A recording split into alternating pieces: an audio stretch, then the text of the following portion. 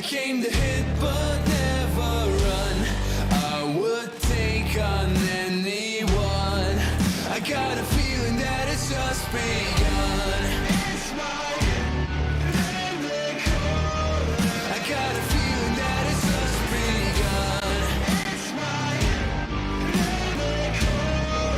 I got a feeling that it's just begun. Oh, can you hear me? I think I'm still alive. High up in the clouds and I'm never gonna come back, never gonna come back down. I'm not dead yet.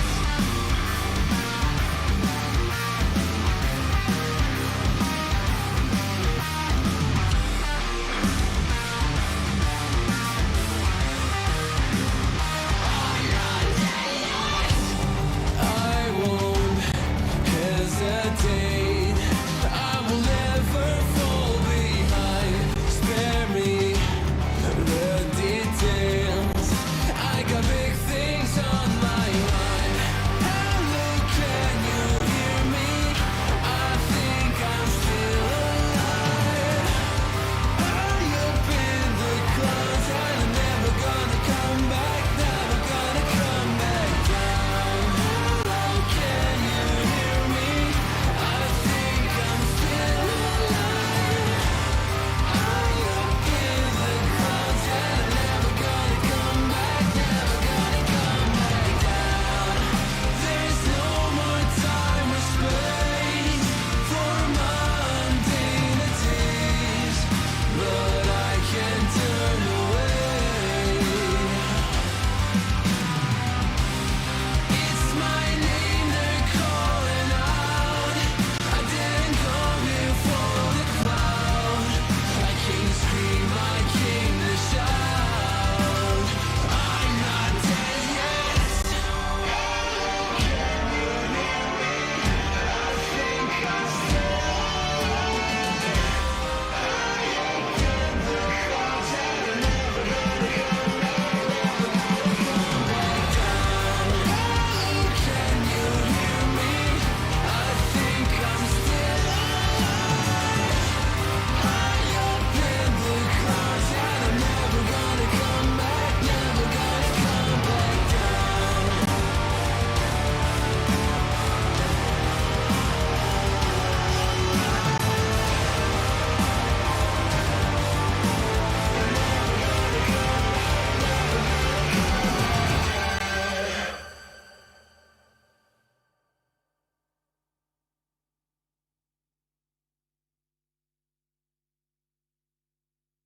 I'm so sorry that I wasn't really there for me. Cause nobody else is showing any empathy.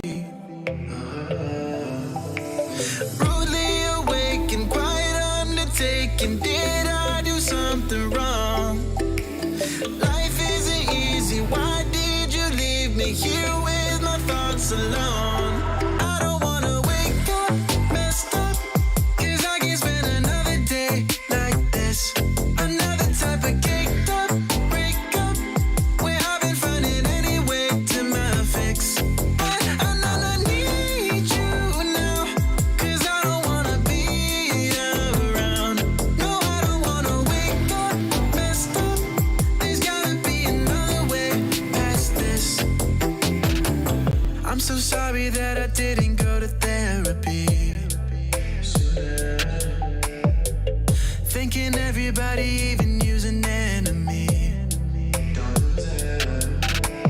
Brutally awake and quite undertaken. Did not do nothing wrong. Life isn't easy. Why did you leave me here to get drunk alone? And I don't wanna wake up messed up, cause I can't spend another day like this. Another type of caked up breakup where I've been finding any way to my fix. But I know I need you now, cause I don't wanna be around. No, I don't wanna wake up messed up. There's gotta be another way past this. If I am so wrong and so gone, is miserable. Won't you stick around just for some be visible? But you don't, no you don't care. Leave me to suffer, erase all the doubt. Pouring Jack in my mouth, in a love with enough of the pain and the drugs to be present for now. All I'm right now, I don't wanna wake up messed up, 'cause I can't spend another day like this. Another type of caked up breakup, where I've been finding any way to my fix. But I know I need you now, 'cause I don't wanna be around. No, I don't wanna wake up messed up. There's gotta be another way past this.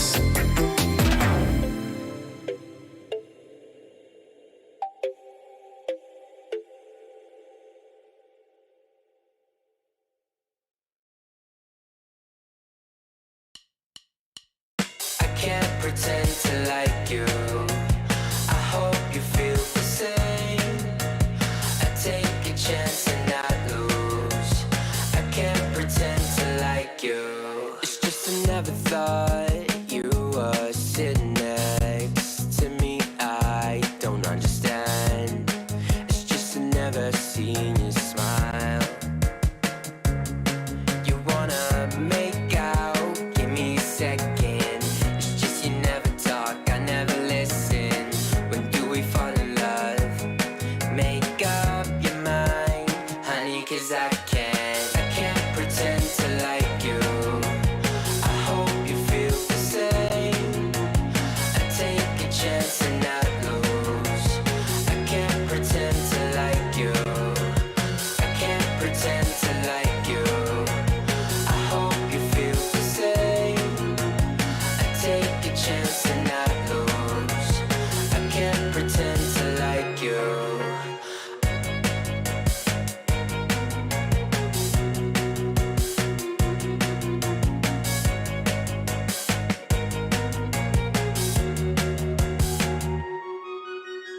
You need a friend. I can't help this time. I'm in trouble.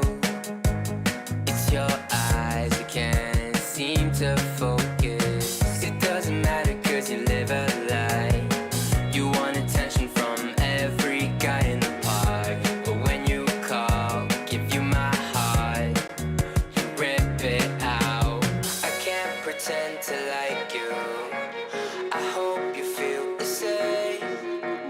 I take a chance and not lose. I can't pretend to like you. I can't pretend to like you. I hope you feel the same. I take a chance and not lose.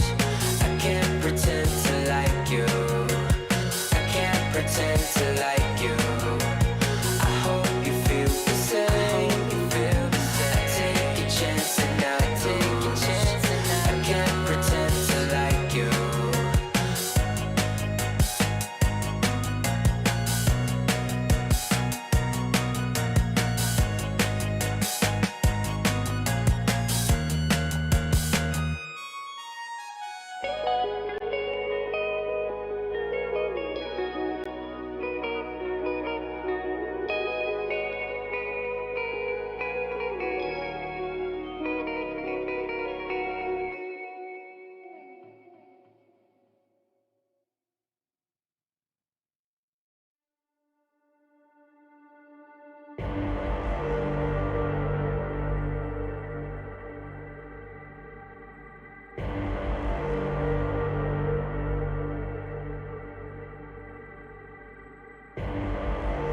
Rising of the ashes, coming from the ether.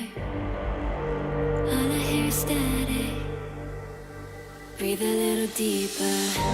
Fallen, broken, a million light years away from home.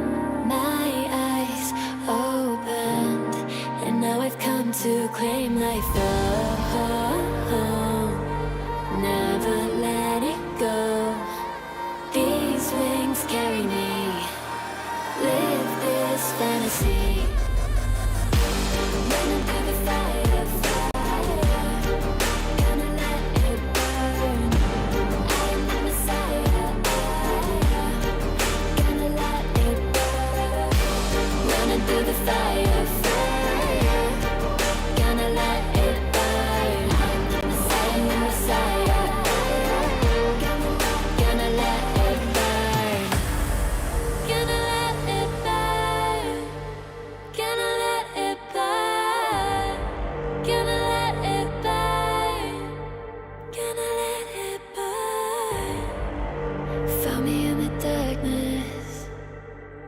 see me shining, calling me a goddess, thunder and the lightning. I'm falling, I'm faster, making my way back, I'm close to home. I'm fighting harder, because I've come to claim my throne.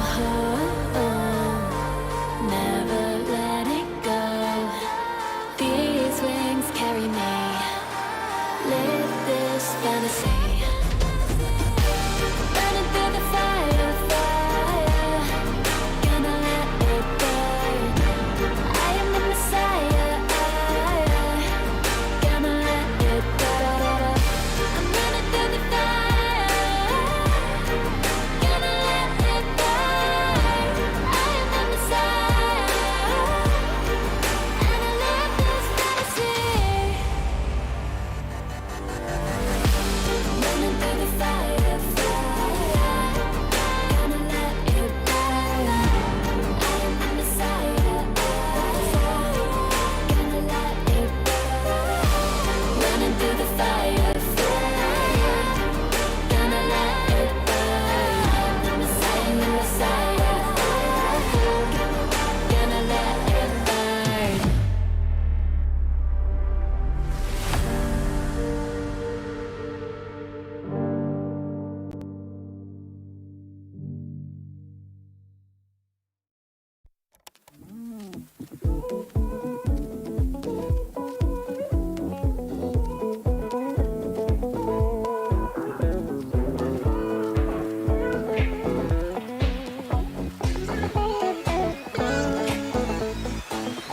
Carpe diem, I know I got only one life. Don't wanna spend it, listen to you bitch and whine. It's a little mean, I know, well, apologies. But my New Year resolutions and my honesty. Trust me, it ain't nobody, nobody lives. Ain't nobody, nobody lives. Ain't none of my business. It ain't none of your business. Nobody, nobody lives. Nobody, nobody lives. It ain't none of my business. It ain't none of your business. Okay, stuck on the same excuses.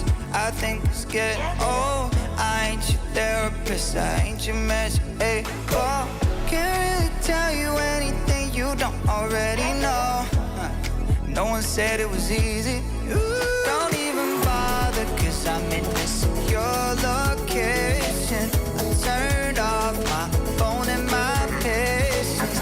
I wanna help you, but you ain't even trying. You made your own bed, now you gotta fucking lie. Ain't nobody, nobody lives. Ain't nobody, nobody lives. Ain't none of my business.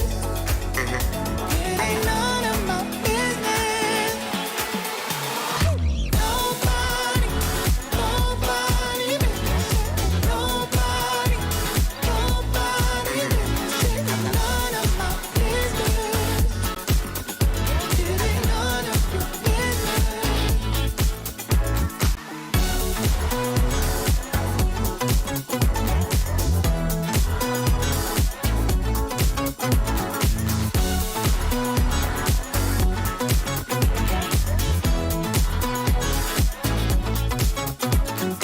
Nobody, nobody lives. Ain't nobody, nobody lives. It ain't none of my business. It ain't none of my business.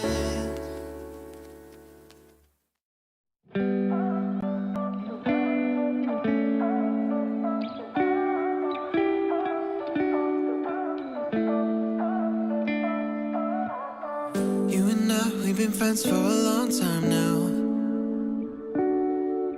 Always have a good time whenever we go out.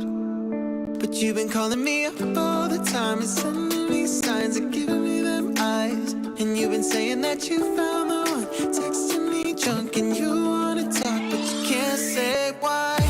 I can't get there and you know I've tried.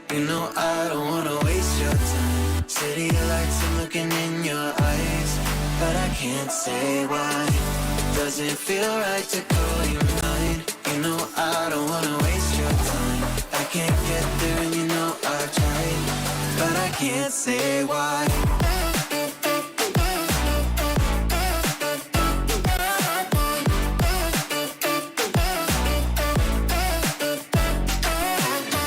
Feeling lost like I just wanna turn back time. I'm choked up, tell me how do I say this right? Cause you've been calling me up all the time and sending me signs and giving me them eyes. And you've been saying that you found the one, texting me drunk and you wanna talk but you can't say why.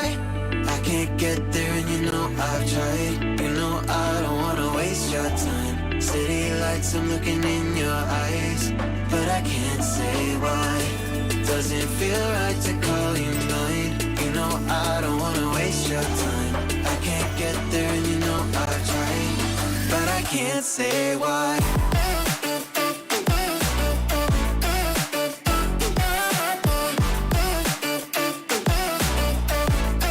But I can't say why.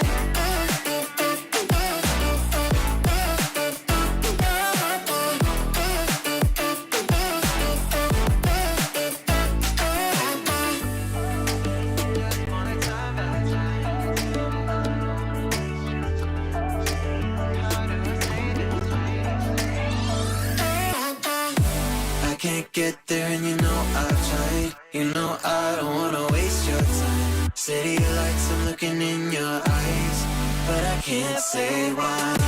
Doesn't feel right to call you mine. You know I don't wanna waste your time. I can't get there and you know I've tried, but I can't say why.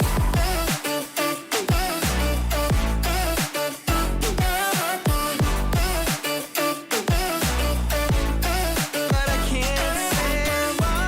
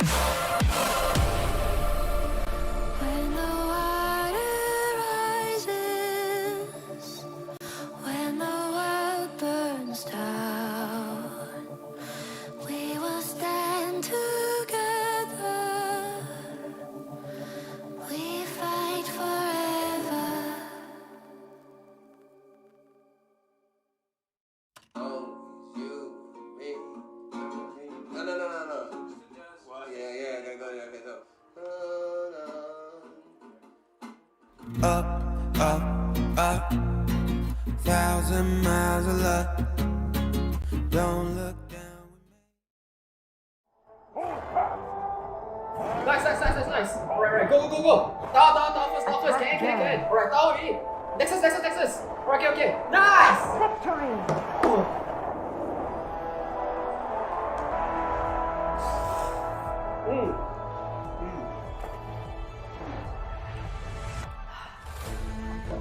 I'll see you in the game. Alright guys, let's go on board. Okay.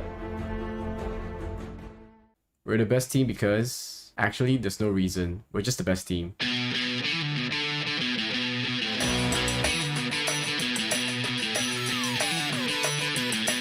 We are the best because we live, sleep, and breathe Wild Rift. We are the best because we have played League of Legends, We are the best because we train day and night. Because I am in the team. and we know the game in and out for Wild Rift too. Bangun tidur, we terus training. Sebelum tidur, we training again. We're just built different, man. To the new challenger teams, Are you ready to get pantai by Geek fam? Prepare 100% because we already 200% prepared than you. we made it this far, but this is as far as you can get. Good luck. But I don't think I'll go easy on you. Dan lihat Sagi ke hadapan mencari Wild Rabbit. We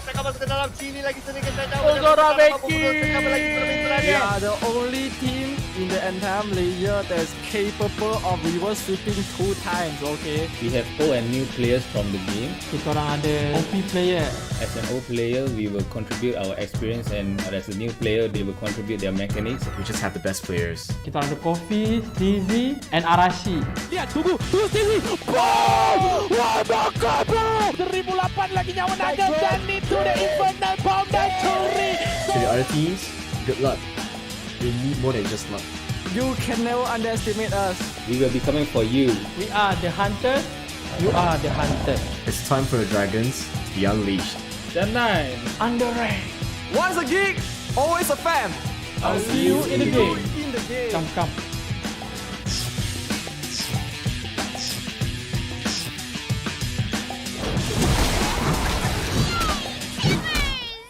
Okay, that's good. Oh, I like pandai that. kamera ah.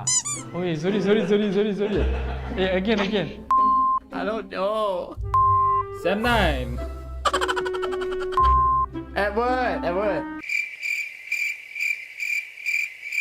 What's our hashtag?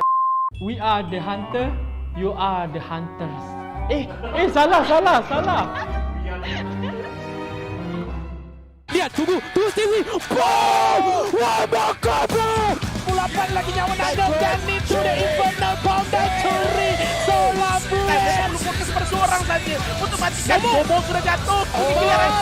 Engkol mega infernal bomb. Dia bisa melakukan. Tizi sekarang diperlahankan. Tizi akan menerima the epic. Adakah dia Berjaya mendapatkan triple kill mencari yang keempat dan kuasa kill.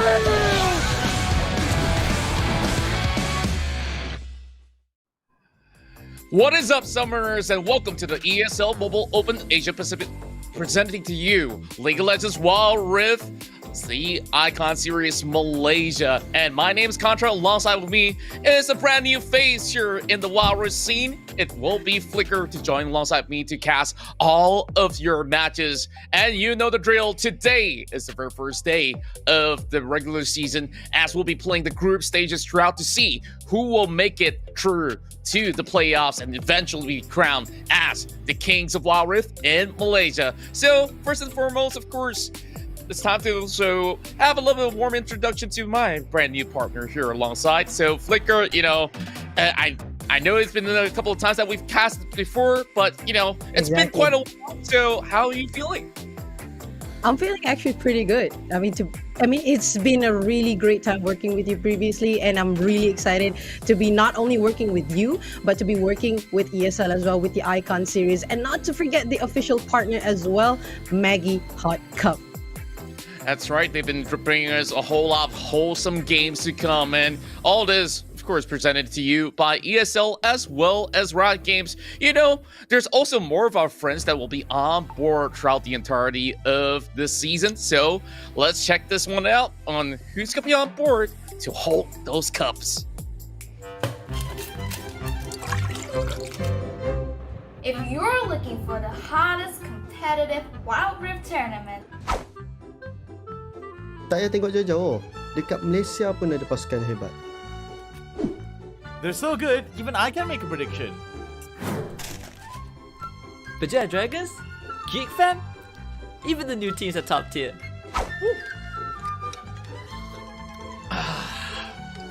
Expect to see the spiciest team fights, the sneakiest Baron Steel, and even the plays that you never see coming. Detik-detik menghiburkan dan penuh gelak ketawa. Hey, pulas kita pun kelakar juga.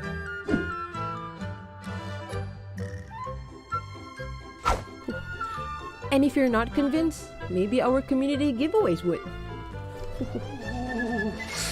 Musim yang paling panas. Chili, Fiesta. Musim paling pedas. Musim yang paling lazat. Fall season. Musim jatuh.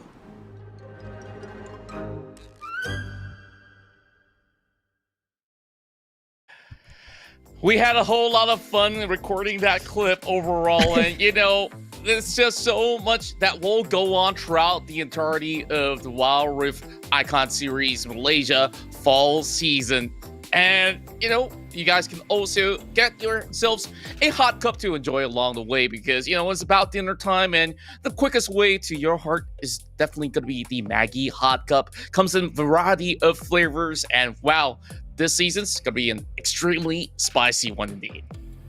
Exactly, and I'm pretty super excited for this because I've seen some of the games in the qualifiers, and I'm seeing some really solid team making their way, dominating the game. Even though some team just barely makes it, but they prove to be a really strong and unique team to be able to make into this series. So I'm really super excited for that contract. Yeah, me too.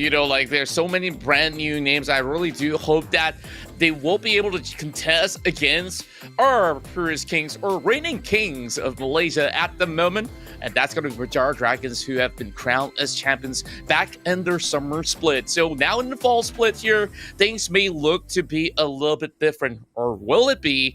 But let's check out some of the teams that will be playing for the group stages. And the group stages will be played in a single round robin featuring Berjaya Dragons, Geek Fam, Sem9, as well as UndeRank that has been able to secure the top 4 position back in the summer season.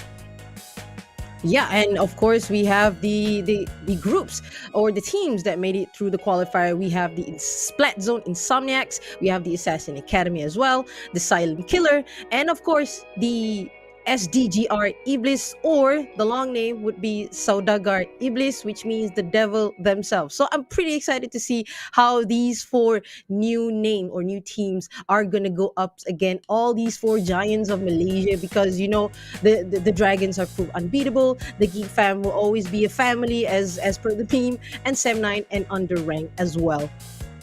And overall, we definitely want to tell you even more about how this whole group stage will run. So starting off for today, we'll have Silent Killer taking on Assassin Academy. So we want to test the power levels a little bit because we've seen the qualifiers. They've been able to show a lot of great assassin picks, and I hope to see that again. And the second match coming forward will be Geek Fam taking on SDGR Ebliz. Follow up on that, we'll also see Berjaya Dragons versus UndeRank, and last but not least, Sem9 versus Insomniax. Yeah, and for today's matches itself, I'm pretty excited. I would say the most that I'm excited with would be for Berjaya Dragon to go up against UndeRank. UndeRank in the previous series, they have proved to be a really strong team, even though they did fall a little bit short against Geek Fam and even Berjaya Dragon as well. But this season, they proved a lot better, and I'm pretty excited to see how they are go up against the reigning champion.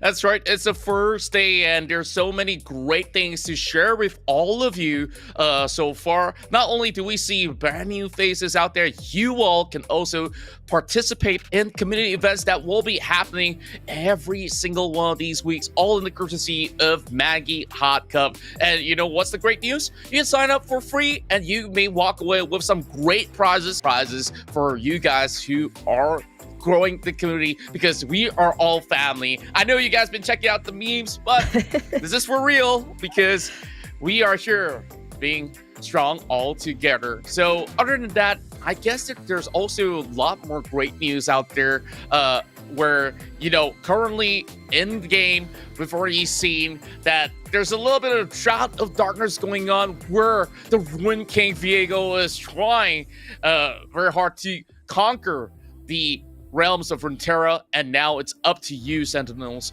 to defeat Viego. So what's happening overall is that the Sentinels event will be running throughout the entirety of the month until the next few months as well, across all Riot game titles, and it's your job to defeat the Ruin King himself. So for the in-game event, it starts from 9th of July and it ends on 11th August for Wild Rift. So you can have the full access to the Sentinels headquarters, which will house all your Sentinel-like champions, and you can level up each Sentinel of Lights to earn awesome rewards like brand new champions, icons, baubles, emotes, and a whole lot more. And not only that, you can also contribute by just playing the game, where Riot Games is running this donation for the Social Impact Fund, which will increase based on the player level gains overall for the entirety of the event. So the more you play, the more you donate to those that are in need. So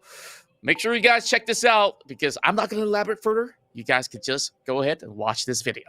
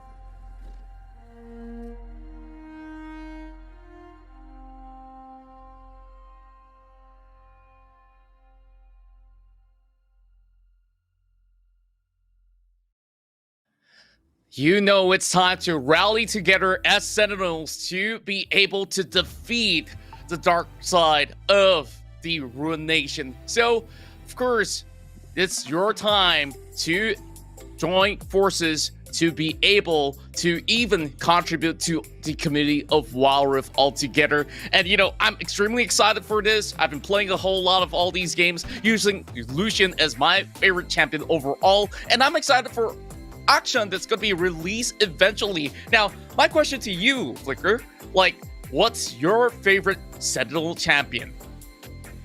I would say most definitely the Vayne. Look at the new design on the Vayne, and I'm just pretty excited to see how all the summoners are going up against, to go against the Ruination. But nonetheless, let's go to the rosters right now. We have, as you guys can see on screen right now, we have Silent Killer and Paddy will be going on to the Baron lane. Pretty solid Baron laner. RSSG will be going on towards the jungle. Astro will be going on toward the mid lane. Latte, my favorite coffee drink, will be going on towards the marksman on the dragon lane. And Dan, DAN, will be going on towards the support. Of course, I like Paddy's Baron laner. Sometimes his champion picks are pretty solid. But let's head on to see Assassin's Academy. That's right. Assassin Academy has gone through the qualifiers and they have emerged strong. They have G-Rule around the Baron lane, Seki in the jungle. Niles, one of my favorite mid laners qualifying through, will be playing a solid control mage overall, alongside with Zen, as well as support No Flash over on the bottom lane. Or should I call it Dragon lane in particular? So Assassin Academy now definitely have a little bit of challenge here, where we see these up-and-coming names here collide once again. So we'll see what will be the result overall, because in the group stages, we'll be running the round-robin format. So they need to stash up as much points possible. Every single win will be able to contribute in their positioning. And now, of course, we got to talk a whole lot more about, what's the meta pick currently for the fall season. I believe that, Lucian as well as Senna has just got released recently. So usually when it comes out to the competitive circuit, it will not be left available maybe for this week for the moment. But good news is that we have things like Irelia as well as Riven to be introduced to the Rift, which we did see a few of it being played throughout the qualifying round. So what other sort of picks are you expecting overall heading in towards this matchup? Let's be real. I'm looking a lot of course, the meta pick for jungler is going to be, like the safe pick would be the Lee Sin or the Gragas, but I'm expecting they're going to get like banned most of the games. We'll see how it goes. And based on these two teams that I've seen so far, their plays in the qualifiers, so it's really hard to see like who could win against the other. But if I have to make a pick, I would say Assassin Academy got a pretty good. All right. That's my prediction. I think that Silent Killer has been looking pretty phenomenal on the qualifying stages as well. So that's where I would put my vote over on the side of Silent Killer. But Assassin Academy definitely will be showing pretty strongly into this very first best of three, I do believe. So I believe that we're going to be seeing who's going to be able to take the win for our very first game eventually. So we'll hit right into the draft right later on. Now, let's speak of all these sort of matchups here. Well, I really do appreciate the production quality that we have here, because now we include the casters prediction. I tell you what, I would give you 10 Maggie hot cups by the end of the season if you have more correct predictions than I do. Are you up for that challenge? Okay. I'm up for that challenge. I got a lot of Maggies. You can see I already got 5 right here. So I can see it's on me. Another 5. I'm going to take away all that 5 by the end of the season. But sure, make sure you don't touch ahead. that for now. Like the rest of the Assassin Maggie, you can have it. All right. So jokes aside, or all these fun banters going on, I want all of you guys who are currently watching to pull in your predictions in the chat wherever you guys are watching from. So this is where it all starts. We've seen some of these familiar faces as well that had played back in the summer season, now returning under new banners, new teams, and I'm definitely excited to see what the likes of Silent Killer can offer, because they have played formerly in teams such as IX and also Lynx Esports. So overall, I think they do have a certain chemistry already being set into place. The question is, are they ready for certain unexpected plays that may come out from the side of Assassin's Academy? Yep, most definitely. They have to understand that in Wild Rift, anything could happen. You see all these others, teams that are playing. They probably have different battle plans or different strategy or different composition how they are going to win the games. So each of these teams need to be really ready, and especially for Silent Killer, they really need to be like, you know, able to predict what kind of strategy that they're going, just by looking at the team composition, and perhaps maybe if they could better understand the lane priorities, you know, the win conditions, they could definitely go really, really far. That's right. So without further ado, let's head over to the Baggy Hot Cup Champion Select. Now we got Silent Killer starting on blue side, so they will have the first priority bans. And another good news to all of you avid fans of Wild Rift Esports, now we're running on a 3-ban format. So each side gets to pick 3, and now, well, I gotta put on full screen just to check this one out. So we've got Gallo ban way, and a couple more stuff going on. Well, Silent Killer will be having an opening pick, so let's discuss about this for a little tad bit, where, you know, you don't really have the Braum to play too much of a tanky support, but Rakan is available. I think that's a really good choice for the side of Silent Killer. Not really first pick worthy sort of champion, but then again, speaking of Rakan, actually he's being banned by the side of Assassin Academy as well. So no Lee Sin, no Twisted Fate, as well as no Akali. Now, one of the easiest way to go about this is to go for a flex pick, and Gragas could still go in the mid lane, the jungle, top lane, or support almost every single lane he could actually hit to. So very good start for the likes of Silent Killer. Yeah, most definitely. And I'm looking at the bans right now.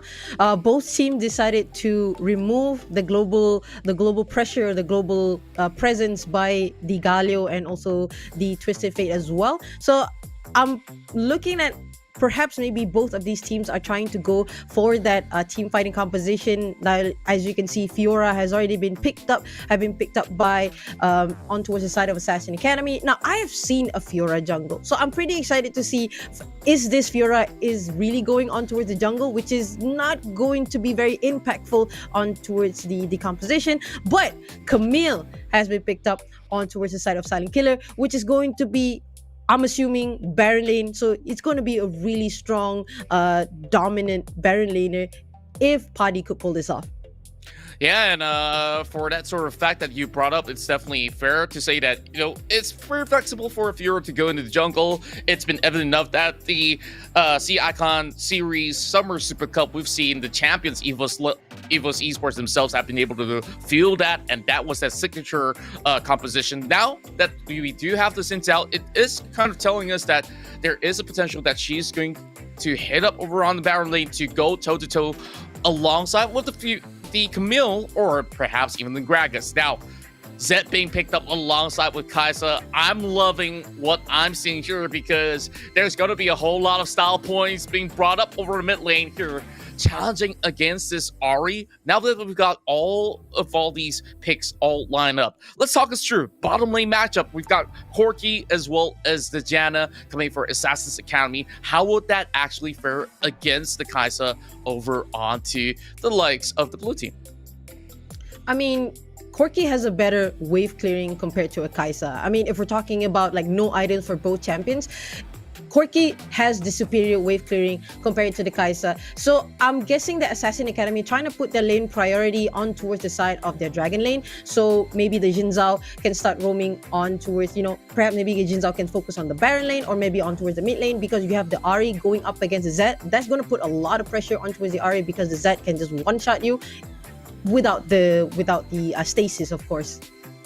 That's right, and overall, I do believe that there's so many sort of win conditions that is going to be set into place. Silent Killer so far is fielding a composition that can actually go in for really hard dives, especially when you have a Camille as well as a Zed. So that's where, when you pop the death mark, you know, you gotta pop that stasis, or if you don't have that, you might just get blown up. So here we go, it's game one, and it's Silent Killer taking out Assassin Academy for the very first match of the fall split for the C-Icon Series Malaysia Summer. Well, I'm kind of stuck in the past, you know, so it's already fall split. Don't worry, guys.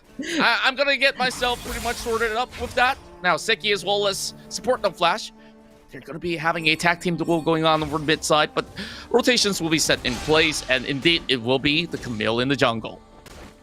That is quite interesting, but I would say it's it's looking pretty solid because Camille on towards the jungle, he can wave clear pretty fast. He can, clear those camps really fast as well. Able to rotate with and able to have quite a high ganking potential with the use of the third skill. So I'd say it's looking pretty good. So they need to be really careful once Camille hits level 5. So I'm assuming that they're going to start doing some pickups here and there. And if Assassin Academy is not prepared, they might fall short to try and control or contest those neutral objectives.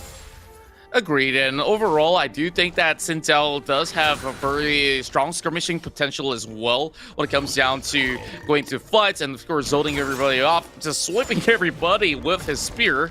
Now, Jiru is going to be able to put a whole lot of damage onto Patty, and Niles is already working on the Scuttle. So, Smite going down. Members of Silent Killer will have to just give way.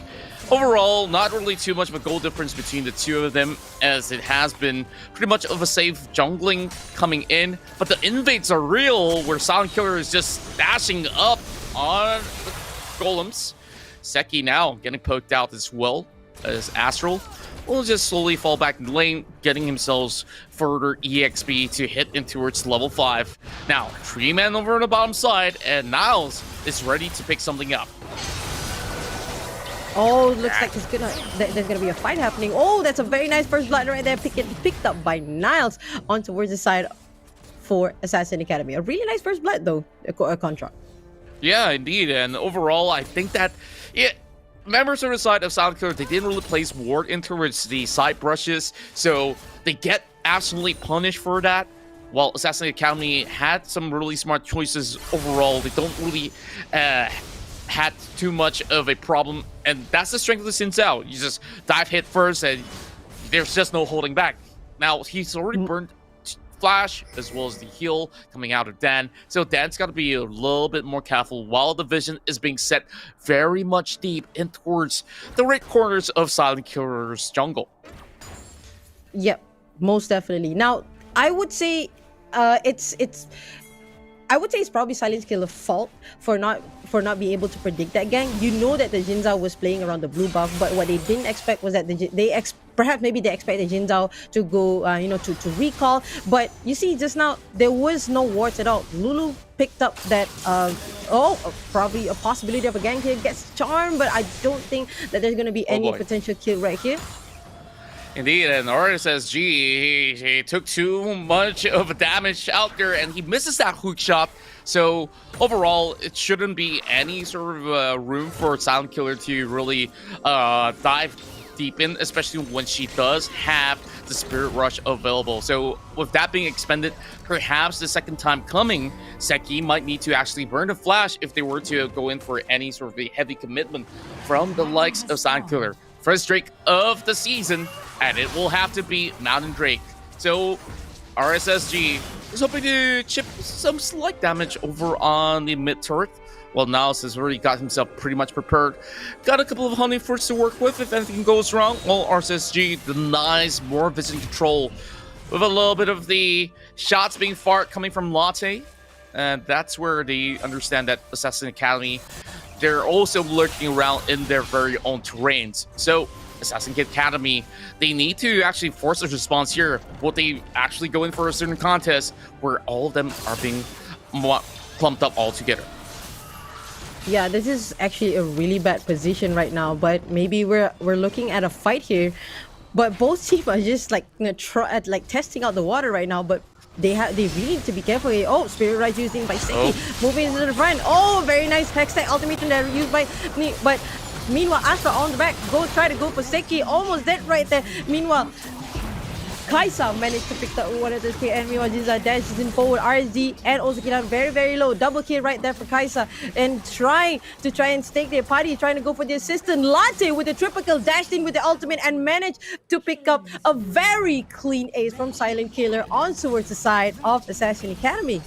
Yeah, great back and forth going on, but overall, Silent Killer has been able to get the superior positioning, and over on that fight itself, all these members of Assassin's Academy, they don't really seem to have a lot of room to actually cover the likes of Silent Killer's positioning, and they just have to take a little bit of a dip here with the first Drake already being given over on towards the side of Silent Killer. Now, starting things off, Astro's already got the Dustblade of Draktar. Not really a good sign, especially when you're going to be facing off against this Zed, who's going to be able to bust someone, especially when he pops that death mark. So, very good item spikes overall.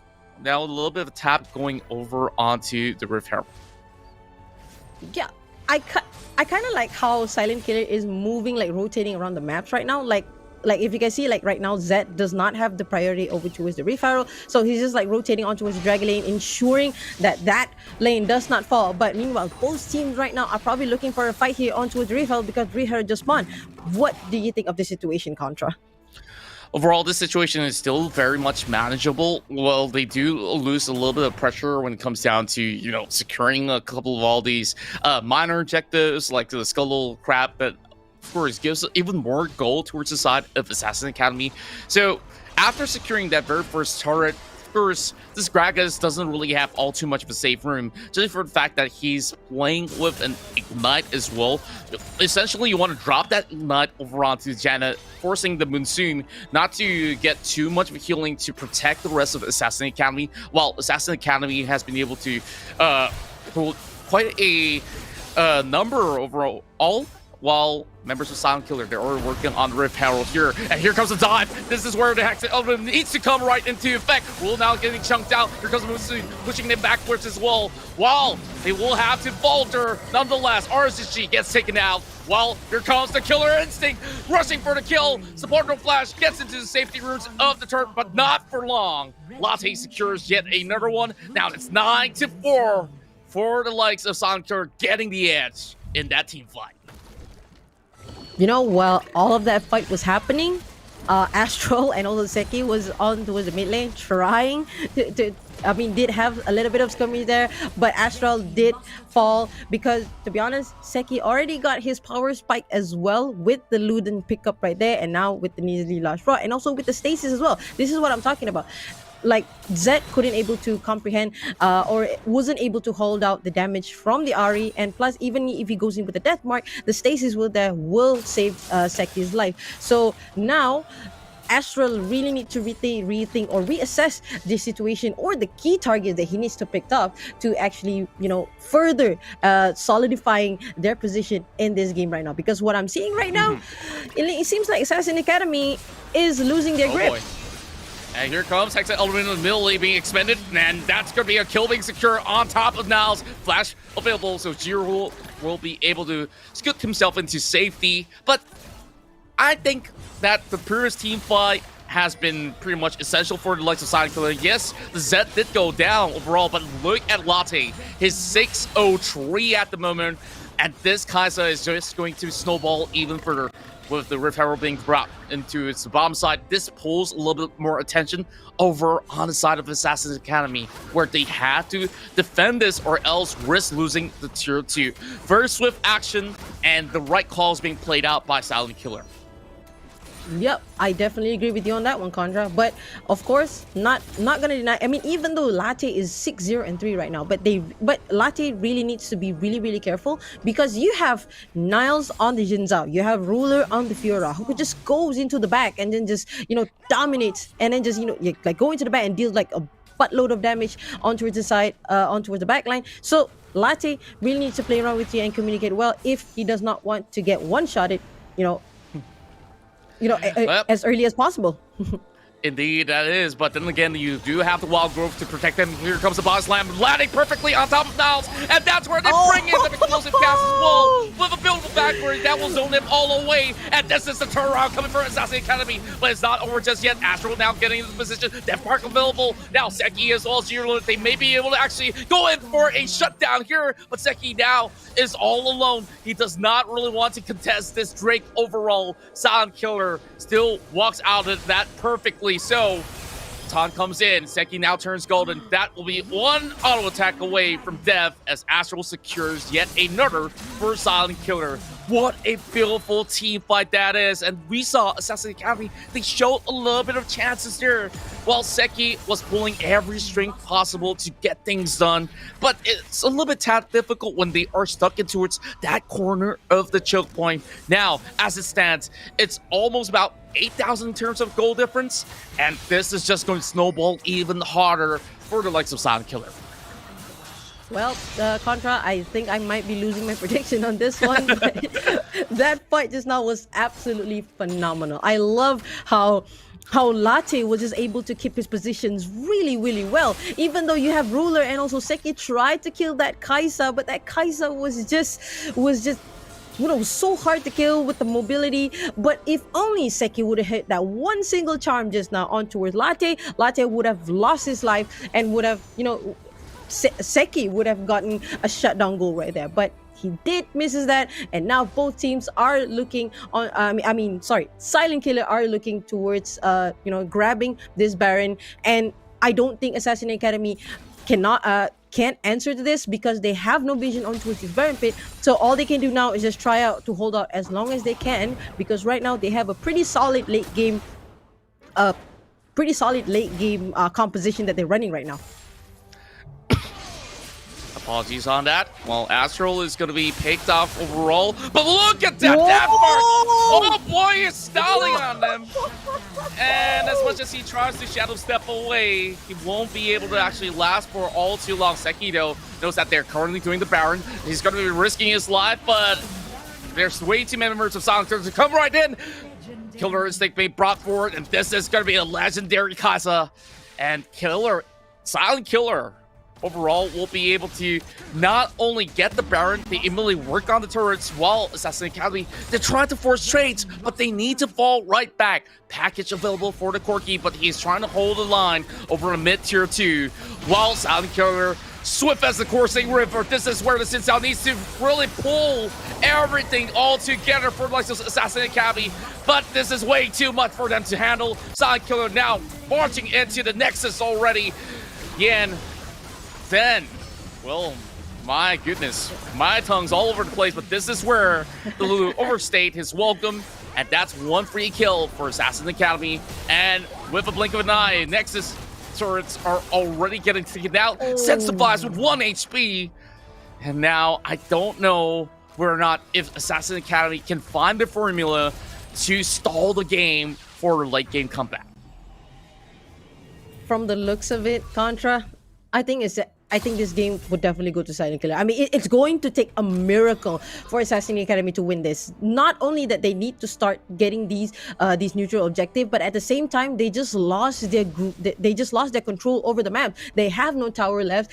Only 2 towers left standing onto the side of Dragon Lane, and it's going. I mean, they don't have any visions surrounding their own jungle area. So it's going to be really, really difficult for Assassin Academy to try and perhaps get some pickup. And here's the replay just now. Look at Astro with the play just now, going to the death mark and manage to pick up the support no flash, but the redemption. The Janna said, if I'm going down, I'm taking you with me, Astro, and that she did. Indeed, and of course, all the replays brought to you by Baggy Hot Cup. Now we're working on the final turret remaining of Assassin Academy. Explosive Cast will be able to push them all the way back. With the health bar slow, they have to recuperate, regenerate all of that. Back in the fountain they go. Latte now trying to go on 1 versus 5, and here comes still Instinct as he goes legendary, and he still survives. My goodness! Oh my Dad coming in with some big Latte! and he's going for the double. Can he get the triple as well? Looks like it's not going to be, but it will be. The Nexus being crushed, and Silent Killer will take the very first game of the fall split of the Icon Series Malaysia for League of Legends Wild Rift. Okay, I didn't expect this kind of tempo of play coming out of Silent Killer. And, predictions aside, I know you were very hopeful of that, but the tempo of play is just something else for Silent Killer, and that gives them that sort of edge, and they were so decisive on every single one of these team fights. It was absolutely magnificent. So I believe that we'll be going in for a little bit of a recap of what just happened, because it all went by in a blink of an eye. Yeah, I mean, let's be fair. I've seen Assassin Academy play in the qualifiers. I thought they got it. I mean, they even, but well, I don't know what happened. To be really honest, I was actually super surprised by how, Silent Killer was able to pull off that magnificent play. And even Latte having that 1106, their composition, what they did, their win condition right now was just perfect. Like, they have the Lulu who was able to cover one individual and was managed to carry Latte not only to demolish the entire enemy team, but of course a well-deserved MVP. And even though Paddy was struggling in the early game, but with the clever use of the explosive cascade disrupting the entire team of Assassin Academy was pretty much in shambles. They were scattered all over the place. And to kick things off for the very first game of the fall season, we have a triple kill being opened up, and it is all thanks to Latte with some crazy plays of the Killer Instinct. I guess that's where they actually get the name from, in a sort of way, where he dove all the way close enough to the fountain range to secure a couple of kills, and he managed to still survive by flashing out, and Dan has been able to pull the wild growth and whimsy anybody who tries to get close. Now, I do see and spot a couple of issues here for the Assassin's Academy side, where they don't really have too much crowd control. Yeah, you can rely on a charm or two, or perhaps a knockup if Niles does complete 3 strikes on his auto attacks when he activates his first spell, but that's all that they could possibly do, and Support No Flash doesn't seem like he has any sort of breathing room to really channel a full monsoon to even keep them all alive. And within that span of less than 15 minutes of play, Latte, look and go, 26,000 on the damage department, and that tells you how well things are going for Silent Killer. So that's just game one. There's still going to be a couple more games to go between these two teams of the series, but I just really want to say that I'm absolutely impressed. Silent Killer, now, if they were to continue with this sort of tempo, I believe that they could even challenge the best teams overall of the previous season. And I'm looking at Berjaya Dragons. Yes, they're my friends, but hey, guys, we got the new kids on the block here that is willing to give them a run for the money. Exactly. And if Assassin Academy would like to have still have the chance on the running run, they really need to reassess their champion picks. Like, the Janna was a really good pick if they are going for that team fighting composition, but I just don't see the composition that they're trying to do when they picked up the Jin Zhao. They even picked up the Fiora as well. So I'm not entirely sure what they wanted to do. Are they going for a split push? Are they going for the team fighting? It was a little bit of a mix up of everything, but I sure hope that perhaps maybe they could fix their champion picks on towards the next game. That's right, and I do think that the Sintel has to go to make way for better jungling options out there. But, with that being said, we'll give the players a little bit of time to chill. Meanwhile, we got about 4 minutes to go, so why don't you guys go grab your Maggie hot cup and first enjoy yourself, and that could be prepared within less than 4 minutes for sure. Then this is the ESL Mobile Open Asia Pacific, presented to you League of Legends Wild Rift CI Icon Series Malaysia. My name is Contra, this is Flicker, and we'll be right back after a short break. Lihat, tunggu sini. Boom! Wah, bakar, bro! Adakah dia berjaya mendapatkan triple kill, mencari yang keempat dan kuasa kill?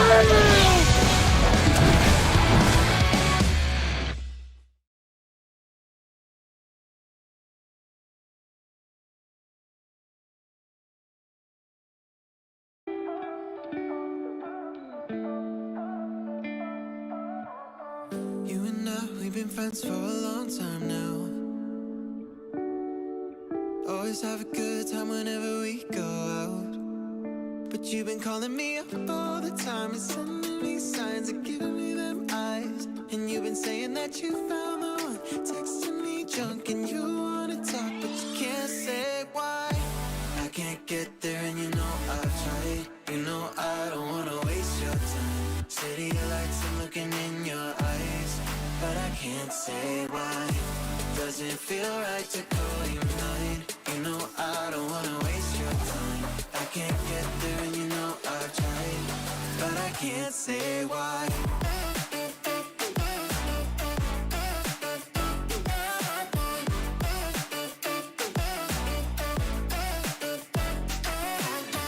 Feeling lost like I just wanna time back time. I'm choked up, tell me how do I say this right?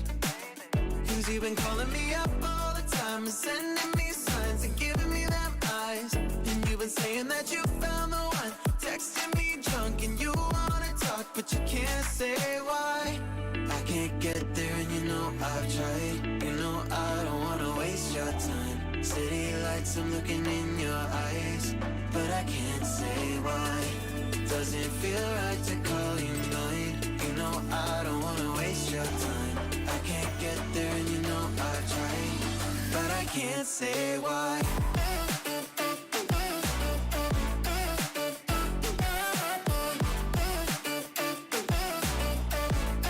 But I can't say why.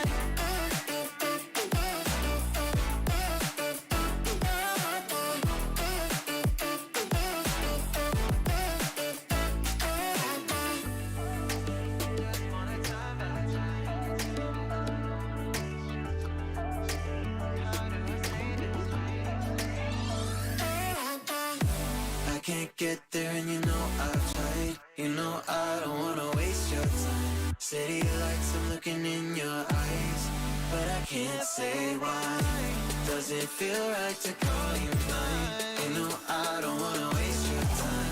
I can't get there and you know I've tried, but I can't say why. But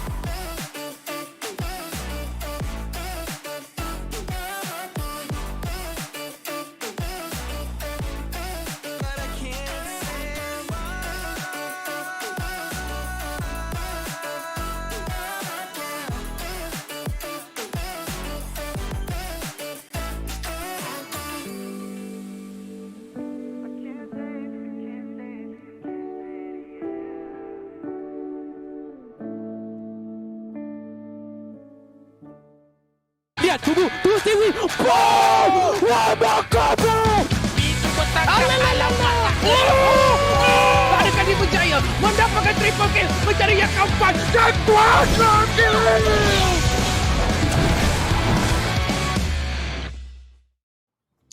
Welcome back once again to the ESL Mobile Open, presenting to you League of Legends Wild Rift C Icon Series Malaysia, and this is Fall Split, baby, and it's time to rock once again. We are in the group stages where we saw Silent Killer taking on Assassin Academy, and so far it has been Silent Killer taking a swift win in game number 1. So we'll see in this best of 3 whether if there's going to be any sort of response coming in from Assassin Academy now that they're going to be taking on Blue side. So Flicker, of course, we've witnessed that game that just swung by, and wow. If you blink, you really miss. And we've seen some great, spectacular plays. And what was your favorite moment coming out of that situation?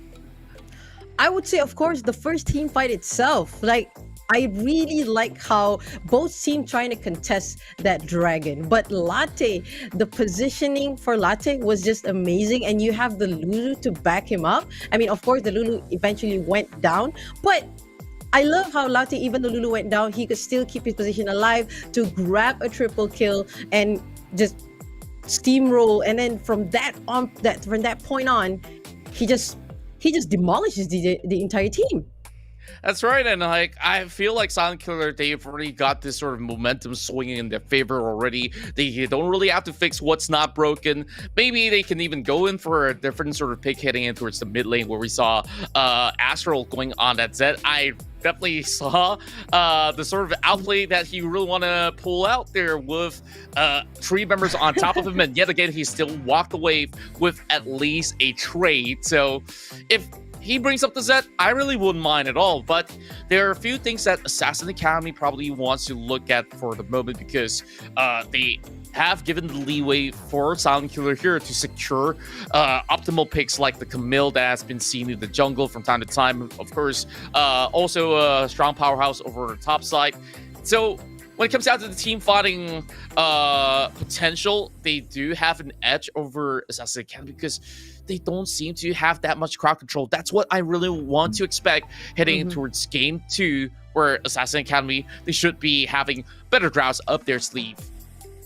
I mean, let's be honest. If they had a Brom just now, it could have worked a little bit better in their favor because Brom could provide so much CC compared to a Janna. Because if you want to go up against the kind of composition that Silent Killer brought just now, you need a lot of crowd control. You need to stop the Zed, you need to stop the Camille, and you have to learn. I would say you have to pandai how to reposition yourself once you are disrupted by the explosive cast by Paddy's Gragas. But I mean, of course, Brom was banned just now, so perhaps maybe support No Flash didn't have any other choice but to go for the Janna, which is kind of a team fighting support. But we'll see how it goes on towards the second game. Hopefully, Brom is not banned again. I do would like to see a really nice Glacier Fisher play, but we'll see how it goes. What do you think, Contra? What do you think the kind of picks that perhaps maybe Assassin Academy going to bring to the table? Well, I really want to expect something a lot spicier than what was offered back in game number 1. We haven't seen the Aurelia being introduced just about yet here in the fall season of the group stages at the very least. So perhaps, I saw that the aura was working pretty well. They don't really have to change that. If anything, perhaps a Ziggs can also be played out if it wasn't to be banned away, because past couple of patches we've seen that being quite a hot favorite because of the sheer amount of damage that he could put from the early game all the way towards the late game, despite maybe slight little adjustments coming into the stats. Ziggs is still a very safe pick to play, and overall, when it comes down to the rest of the lanes, yes, Fiora is going to be pretty good when she does get the lead. And I was just looking at Sintao. Doesn't seem like he had a really good run to even get things done in the entirety of that match. So for the likes of Assassin Academy, perhaps these are some of the things that they really want to figure out. Like, Lee Sin was banned away, so you still have options like the Olaf, even though if you are going against a high crowd control composition, he could always run through with the Ragnarok, or better yet, snatch that Camille away, because now they're on blue side, provided if it's not being banned. So overall, this has been a pretty exciting game. For game number 1, we're going to be having a whole lot more, as Maggie Hot Cup Champion Select is now happening. And this time around, with the switch of sides, hopefully this treats them a little bit better. Now, just looking at the bans already, we have Twisted Fate being axed away. No Gragas, as well as Lee Sin, as Assassin Academy doesn't want any sort of surprise gank potential. Now, Silent Killer going in with the Braum, Galio, as well as the Kali bans. So this leaves the room for the Camille to be picked up by Assassin Academy. But the question is, will Niles be able to play him, or even the likes of G-Ruler? We'll just have to wait and see, as G-Ruler now is taking his sweet time to think about what's the best course of action to set the tempo straight for Assassin Academy. Exactly. And judging by their bans for both team, I'm still guessing the Assassin Academy would like to still go for the team fighting capabilities. And then there you can see one of it has already been picked up. G-Ruler managed to pick up that Camille. So with the Hextech Ultimatum, it could prove to help out a lot in terms of the team fighting to spread out the enemy team, at the same time locking down that key targets. And of course, on towards the side of Silent Killer, they managed to pick up that Jarvan, which is going to be a really nice counter, a really nice answer to the Camille, I would say. Like, it's going to be really difficult for me to move around. And Silent Killer did manage to ban Galio, Akali, and also Braum as well. So they're trying to remove that global presence, and of course the team fighting capabilities onto the side of Assassin Academy. So this might prove, the answer. Perhaps maybe the Lulu, Kai Sign, also Camille is the answer for Silent Killer. Yeah, I gotta say that this is definitely a very smart bans and as well as picks overall. Now, we have a lot more mobility being offered by the side of Silent Killer as well. So, how they really want to set this up is that the Jarvan will be going with the Flag and Drag, and Rakan can easily follow up, put the shield on top of the Jarvan, and run around with the quickness and perhaps set things up with the Grand Entrance as well. And now we see a whole lot of AD picks, and whoa, is that a Fizz that we're seeing? So is this a mid lane phase? Is this a jungle phase? Because I've been seeing a couple of jungle phase in some of my games, but with the Vi coming in, I guess the question's out of back already that the Vi is going into the jungle. So Assassin Academy, I'm not too sure if this is going to be a little bit greedy of them to go for 2 picks which can just single out a single unit. So to play this precisely, they have to be very coordinated. Who do they want to target first and not, both men collapsing on the same target? That will be pretty much an overkill. In fact, Yasuo though, what are your thoughts on this, Yasuo? Because I'm seeing a lot of room for the knockups to happen to set that perfect last whisper to come right on top of the head. Yeah, exactly. I mean, judging from the picks for both team, I've seen the phase pick, which is already interesting, but going up against Yasuo, this phase really needs to be really careful, because in terms of wave clearing, of course, the Yasuo is going to have a superiority. So I would say the lane priority would go on towards the side of Dragon Lane. And if Yasuo are able, to push out the lane on towards the phase, he could potentially roam around with the Jarvan to get some kill. So I'm expecting some ganks to happen, perhaps maybe at level 5. At level 5, then maybe we can see a lot of potential from Silent Killer to, roam around and try and get some kills. I got a feeling that it may happen way quicker than level 5, because Jarvan, he's got a little bit of advantage whenever he hits level 2. Flag and Drag right after you clear off the blue buff or even the red buff. Either one actually works if they really want to set up a dive in towards the mid lane. But then again, it's a Fizz overall, so Fizz is going to be absolutely safe. Now we head in towards game number 2. Let's see where or not can Assassin Academy here get the even score lines 1-1 and perhaps go in for a reverse sweep. But as I said this, the Yasuo, he's going to be looking for a very good setup coming from any of these members when he does have the last breath available. Not the last whisper that I did mistakenly say it. So very good start coming in from both ends. No invades whatsoever. But, we're just going to see how they will just tell a different side of the tale. A little bit of invade coming in, I do believe, or a good setup of a gank, because RSSG, he's already over the top side of the map. Here comes Flag and Drag, dropping the health bars of Jirula. Ignite is up, and first blood goes to Silent Killer. Silent Killer is just going on full-on ham here. Like, I didn't expect that kind of gank, to be honest. But then, if only Camille dropped the ward in that bush, even though it's only like the first minute of the game, you have to expect the gank. Now, that mistake could have been avoided if he just put up one simple ward in that bush, and he could have evaded that entirely.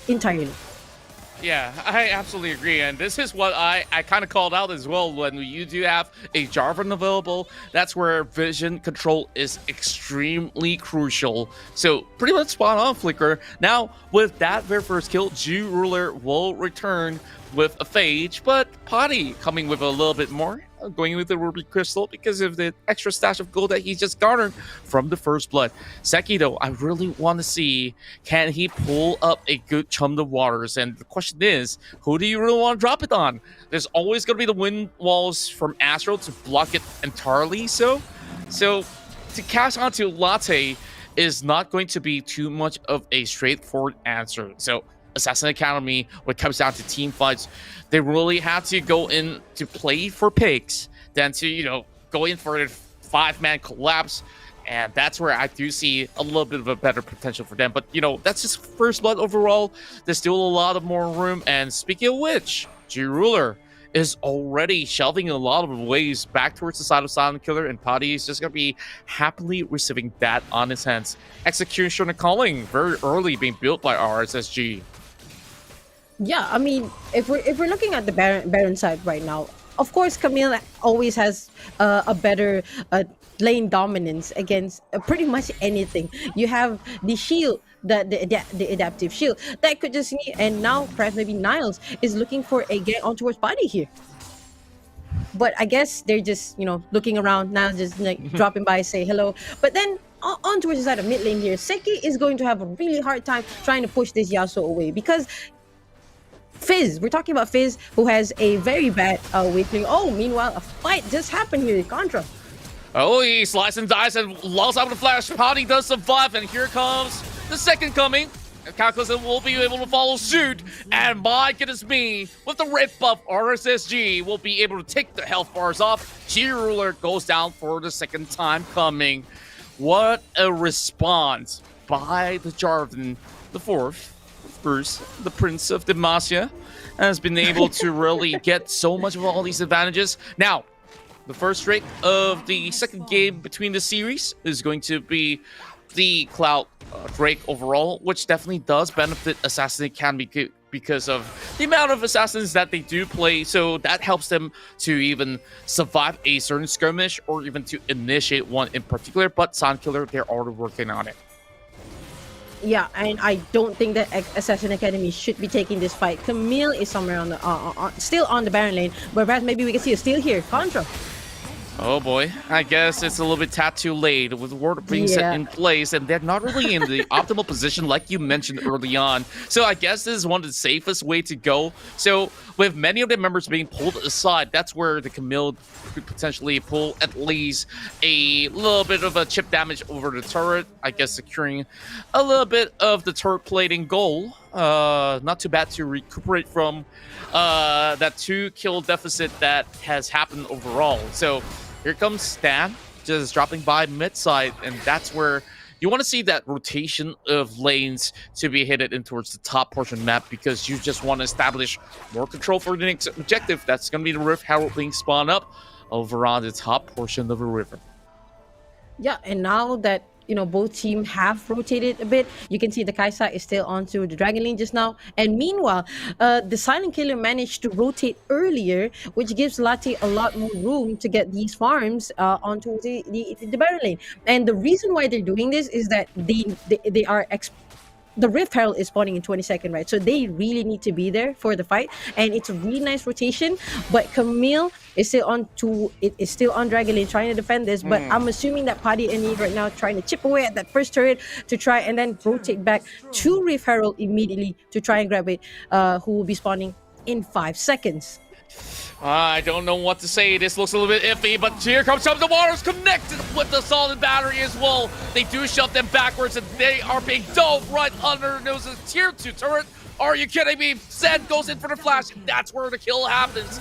Assassin Academy coming in with some quick response, but here comes Astral as well, trying to get them all knocked in the air. The last breath will not be seeing any sort of knockups coming on. So they are still going on a chase, but Silent Killer, at the very least, they do get a few numbers alongside, especially getting Niles down. So there's no potential for Assassin Academy to steal this Rift Herald away. Consider it a minor win for Silent Killer overall. Yeah, most definitely. I mean, even though they did manage to pick up 2, they managed to pick up a Latte and also Dan, but getting that Rift Herald is going to be really good for them because they really need a superior map control, because they need to maneuver well. And they already cracked most of tier 1 all of tier 1 turret. So with the Rift Herald, it's going to give them superior pushing capabilities to try and push Assassin Academy back into their nexus or back into the base to try and get a better maneuverability to try and pick someone off and then just, snowball from that. Absolutely agree with that, Flicker. And while that's happening, Jiro immediately hook shots into the brush where Astro connects the last breath. Not going to be able to secure the kill, and that's a good flash being pulled out by G-Ruler. And, well, it's too close for comfort still. But with the Herald saying hello over on the bomb side, that's where Paddy will be able to actually go in for exchanges. Redemption being popped open. Assassin Academy will be able to crack open some of all these members, and that's where the response comes right in. Astral fighting back. Zen trying to survive, but Zen could only hold on for so long. He does get a double but the triple in response for RSSG is looking all too good. 7-4, and Silent Killer is still knocking down the turrets. So, I don't know. Every single time that Assassin Academy, they try to play aggressive, they get responded with a really huge fight coming out of the side of Silent Killer. Even though that the members did go down, I think that this has resulted in such a way that they lose so much of that map pressure, and if they were not contest this Infernal Drake, they're just going to be losing in the upcoming team fights, because this is going to offer the likes of Silent Killer so much more damage than they should have. Yeah, most definitely. I mean, looking at the fights, just now, for me, Assassin Academy shouldn't be taking these kind of fights. They shouldn't be trying to pick off somebody when they have no vision. Look at the minimap right now. Look at their vision placement. They don't have exactly any information on where Silent Killer positions are, and they're trying to force these fights, which resulted in them getting picked off instead. I mean, if they could have just dropped some words like have better vision control, that's just it. They could have won the fight. But maybe we're looking at another fight here. Yeah, with a little bit of warding being done, it is where it is an attempt, but that's a little bit of tickle of health left over. Dragon is secured by Silent Killer, now collapsing upon Niles. He does have the Guardian Angels, now being popped. Now with Giro all alone, he needs a little bit of helping hand, but that's not going to be enough. Silent Killer absolutely aced them out, and that's where they can slowly march up ahead and break down turrets after turrets and maybe look for the nexus. Silent Killer just swiftly take them down, just like how they did back in game number 1. And what a dominant streak of a performance coming out of the likes of SK. Meanwhile, Assassin Academy only having support no flash watching on. With the death timers already being dwindled down, members inside of Assassin Academy, they will come back up online. And Silent Killer, they're happy enough by taking down the inhibitor at the very least. Okay.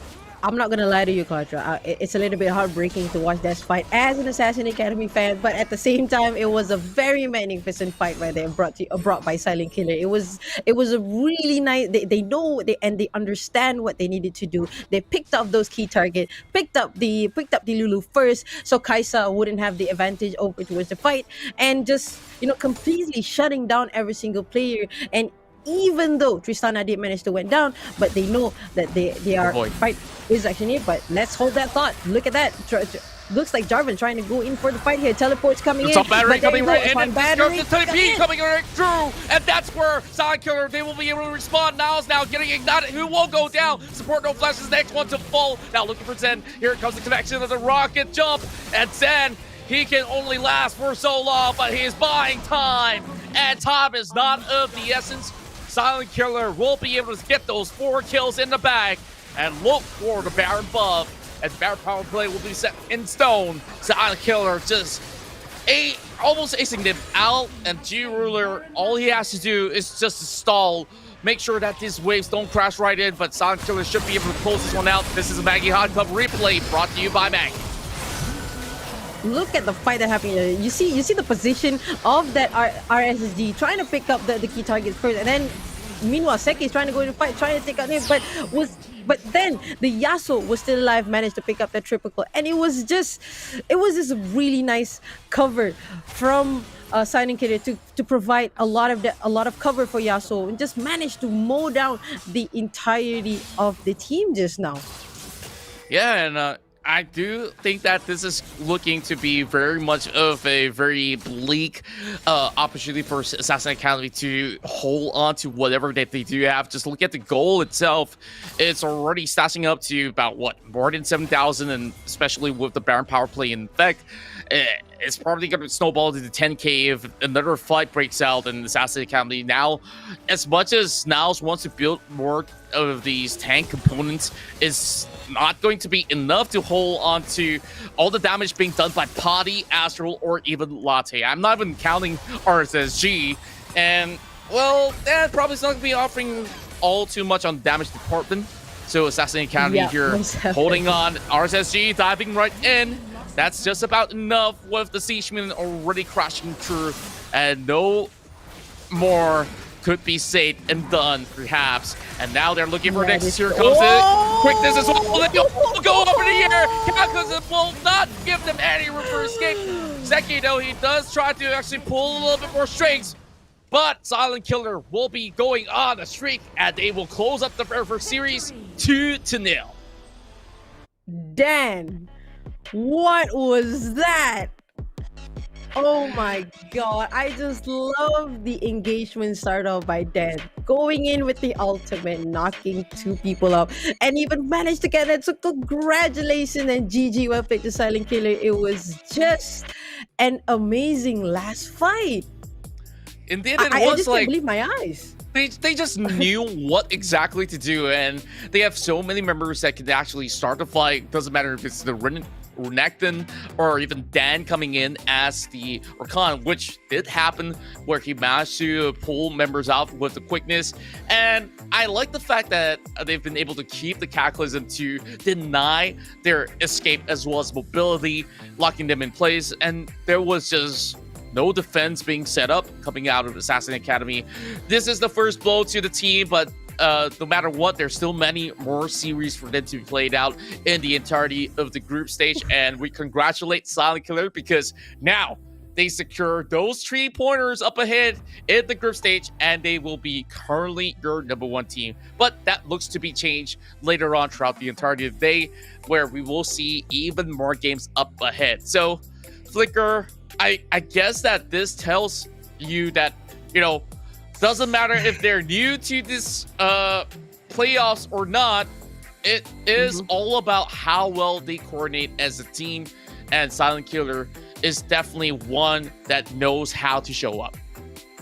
Most definitely. You can see with their unique composition, like they understand how the mechanic works. I love how they saw that you know, how, like, what Assassin Academy pick and how to counter this. Judging by the stat itself right now, they know that the lane priorities is going to be on Astral, who's on the Yasuo, who can push the lane better and able to roam with RSG, and not just only roam, he can just do well in team fight entirely with the power spike from Infinity Edge and also Static. It just gives Astral, it just made Astral into a godlike beast up until the end. And not only that, Latte, even though he falls short this game, but with the help of Dan and also Paddy, he managed to deal quite a number of damage for just Astral to just clean up everything.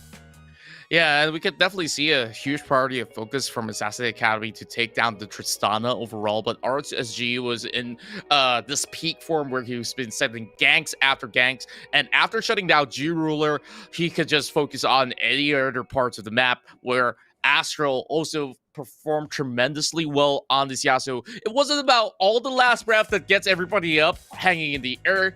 It's really down to, you know, how he swerves around and finds those kills, especially going for Zen, where Zen, he did do quite a significant amount of damage, and you can definitely tell G-Ruler wasn't having much of a great time. And in fact, Dan, he had more damage to be dished out from a Rakan. Dan compared it to a Camille.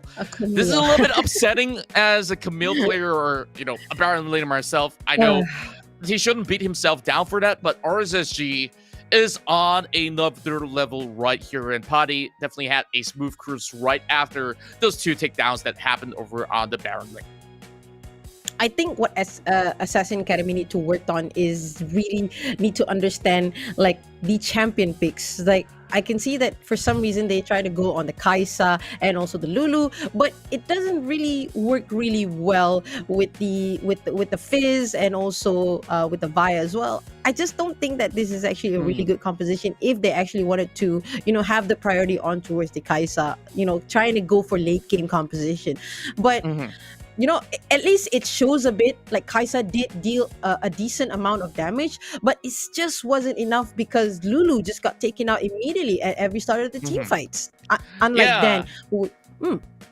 Yeah, and to add on top of your fact as well, like, I definitely see the sort of point that you're trying to make here, where, you know, you have everybody diving for those fights, and you got this Lulu hanging about and looking to be punished. So she's supposed to hang in the back lines. I do see that, you know, honestly, this draft wouldn't be that bad of a note if ever they do get any sort of lead. But the thing about that is that they weren't being too proactive when it comes down to securing objectives as well, or even trying to secure those sort of the pickoffs in the early game. That's what they shine the brightest on. But with that sort of mindset that's more skewed to playing maybe a little bit passively because of the aggression being shown to Silent Killer, I kind of wish that Assassin Academy go in towards a more blow for blow format. Even if you walk out with a kill and still drop down, hey, it's still going to add up. So overall, I guess Assassin Academy here still has a little bit more room to work on some of all these ways that they want to manage either the team fights or some of the skirmishes. And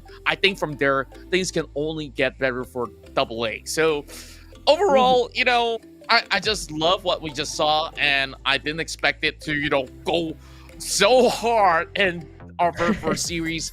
And that is what the Sea Icon series Malaysia is all about. Surprises, hot picks, and even hotter noodles for you guys to grab from your convenience stores or so, because, you know, every game will go swiftly, just like how you can cook your Maggie within the span of 3 minutes or so. So I guess that after this, they just have to go back to the drawing board for the likes of Assassin Academy. And as for Silent Killer, they definitely won't be having all smiles taking this big win. So coming up next, we do still have more games to come. Now, tell me, Flicker, what is the team that you're looking forward to see playing today? Of course, it's going to be the all-time Malaysian favorite, Berjaya Dragons. I'm really excited to see their game today, because with the introduction of 2 import players, which is I believe it was one from the Philippines and one from Thailand as well. So with this new fresh import lineup, is it going to make a difference, or are they going to be just, you know, stomping the entirety of the series? So I'm really hoping to see some, perhaps maybe a Baron Steel or any like good plays by the Berjaya Dragon themselves. That's right. And overall, when you talk about changes coming into roster, I do got sort of news that Geek fam, they've undergone a major change when it comes down to roles as well as players, and we'll leave that surprise for later on, because they will be taking on SDGR Ebliz. So SDGR Ebliz, I've casted some of the games myself personally. They look to be one of the stronger teams coming in from the qualifiers and now into the group stages. I'm keeping my hopes up high that this is going to be a very good match, and it might even go all 3 games eventually. That's probably one of my highlight games for today. And just like you, the games with Berjaya Dragons definitely going to be a pretty darn good one. So my name's Contra, this is Flicker. There is still so much more for all of you guys out there, especially if you guys are planning to become pro players yourself. It has to start from somewhere, and Maggie Hot Cup is giving you guys that perfect opportunity to join the Community Cup, where you can not only stash yourself some great hot cups, you can also walk away with some good cash prizes alongside with your friends while you enjoy League of Legends Wild Rift on a day-to-day basis. And not forgetting, we still have the Sentinel of Light event going on, happening within the month. So make sure you guys complete your event and recruit. You guys are now recruited as Sentinels, so you got to do this job to keep Runeterra safe from the grasp of Viego, the Rune King. So with a lot more things to... Yeah. Speaking of Ruin Nation, you know, like across titles, I'm a big fan of all the Riot game titles. I've even seen skins of the Ruin Nation being popped up on different titles out there, and there's so many great content. But the best part is that you guys can all participate, and when you all do, especially in Wild Rift, you can contribute when it comes down to charitable deeds, where for every point possible that you garner using your account, Riot Games will donate to a charitable cause. So it's a win-win situation. You get to win skins, you get baubles, you get icons, and so much more. Flicker, I know we just gotta hop into some of the games ourselves right after our cast. Most definitely. All right. So, of course, as being said, perhaps maybe we could take a little bit of break. But before that, I just wanted to let you guys know that you know, for the event of Sentinel of Light is still there. Make sure you guys, you know, play the games around a little bit more. And of course, for the next game, we got a lot more spicier, you know, spicier plays and such. Perhaps maybe, you know, we could take a little bit of break. Maybe Contra. Well, perhaps so. I'm just waiting for the cue to call coming in from our producers, and we should be good to go. So, with that, I believe that our upcoming game here is going to be quite a great one overall. So, for the ESL Mobile Asia Pacific, we have so many talents all being brought forward, and it all starts from somewhere. And of course, we got to thank Maggie Hot Cup, and on top of that, ESL alongside with Riot Games for providing us this perfect platform for the pro players to compete. So for many of all these players now trying to contest to see who will be crowned as the champions of Malaysia, the journey starts from now. So there's just so many questions on our head. Will Berjaya Dragons now be toppled, or will they still stay on top of their throne? We'll just have to wait and see. So Flicker, I guess that we will take a little bit of a short break. And when we come back, there will be even more of all these great action to come in the League of Legends Wild Rift Sea Icon Series Malaysia. And it's the Fall Split 2021, all brought to you by Riot Games as well as ESL. And this is part of the ESL Mobile Open. But that's it. Contra as well as Flicker. We'll take a little bit of a breathing room and we'll be right back. Don't touch that browser. Nice. Alright, go. Down first. Can. Alright, down already. Nexus. Alright, okay. Nice!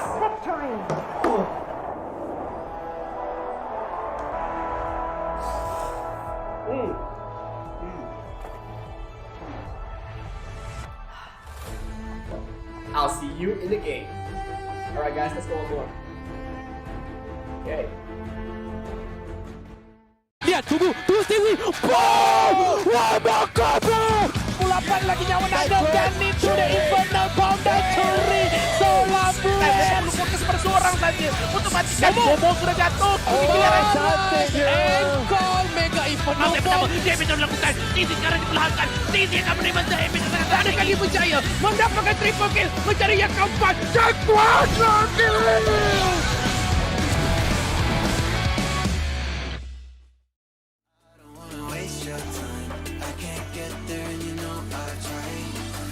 Can't say why. But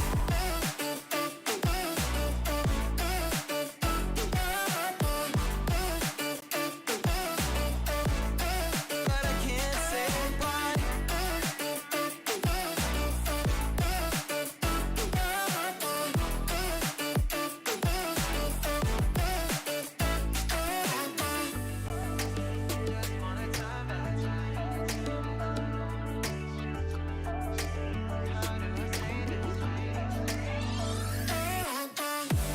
Can't get there and you know I've tried. You know I don't wanna waste your time. City lights, I'm looking in your eyes, but I can't say why.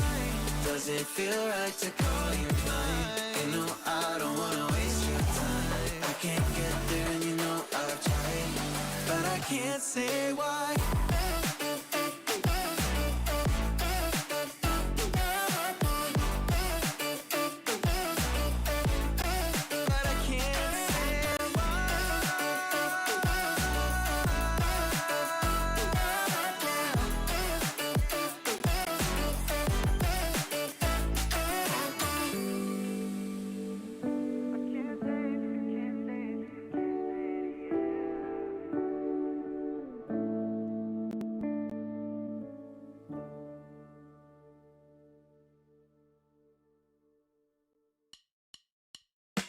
Can't pretend to like you. I hope you feel the same. I take a chance and not lose. I can't pretend to like you. It's just I never thought you were sitting next to me. I don't understand. It's just I never seen you smile. You wanna make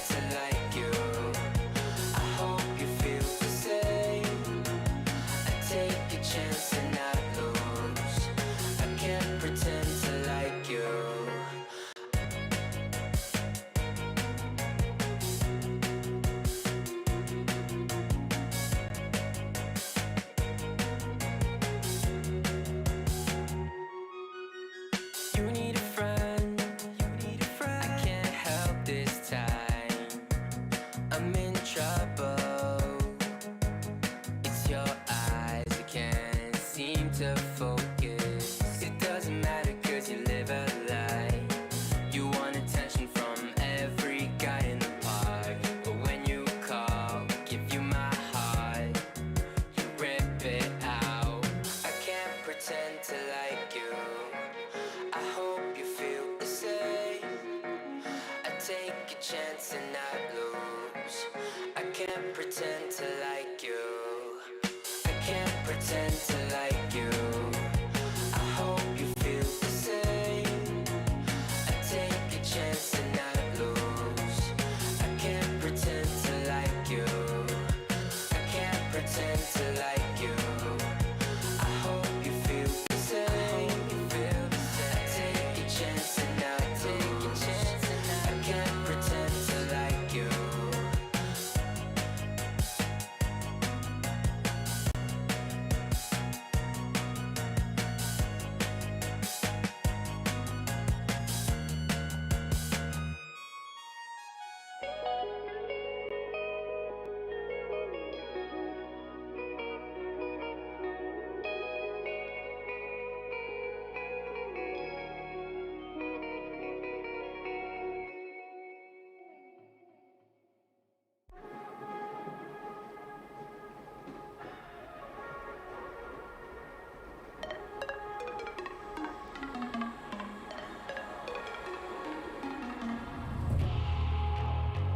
When you found me like that, I was doing not bad, didn't care about you.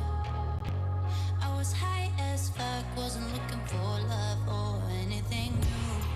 It ain't funny, little devil in disguise, think you got me, yeah. You're so naughty, I feel something leaping into my body. Cause you shot me in the heart, can't get over it, over it. In the other part, I recover it.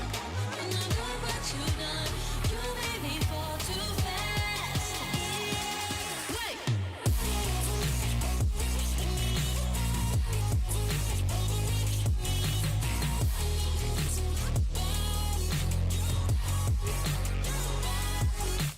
Look what you done, I'm going mad. You shut my heart, the only is dead.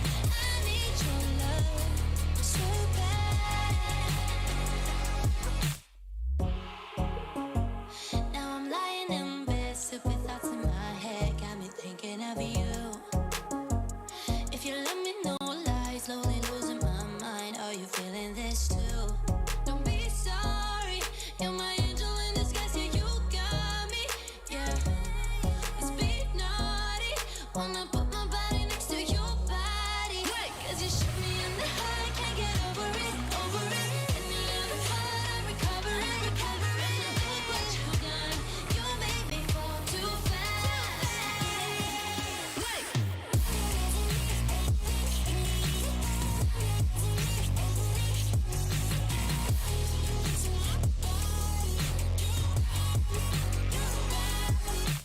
Look what you done, I'm going mad. You shut my heart, the only is dead. I need your love so bad.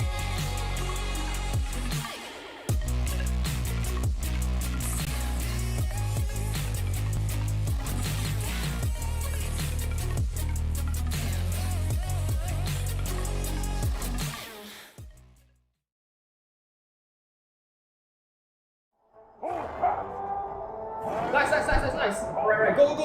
Down first. Can. Alright, down already. Nexus. Alright, okay. Nice! Victory!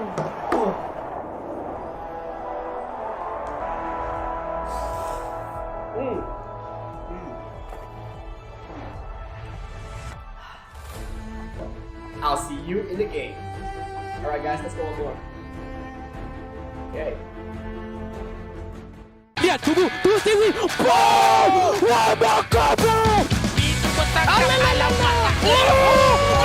Adakah dia berjaya mendapatkan triple kill, mencari yang keempat dan kuasa kill!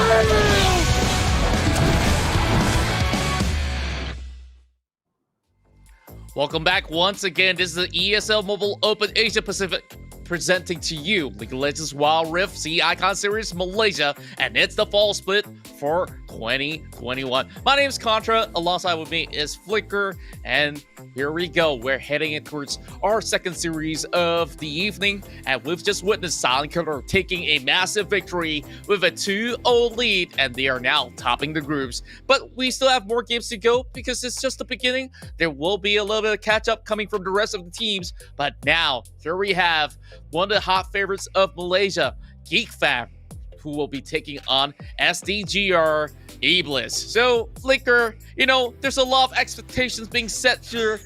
And now we have the devil on the block to challenge the side of the family. And, if you guys have been seeing a lot of Dominic Toretto, they've been saying that, they're always strong as a family. But I believe there may just be a little bit of family fluke going on because I heard there is some massive overhaul when it comes down to that Geek Fam roster. And what do you think about it? Yeah. I honestly think that Uzoraveki is, of course, the key. I mean, he is the key player of Geek Fam. He was one of the reasons why Geek Fam could reverse sweep not once but twice in the summer series. But coming into fall season without him, it's pretty exciting to see how the rest of the players are going to work without him. And at the same time, Ebliz, who has been shown really solid gameplay, really solid composition during the qualifiers, I'm just excited to see how Ebliz are going to go up against one of the Giants. But of course, the Giant has been crippled a bit without their key players, so I just don't know. Yeah, I guess we'll just let the action happen and they will tell us what the story is. But overall, this is first presented to you by Riot Games as well as ESL. And guess what? If you guys really want to take your shots to become one of the best in League of Legends Wild Rift, you have to start somewhere, and that somewhere is Maggie Hot Cup Community Tournament. You can register right now. Really easy. Just click on the link down below. I'm pretty sure that they do have it in the chat that you're currently watching the live stream, or head over to the website if you're watching on your big screen TV, bit.ly/hotcup4. So we're already at season 4 and we have scouted out some amazing talents out there, and we saw some of the teams have qualified into the whole of the fall split season has been participating as well. So make sure if you guys really want to, be seen or be scouted, this is where Maggie Hot Cup provides to you not only those spectacular plays that you can really show out on the Wild Rift scene, but also be potentially scouted out in the future. Now, it's time for us to go head-to-head with Geek Fam taking on the Ebliz, SDGR Ebliz. Yeah, and I'm super stoked to see how these two teams are going to collide. Ebliz, I was informed that some of these players did have quite a height of knowledge on League of Legends PC and even on towards the side of Geek Fam as well. So this is kind of like the battle of the veteran of League of Legends. Both of these teams know how to play League of Legends. They played League of Legends ever since on the PC version, and now coming into Wild Rift, they are going to put their skills to the test. And I'm just hoping that I could get some pretty decent action. Not exactly fast. Let's, try to slow it down a bit because, you guys play League of Legends. Let's try not to take it too fast, please. That's right. Well, as gamers, we've got all day to run. So first, we got to start things off to take a look at the revamped rosters of Geek Fam. We still see a few more familiar faces that's going to be fielded by Geek Fam, but I guess you kind of dropped them the bomb. Uzoraveki, the face of Geek Fam, now no longer with the team. Where has he gone? That's the golden question by everybody who has been following him alongside. Now, it's the Shang over the Baron lane, and he has definitely been one of the best one hailing from Malaysia. Now, Nyx moves into the jungle. We won't be seeing Rumple this time around. And, that's too quickly. Okay, we got you covered. Now, we got Haki in the mid lane to replace Uzoraveki. Now, this is that surprise to see. And my question here is, can he really fill the big shoes where Uzoraveki has been not only the staple mid laner, but also their main shot caller. Momo as well as Ego will be joining in towards the bottom lane. Now, we will see Nyx, moving from the support role in towards the jungle. Is this going to be a lot more challenging? And now, Ego is that brand new phase heading in towards the support role. To me, I want to see what sort of play style will this brand new Geek fam will offer. Yeah, most definitely. I'm pretty excited to see how this one's gonna go. And we all know the Shang has been really a solid Baron laner, but perhaps maybe we can take a look at the ontowards side for SDGR Ebliz perhaps. But in the meantime, let's just see how these ones are going to go, because UndeRank has already, as you mentioned previously, UndeRank has always been a really solid mid laner, and now that he's gone for a while, not sure where, that's the golden question. And there you go, on towards the side of SDGR Ebliz, we have Emotionless, who will be going on towards the Baron lane, Fallen on towards the side of jungle, Williams will be going on the mid lane, God Gatsby, my apologies. That's a pretty interesting name. God Gatsby will be going on towards the marksman role, and Zephyroth, pretty interesting name as well, will be going on towards this side of support. And some of these players, as I mentioned previously, have been playing League of Legends PC for quite the longest of time, so they are bringing in their League PC knowledge into Wild Rift, and I'm pretty excited to see how they are going to dominate the Summoners Rift, because as seen on the qualifier, they prove to be a really strong new team. And I'm guessing that they could if they could keep up the momentum of what they shown us during the qualifiers, they could take on the Giants. Yeah, and I definitely could share a tad bit of some of the players out there. Emotionless has been around, and he was part of member of Berjaya Dragons in, the preseason. And after roster swap, I guess he has moved alongside to join Lynx Esports, and he has always been that formidable Baron lane player with his signature Gragas. Sometimes he goes on the Fiora, and at times even the Camille. Pretty much everything in the current meta, he plays it overall. And over a bottom lane for the side of Ebliz, I do think that, fall members just like God Gatsby is going to be showing up. I do see a little bit of switch of roles overall, where even over on the support, where Fallen has been able to actually do quite a significant lead to actually get themselves ahead. So now that Sephiroth's going to be heading in towards the support role, there's going to be a little bit of a change of dynamics. Now, I do have our predictions over on the lower side of the screen, and I'm guessing that Geek Fam, despite changes here, they may be able to just take the win away. But I believe it won't be an easy one against the side of SDGR Ebliz. Last season, really, team with Emotionless on board, they really rely on him to be on the hot form. And the question is he on a hot form today? Have he pumped up enough Maggie Hot Cups? We shall wait to see what happens in game number 1. Can I just say that I predicted Geek Fam just because of the Toretto meme? But jokes aside, I really do think that Ebliz do stand a chance up against Geek Fam. But even though Geek Fam has a little bit of slight roster change, I actually believe so.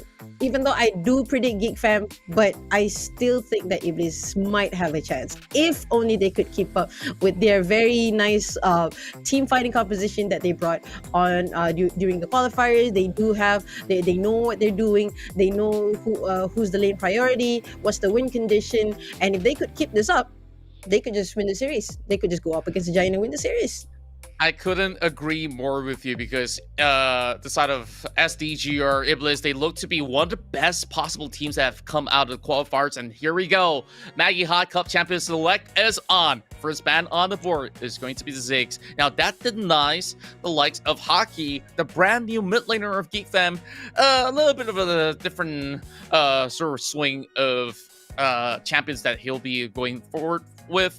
And with Camille being locked away, I do think that over on the top lane dynamics, it's going to go down to maybe things like the Darius Fjord, which can still be popped up. Camille is not being left available, excuse me. while the Olaf as well as the TF is all being locked away. That is going to perhaps look in towards a different sort of direction where Fiora is possibly the next best choice, open up for the Baron lane, and Emotionless likely to take this one for himself or secure it for Fallen. So very good way to actually start off for SDGR Ebliz. That's right. And I'm assuming, judging by the bans from Ebliz, they're trying to go for that, perhaps maybe a pickup composition or maybe a late game composition, because they did deny the Twisted Fate and even the Ziggs as well. They're trying to go for that late game or perhaps maybe go for the pickup. And with the Fiora pickup, they might be actually able to do that with Fiora being a very strong duelist for a 1v1. Even with the extra help from the jungler as well, it's going to be Fiora is going to be really, really strong. And there you go, Janna and Xayah has already been picked up. I'm assuming that these are going to be the lane priorities. Meanwhile, on towards the side of Geek Fam, they did pick up an Ezreal and also a Galio, so still a little bit of global presence. What do you think, Contra? Well, overall, I do like that Geek Fam is going to be pretty much stable hitting from early game and towards late game, especially when you have a Jarvan the Fourth in the jungle, very likely. So now, Haki will be handed over that Renekton in the mid lane. I do think that this is going to be a very interesting mid lane matchup when you face off against Diana. So it's about who actually goes in with the better trades overall. So very good sort of the dives that can be set up from either side. So it's more of how they set the tempo straight from minute 1 all the way to the very end. Now, there's a lot to actually talk about when it comes down to the whole ideation, especially when you have a Galio on board that will be able to provide a little bit more cover for the side of Geek Fam. But the Galio probably will be playing more of a supportive role in that sort of sense. It's more of the setup that it does provide, and I want to see that Xayah as well as Rakan combo coming along the way. And with a very good setup coming from the Rakan, it should be able to actually get things going real well. Geek Fam now going into match 1 against SDGR Ebliz. And let's head over to the Summoner's Rift to see who will take game 1. Ebliz now starts on the blue side, of course. So as we look into the composition, I do miss out the point where, you know, we don't really have a Rakan on board. Zephyr is currently fielding the Janna instead. So Geek Fam just opts to go in with a very significant wave clear, and Williams tries his best to go in for a certain trait, but it's Emotionless here that soaks in all the damage. So the Shang definitely gets himself that head start heading back into the lane. But Emotionless, I mean, losing some of the health to that trade, that's going to be prove slightly bit dangerous. I mean, of course, Darius has the heal to back him up during laning and even do this a bit some damage as well. But for me, it's going to be a really bad trade, and there you go. It has been answered. The Shang could just go in. I mean, I'm looking at perhaps maybe a First Blood at level 3 where just Renekton just goes in, dash, stuns, and then just spins around, and there's nothing that Darius can do. But looking at the situation right now, the composition that they're picking right now, the Annie on the mid lane doesn't have, I mean, quite an important in terms of lane priority. And here you go, Nyx will be spotted by that ward right there, and perhaps maybe they're trying to look for an early gank, but was not able to do that. Meanwhile, Momo and on towards the side of Dragon Lane, this Galio is going to be quite a nuisance, I would say. Yeah, and I definitely think it won't be all too straightforward, but here comes Fallen, though, looking for that perfect riposte. Gets a little bit of stun onto Momo, forces the flash away from Ego, and they've burned both of the summoning spells. So Geek Fam support just got to swing back in towards the fountain, but instead, SDGR wants a real quick reset, and the buffs might just be stolen away for the moment, as Nyx has been able to steal the Blue Sentinel away. So far, things are looking pretty good for the likes of Geek Fam, as they not only hold on to, you know, what went on the bottom side, and the instant response from Geek Fam, judging for the fact that they couldn't really go in for a gank response or a counter gank in particular, just making sure that Fallen does not really have a good time in the jungle is the way to go, especially when you have the Fiora. Yes, she does have a very good clear speed when it goes in towards the jungle, but she heavily relies on all these mana regeneration where the blue buffs does provide. Now, he does have a little bit of a clue that they are currently doing the blue. Oh, smite onto Eagle, not really the target he's looking for. Also popping the flash. Okay. Let's pretend we didn't see any of that, and we move along with the program.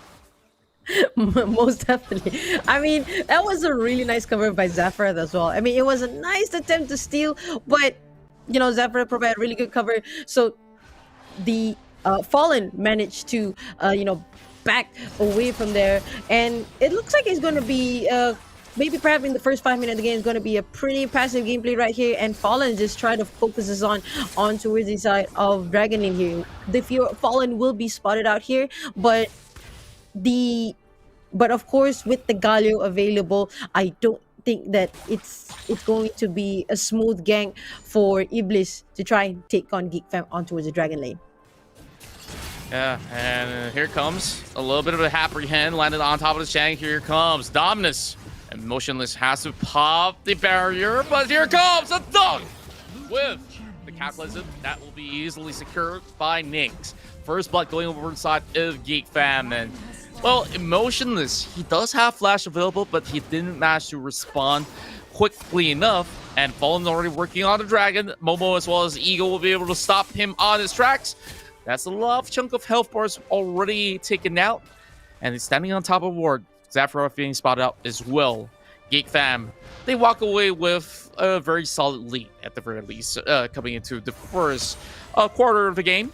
And now, coming back here, a couple of machines being brought out. Trinity Force will be eventually built, as there is the serrated third now established for Fallen for a little bit of an extra penetration damage as well as some cooldowns. Working wonders overall. Well, no cooldowns. Usually it's the hammer that offers that.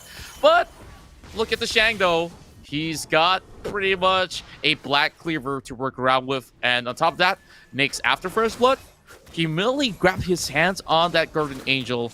And this fight here might just look to be a little bit difficult for them to take. Nyx now going for the Black and Drag, looking for two members. Wolves as well as Fallen now training right back with the Grand Challenge now being opened up.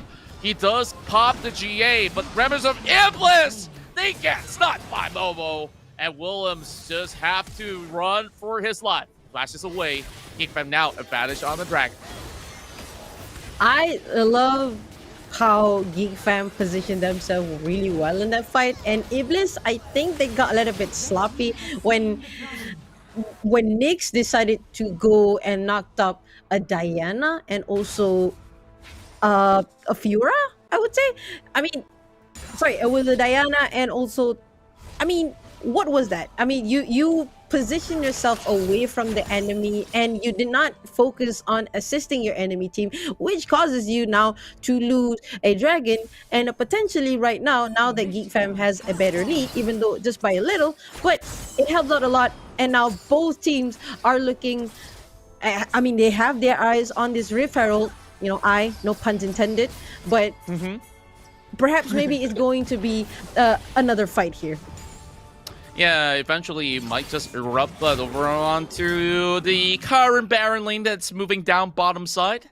It's just a little bit of a tit for tat when it comes down to damage exchanges. Both can just, you know, get a little bit more lifesteal going on. Oh, full stacks of the Hammerage, and that's where the Shang's got to run. Already popping the Ignite as well as Dominus. With Ignite on, he won't be able to actually get too much off of, you know, what Dominus actually provides.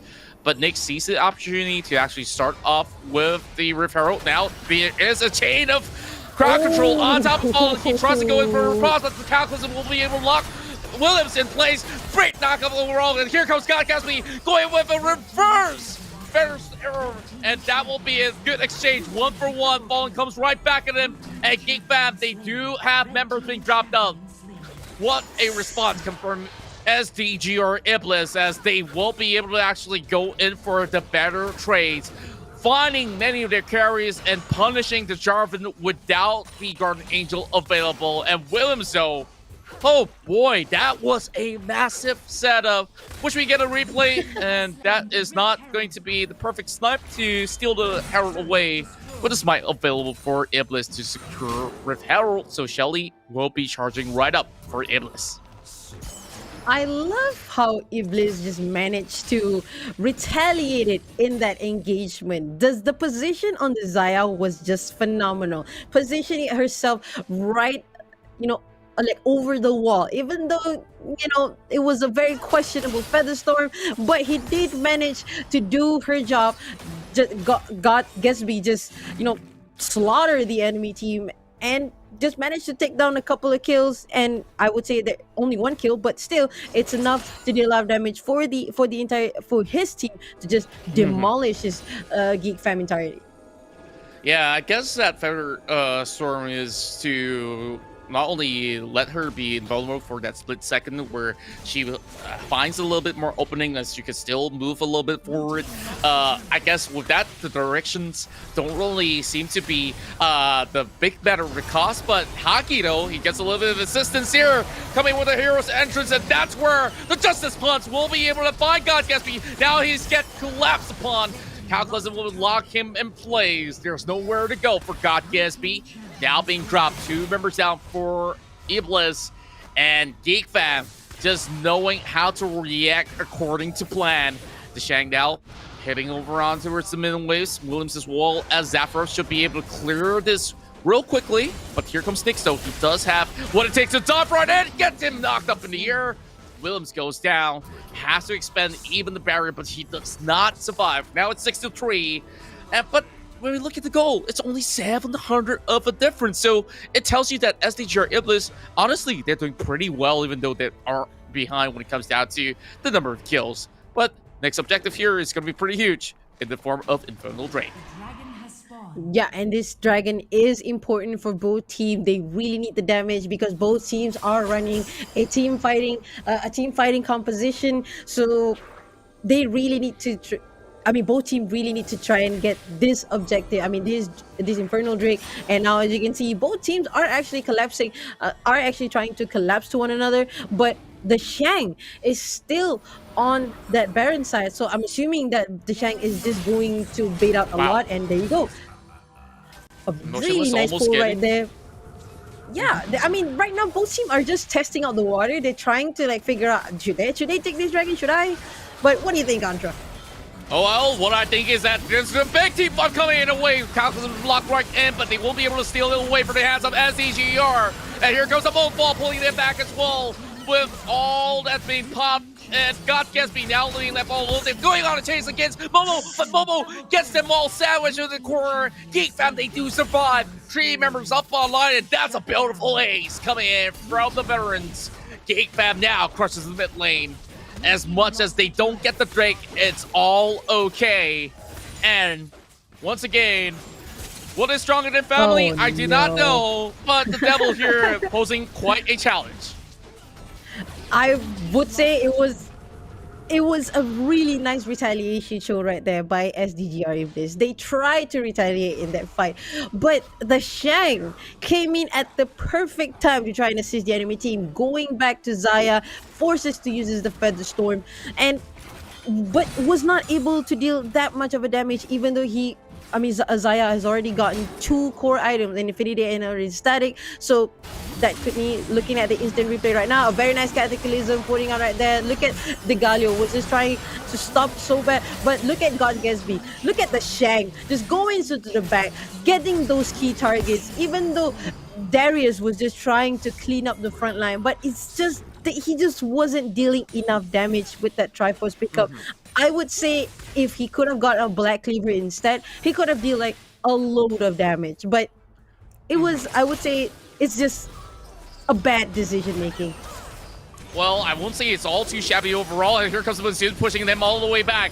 Cataclysm as well as Redemption being popped right in. Momo now turns golden. This is a good way to punish, but Fallen is getting jumped upon on. And Nyx just buys enough time. He does have Guardian Angel, and that's where Williams buys an assassination. But the rest of Geek fam, they're marching right in. That leaves only Williams all alone, while the rest of SDGR, they're nowhere to be seen all the way back in the base. Williams now tries to juke it all alone. while Ego is going to go in for a little bit of chase, Bascom says, you do not get anywhere close to me.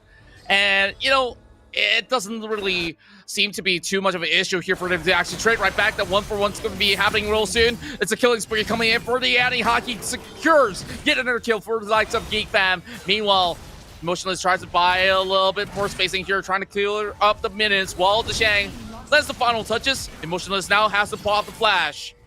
So far, all going accordingly for Geek Fam. But that team fight, though, it was being brought into a very awkward position because Zafarov there was all the way up front. He had to pop them soon. They managed to go in for a decent amount of trades. But currently, as we stand, this goal lead swinging heavily in favor of the side of Geek Fam. All they have to do is just keep forcing all these fights. And SDGR Ebliz on even the previous fight itself, they tried to really go hard on the side of Momo, but he could always arcane shift away. So it's a lot harder to actually fully commit when you don't really have any sort of gap closer other than Williams to be able to do so. Yeah, most definitely. And plus, what Geek Fam is trying to do right now is that they're trying to divert the attention away from Deshang. Deshang right now proved to be a really, really strong. I mean, he's just super strong with that 2-item pickup, just the Starak and also the Black Cleaver. It's just a really true core item that makes Deshang quite godlike at the moment. And now Geek Fam, all they need to do is just hold on to the advantage that they have, try to push in as much as they can so they can close down the game as soon as possible. Okay. Very nice shot right there by Ego. Very great call, and he just had the hindsight that there's just somebody running right at him. So Geek Fam, they've already dominated the red portion of map for the side of SDGR Ebliz. They understand to let go of this Drake, or else they will lose even more lives. So instead, they opt to go in for a little bit of a push and shove over the top portion of map, where members of the side of SDGR Ebliz, they will be looking to regroup, but Vision is being pretty much denied away from the Baron, and this is where they will go in for a Death Rush setup. Now, I don't really want to see SDGR fall for this, but they will! It is a rapid coming for hockey as well. While Williams moving right in. Here comes the TP. While this says that Ebliz will not get any sort of entry point. Baron call coming from Geek Fam. This should be quite a breeze, but here comes a redemption as well. Members side of SDGR Ebliz, they need to respond to this no matter what. Emotionless leading the pack. Here comes a little bit of the Shield of Durin, forcing them to back away. Only a quarter health left on that Baron. Now they have to move right in. Emotionless, he goes in for a dunk. He gets one catch on the Noxian Guillotine. Looking for a second dunk as well. Bubble now to this Golden. And this is where SDGR Ebliz, as much as they didn't really get the Baron buff, they will be able to secure a whole lot of down goal. 4 members out of the side of Geek Fam, and now they look to crush over the mid side. And how the tides have turned. Ebliz now back on form.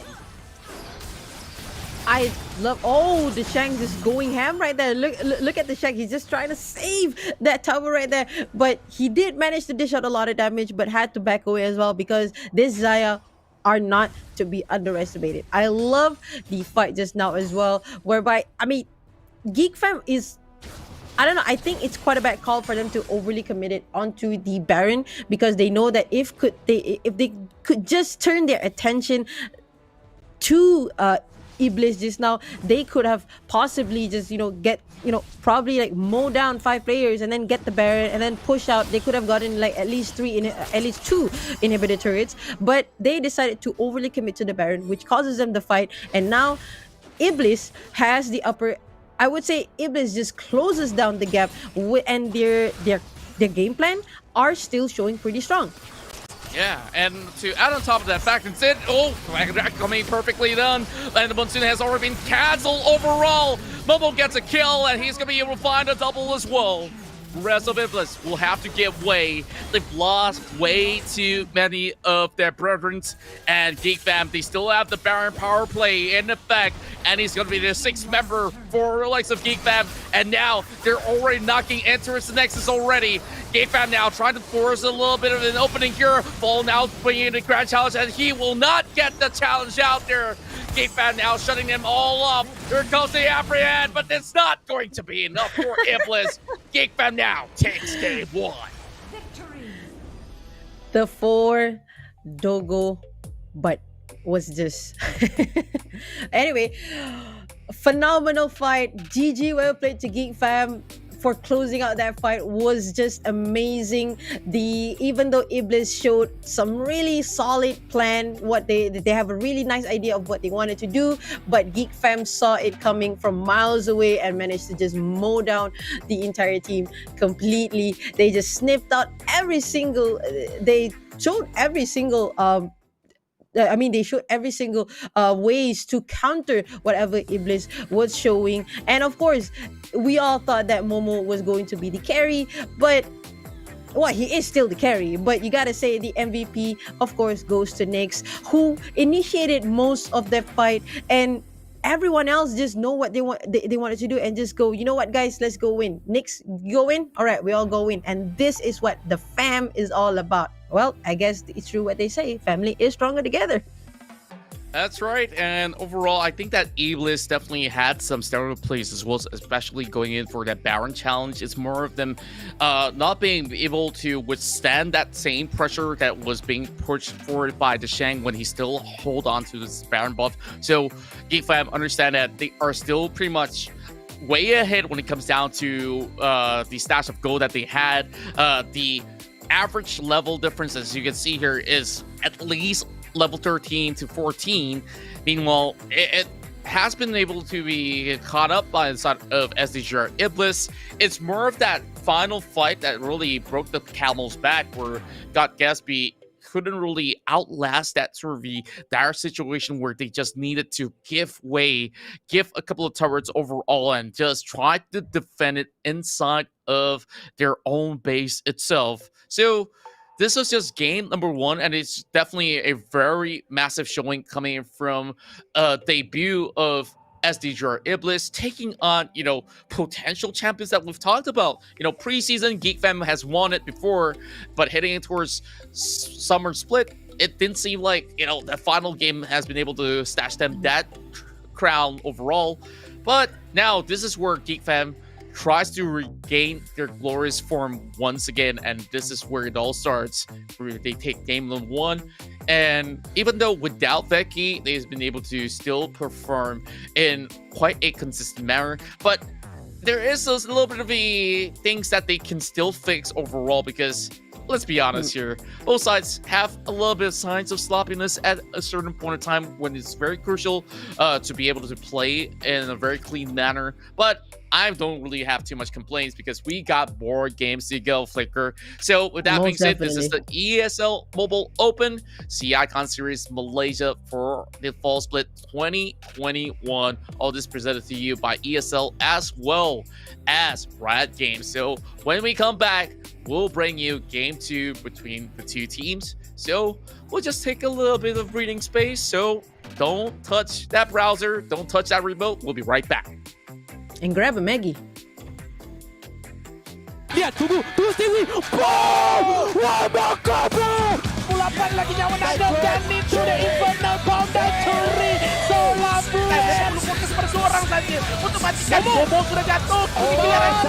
Engkol Mega Infernal Pounder. Dia bisa melakukan. Titi sekarang diperlahankan. Titi akan menerima Zahir.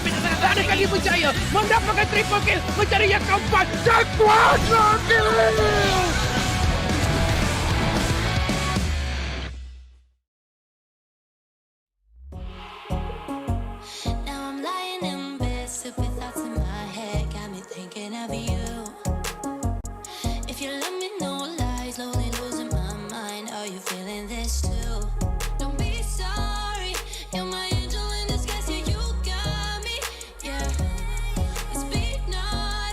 Wanna put my body next to your body.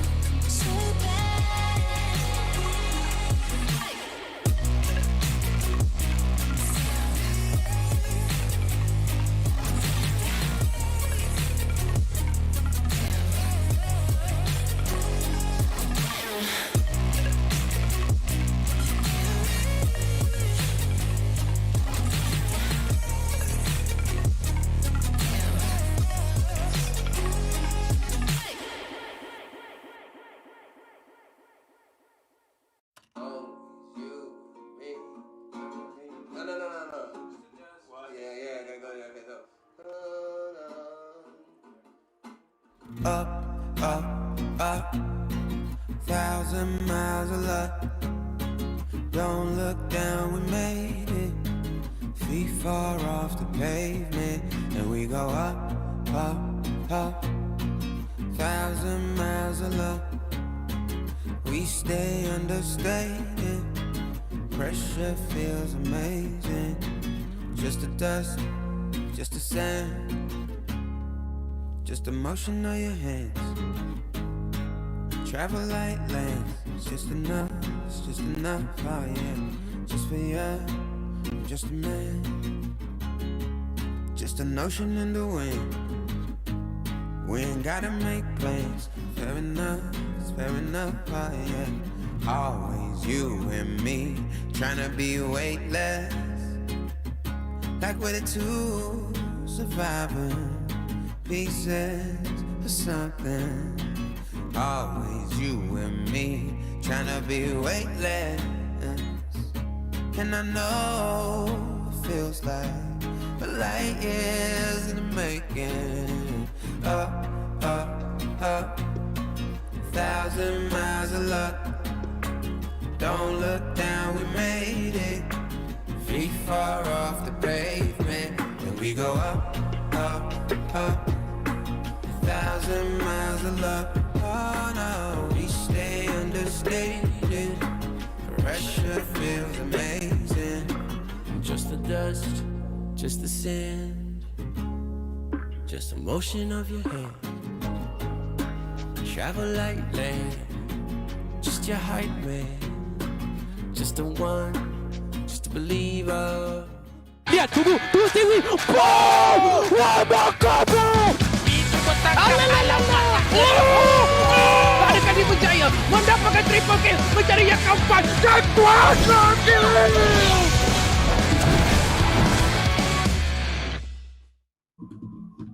Once again, welcome back to the ESL Mobile Open, presenting to you League of Legends Wild Rift C Icon Series Malaysia for the full split season here in 2021 for the Malaysian region. So far, things are going pretty well for the side of Geek Fan as they take one game off of SDGR Ebliz. And of course, Flicker, that was intense game series, but gotta say that both sides definitely have their strengths as well as certain weaknesses.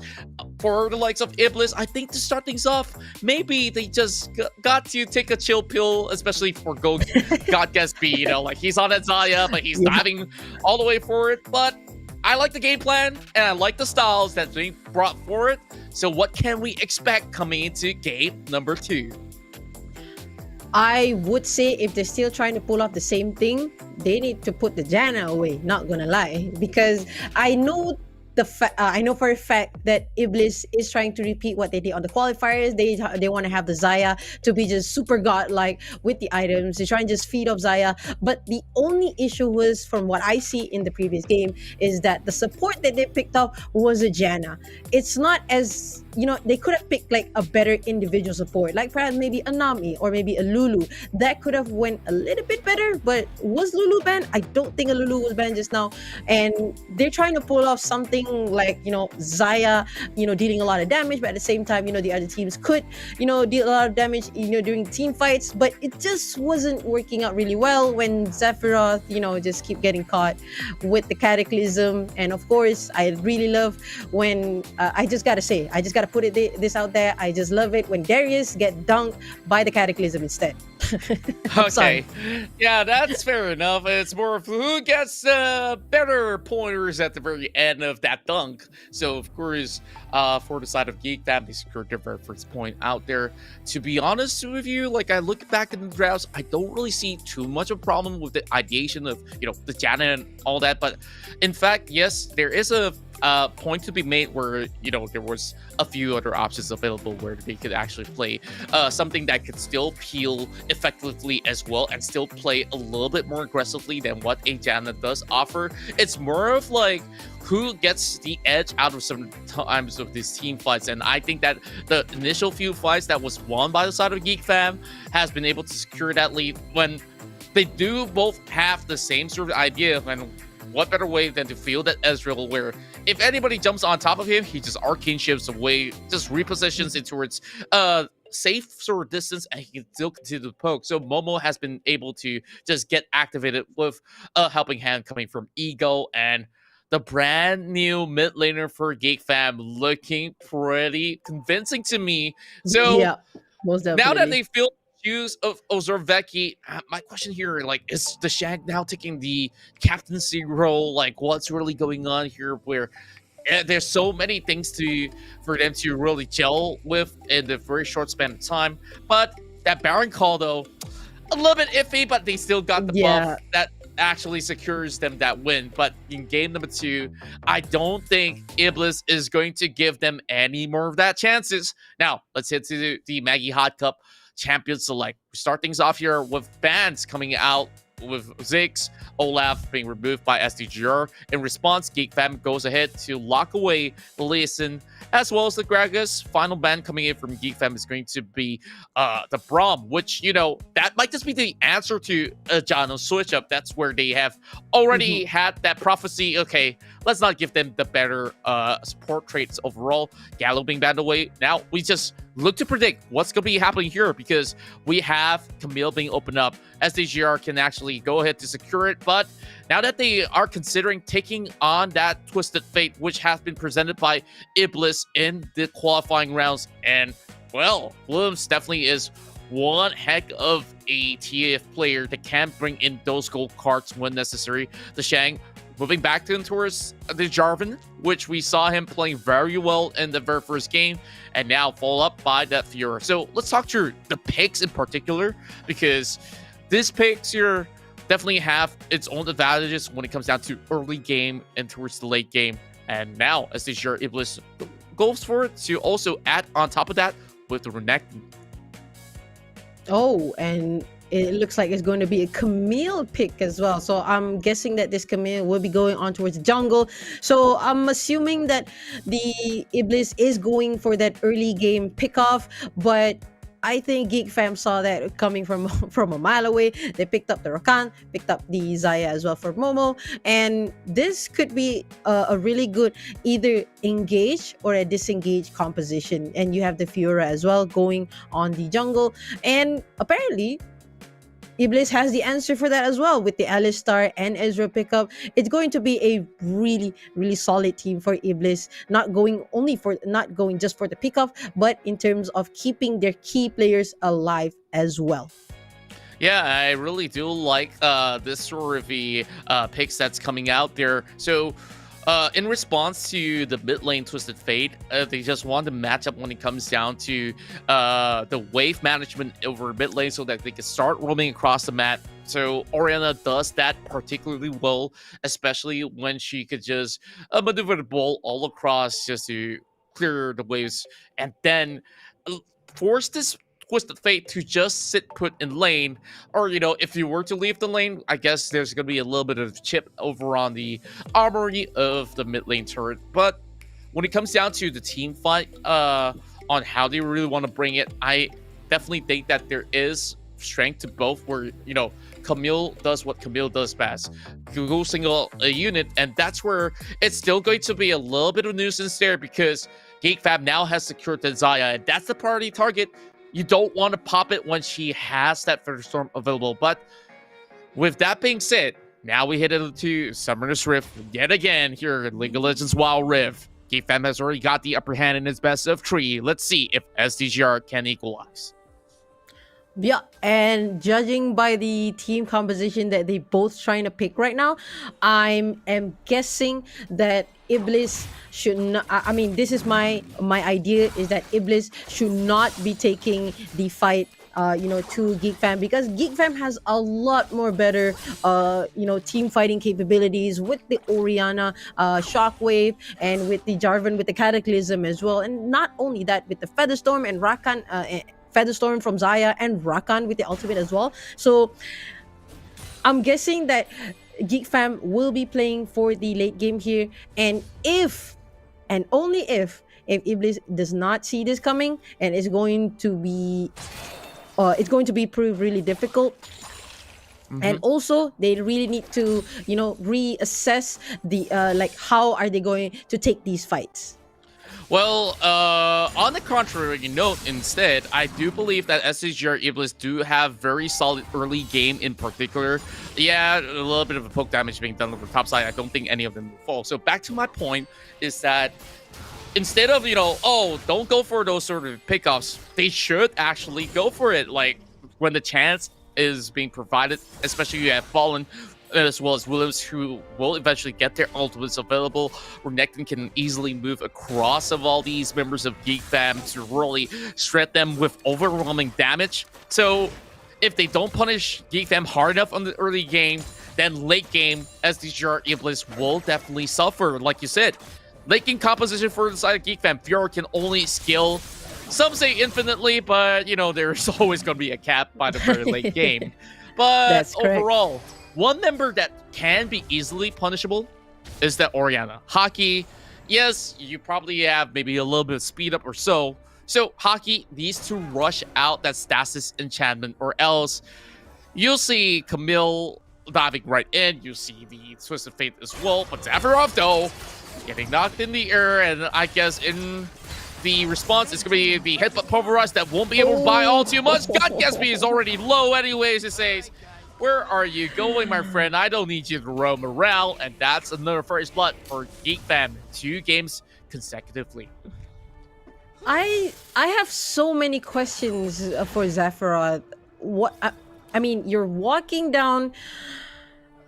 Okay, I'm guessing that you can see on the river right now 3 wards on different locations on the attack. But there you go. A Hex attack ultimatum was popped out.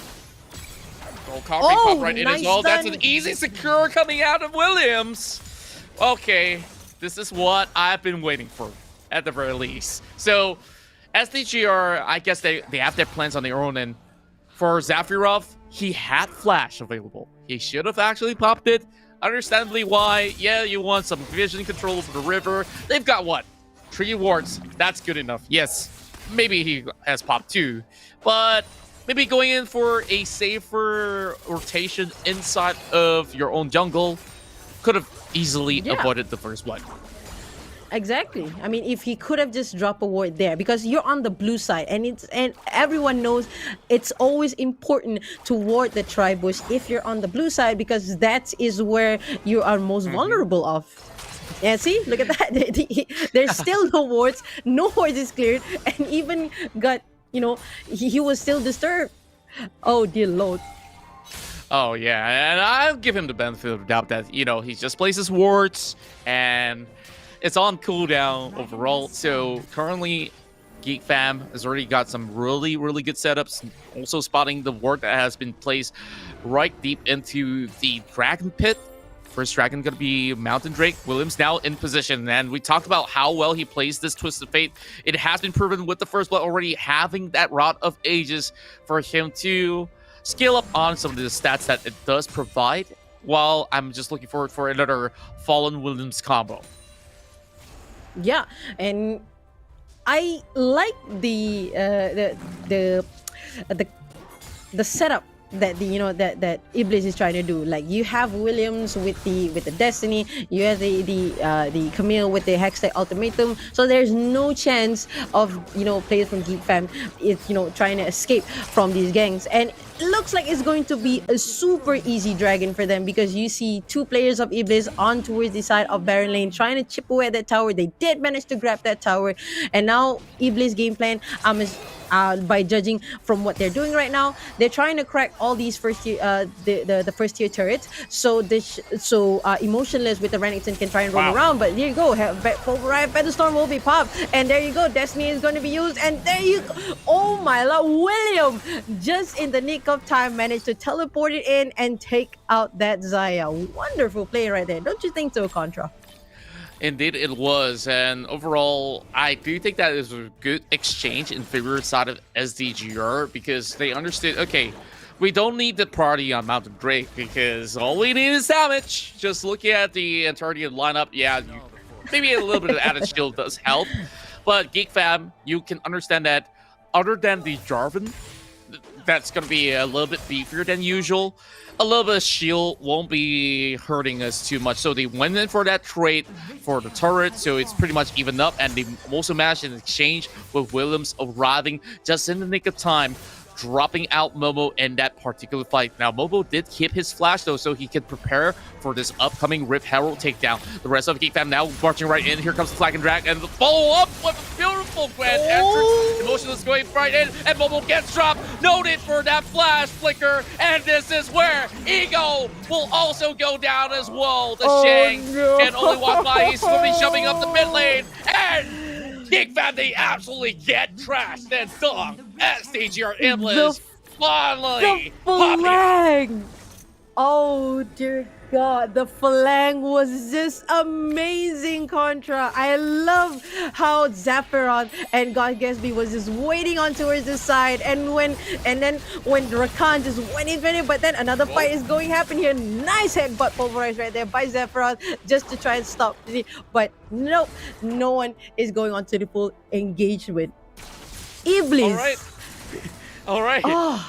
Let's actually dissect what really went on. Like, Geek fam, they were actually in the position where they were setting up in the side of Pixel Brush. They weren't spot up at first until Nyx goes in for the initiation. But, you know, the follow-up wasn't all too perfect because Geek fam having Momo to cut across. And, you know, I'll hold that taut, and here comes a quick shot. And the Shang should be able to be punished for doing so, but here comes a little bit of a gap close. He does have flash available, goes in for the hunting foot, and now he makes it out alive. Geek fam now trading back with the mid lane turret being taken out, but God Gatsby is going to be able to hold the fortress, and here comes the Hippo pulverized, and God Gatsby, is he going to challenge a 4-member unit? Yes, he will. Hockey now gets picked up, and here comes the setup. The Destiny being popped right in as well. Emotionless just goes in for a dive. The dunk comes in with the cataclysm being set into place. Bubble almost gets the pop, but there will be blood being splattered all across the fields. Fallen now going in with the Hexen Ultraman. Emotionless gets the turret, and yet again, SDGR Ebliz fights the calm with the storm as well. Okay, Jose. Geek fam now shaken all across. And, you know, they didn't expect this sort of tempo play. And this is what I was trying to warn everybody about, what SDGR Ebliz can actually offer in many of these fights. And SDGR very willing to take even more of these skirmishes from this point onwards. That's exactly what this is exactly what they wanted to do. They had this plan, you know, to go for the early pickup, to try and go for the early gang, and now it's showing fruit because it's just coming together so well for them. They're picking off, you know, great targets. They managed to stop the Xayah. Sure, the Xayah has a ton of damage, but now these two teams are looking to grab this Infernal Drake, because it's going to be so important for both of these teams. You want, on the side of Geek fam, you want the Infernal Drake for the late game, and at the same time for Ebliz, you want this Drake to further amplify your damage when doing these pickups. And who knows? We'll see how it goes in this fight. Now, Dragon Play taken down low, and instead they're looking to actually set this pacing down. Nyx will be falling flat as he tries to flash away, but the Hexen ultimately locked them in place. This lead being shown up, and they will be able to secure the kill on top of Hockey. Now, make it a 3 versus 5, and Geek fam still wants to perhaps go in for a little bit of a challenge, but now they understand that they don't have enough of damage to be able to even snatch this dragon away from the likes of SDGR Ebliz. So overall, SDGR are playing it really smart, baiting them in towards falling in towards the dragon pit, and SDGR, they have been able to punish Geek fam from time and time again. Let me break this down for you real quick, because Geek fam, in order for them to really work this out well, not only do they have to scale, which we did mention right before we have all these sort of chaos happening in the Rift. The thing about their team fight on how the win condition is being set is that they need to coordinate in a perfect setting. So long as SDGR Ebliz just keep them pretty much occupied, they can't land all these spells consecutively well. That's the word that I've been looking for anyway. So now, members inside of Geek fam, they need to at least stash a little bit more gold, get their second items up, then only maybe they stand a chance against SDGR. And of course, to add on top of that, Geek Fam really need to, expect when when Ebliz are going to engage, because you have the Alistar with the headbutt pulverize, and not only that, with the pickup of the Deadman plate as well, it's gonna make Alistar just be a raging bull all over the rift right now. He just goes in ham and he doesn't care with the ultimate as well, reducing 60% pretty much damage reduction. It's going to be really good for Alistar to engage, and Geek Fam really need to have the answers for this bull, or else everything is just going to go smash for them. Yeah, I guess it's more than just a bull problem that they are facing right there, or else you got Fallen, you've got Emotionless, and look at them go. Like, Emotionless currently is on 0 depth, already building the Barrel Vest, and eventually leaning towards perhaps a Torn Meal that might just be brought in a lot later on, because he's just working on what? Little Ruin King. He just wants to stack up on those damage. Perhaps the next item to come into effect is going to be Death Dance. Goldcart finds the likes of Ego, easily dashes back in towards the safety nets of his teammates, while SDGR, Ebliz, they can't force an issue right here. So they are heading in with a 3-1-1 formation, and with that, got Gatsby. I think he's already known for the fact that there are members all across, so they will proceed with a little bit more precaution. So for the moment, SDGR Ebliz leading the pack here with just about 7,500 gold, or more or less. Meanwhile, Geek Fam just needing to at least create a little bit more space, stall the game. That's the only answer that they can actually respond to the side of SDGR at the current point in time. That is correct. And to make my point a little bit clearer, because as you can see from the previous fight, there you go, Headbutt Pulverize came in. A nice pickup right there, but they're just trying to hold on to it. They're just trying to test it out the water right now. You see, Shang. Meanwhile, onto where the Dragonite, the Shang. He goes down. Anyways, And that most dive was a definitely. little bit peculiar. Very unnecessary trading being done, but I guess it's a flex coming in for the side of SDGR Ebliz, especially going in for a little bit of a 2 versus 1. With Fallen landing that hook shot and easy follow-ups being brought into play, spending the Hexet ultimatum as well in that earlier exchange. So SDGR Ebliz, I guess what they can actually look to do to force Geek Fam to respond is to at least pull a couple of strings, especially with the Baron already being set up online. This is one of the first few times that I'm just looking at Geek Fam absolutely getting shoved around, especially with only securing what 5 kills past season. It's always about going even at the very least instead of falling pretty down low on the get-go. Fallen now just going for a solo showdown against the Cloud Drake, so one smite will do the trick.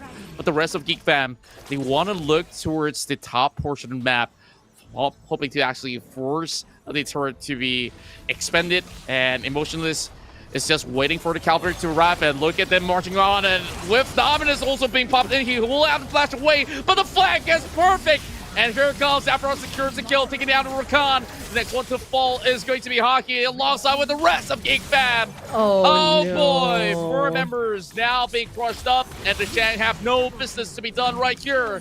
As is your Ebliz, this is going to be one of the easiest Barons that they will ever get throughout the regular season that's going on. And look at what we have from the qualifiers, and now to massive victories to come. I do believe that there is very small window for Geek Fam. Not to say there's none at all, but Ebliz should be able to storm them out. That's true. Geek Fam still have the Shang, who's farmed up pretty well, and still trying to get some of, I would say, another core item, which is probably going to be the Ravenous Hydra. But it's still not enough to hold out the likes of Renekton, the likes of Camille, and Ebliz. is just going really, really well on this one.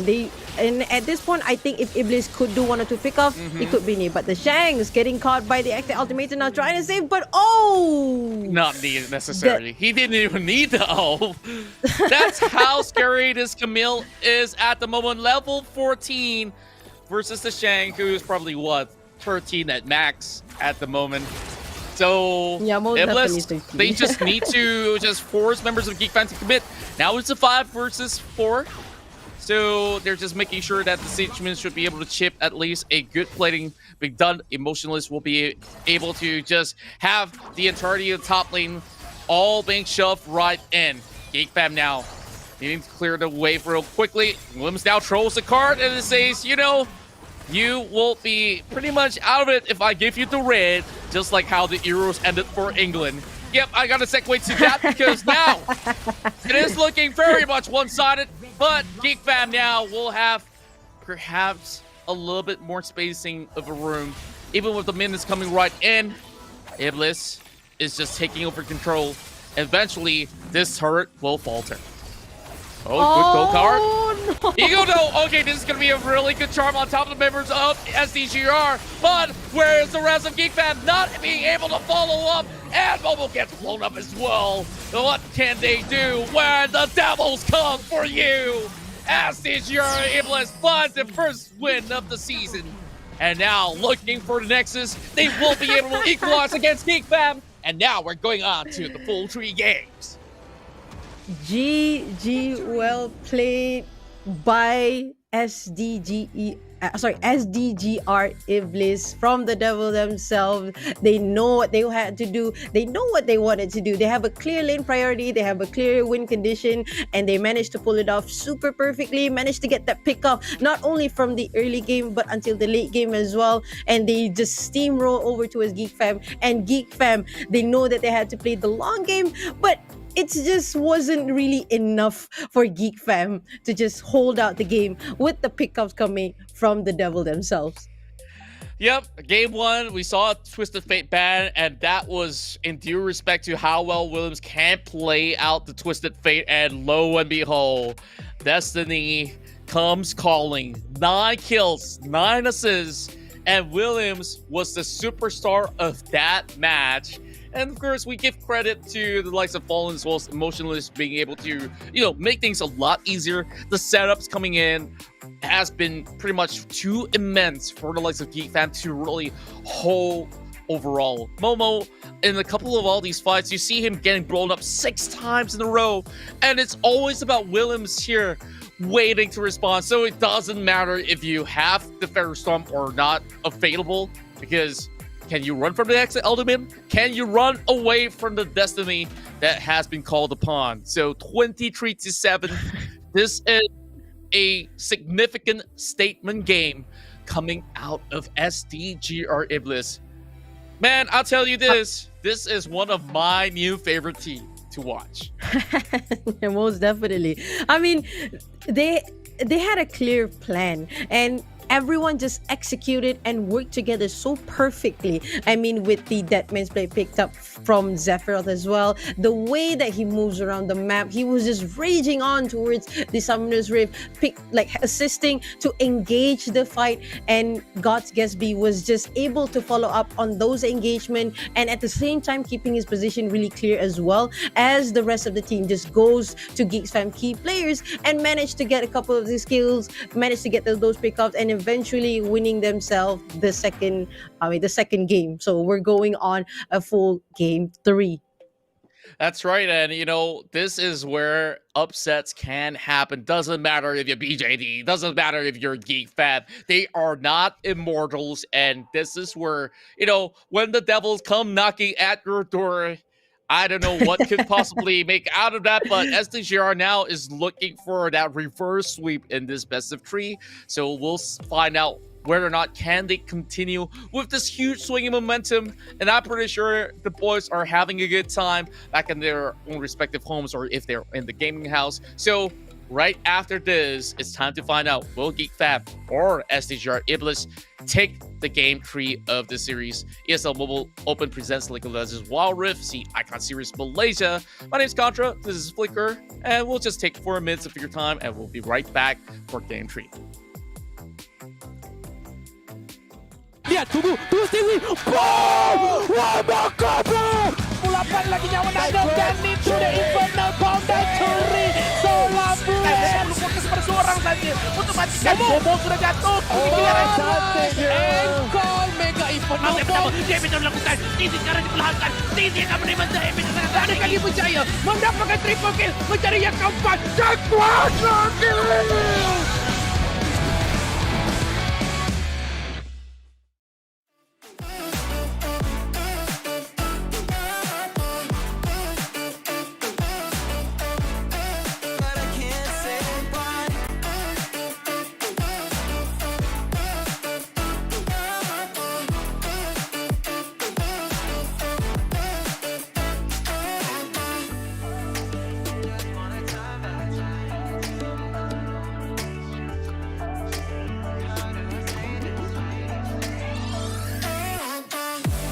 Can't get there and you know I've tried. You know I don't wanna waste your time. City lights, I'm looking in your eyes, but I can't say why. Does it feel right to call you mine? You know I don't wanna waste your time. I can't get there and you know I've tried, but I can't say why.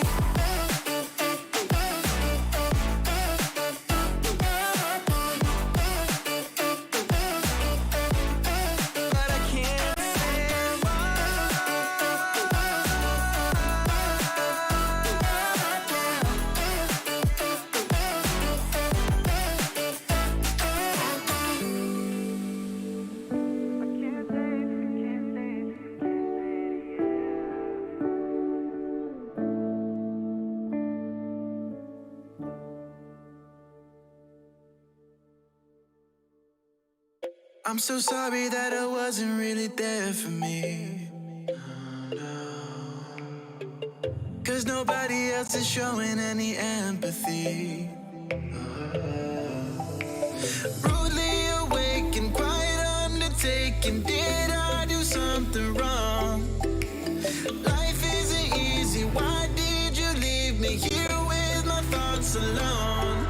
I don't wanna wake up messed up.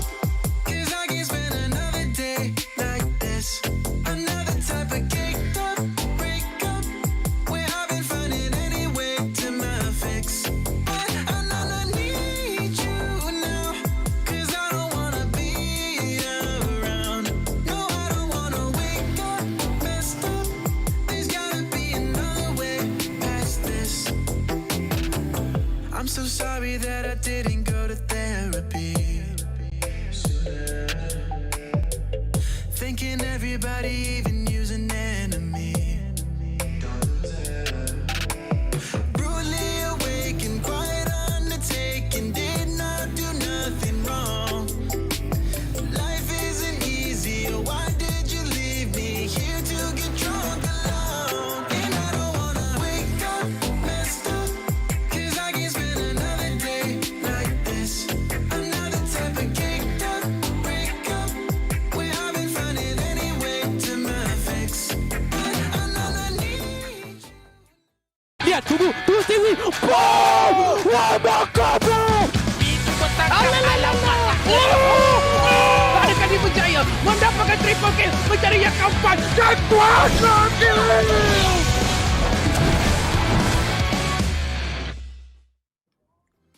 You are currently watching the ESL Mobile Open presenting to you League of Legends Wild Rift C Icon Series Malaysian Edition here for the fall season of 2021. This is Contra alongside with Flicker. We're having a heck of a blast here, casting all the matches for you guys to enjoy throughout the entirety of the season. Now we're in group stages, and we just saw an equalizing move coming in from SDGR. And remember this, all of this won't be made possible without the likes of ESL as well as Riot Games to be able to graced us with all of this great stuff that's happening throughout the entirety of the tournament, and also to our official tournament partners, Maggie Hot Cup, provide us with those wholesome cups. And I've been, of course, stashing a whole lot, and I'm staring down at your screen right now, Flicker. You got 5 at the back. So, tell me, There's only what's your 5 at the back, favorite by the way. flavor?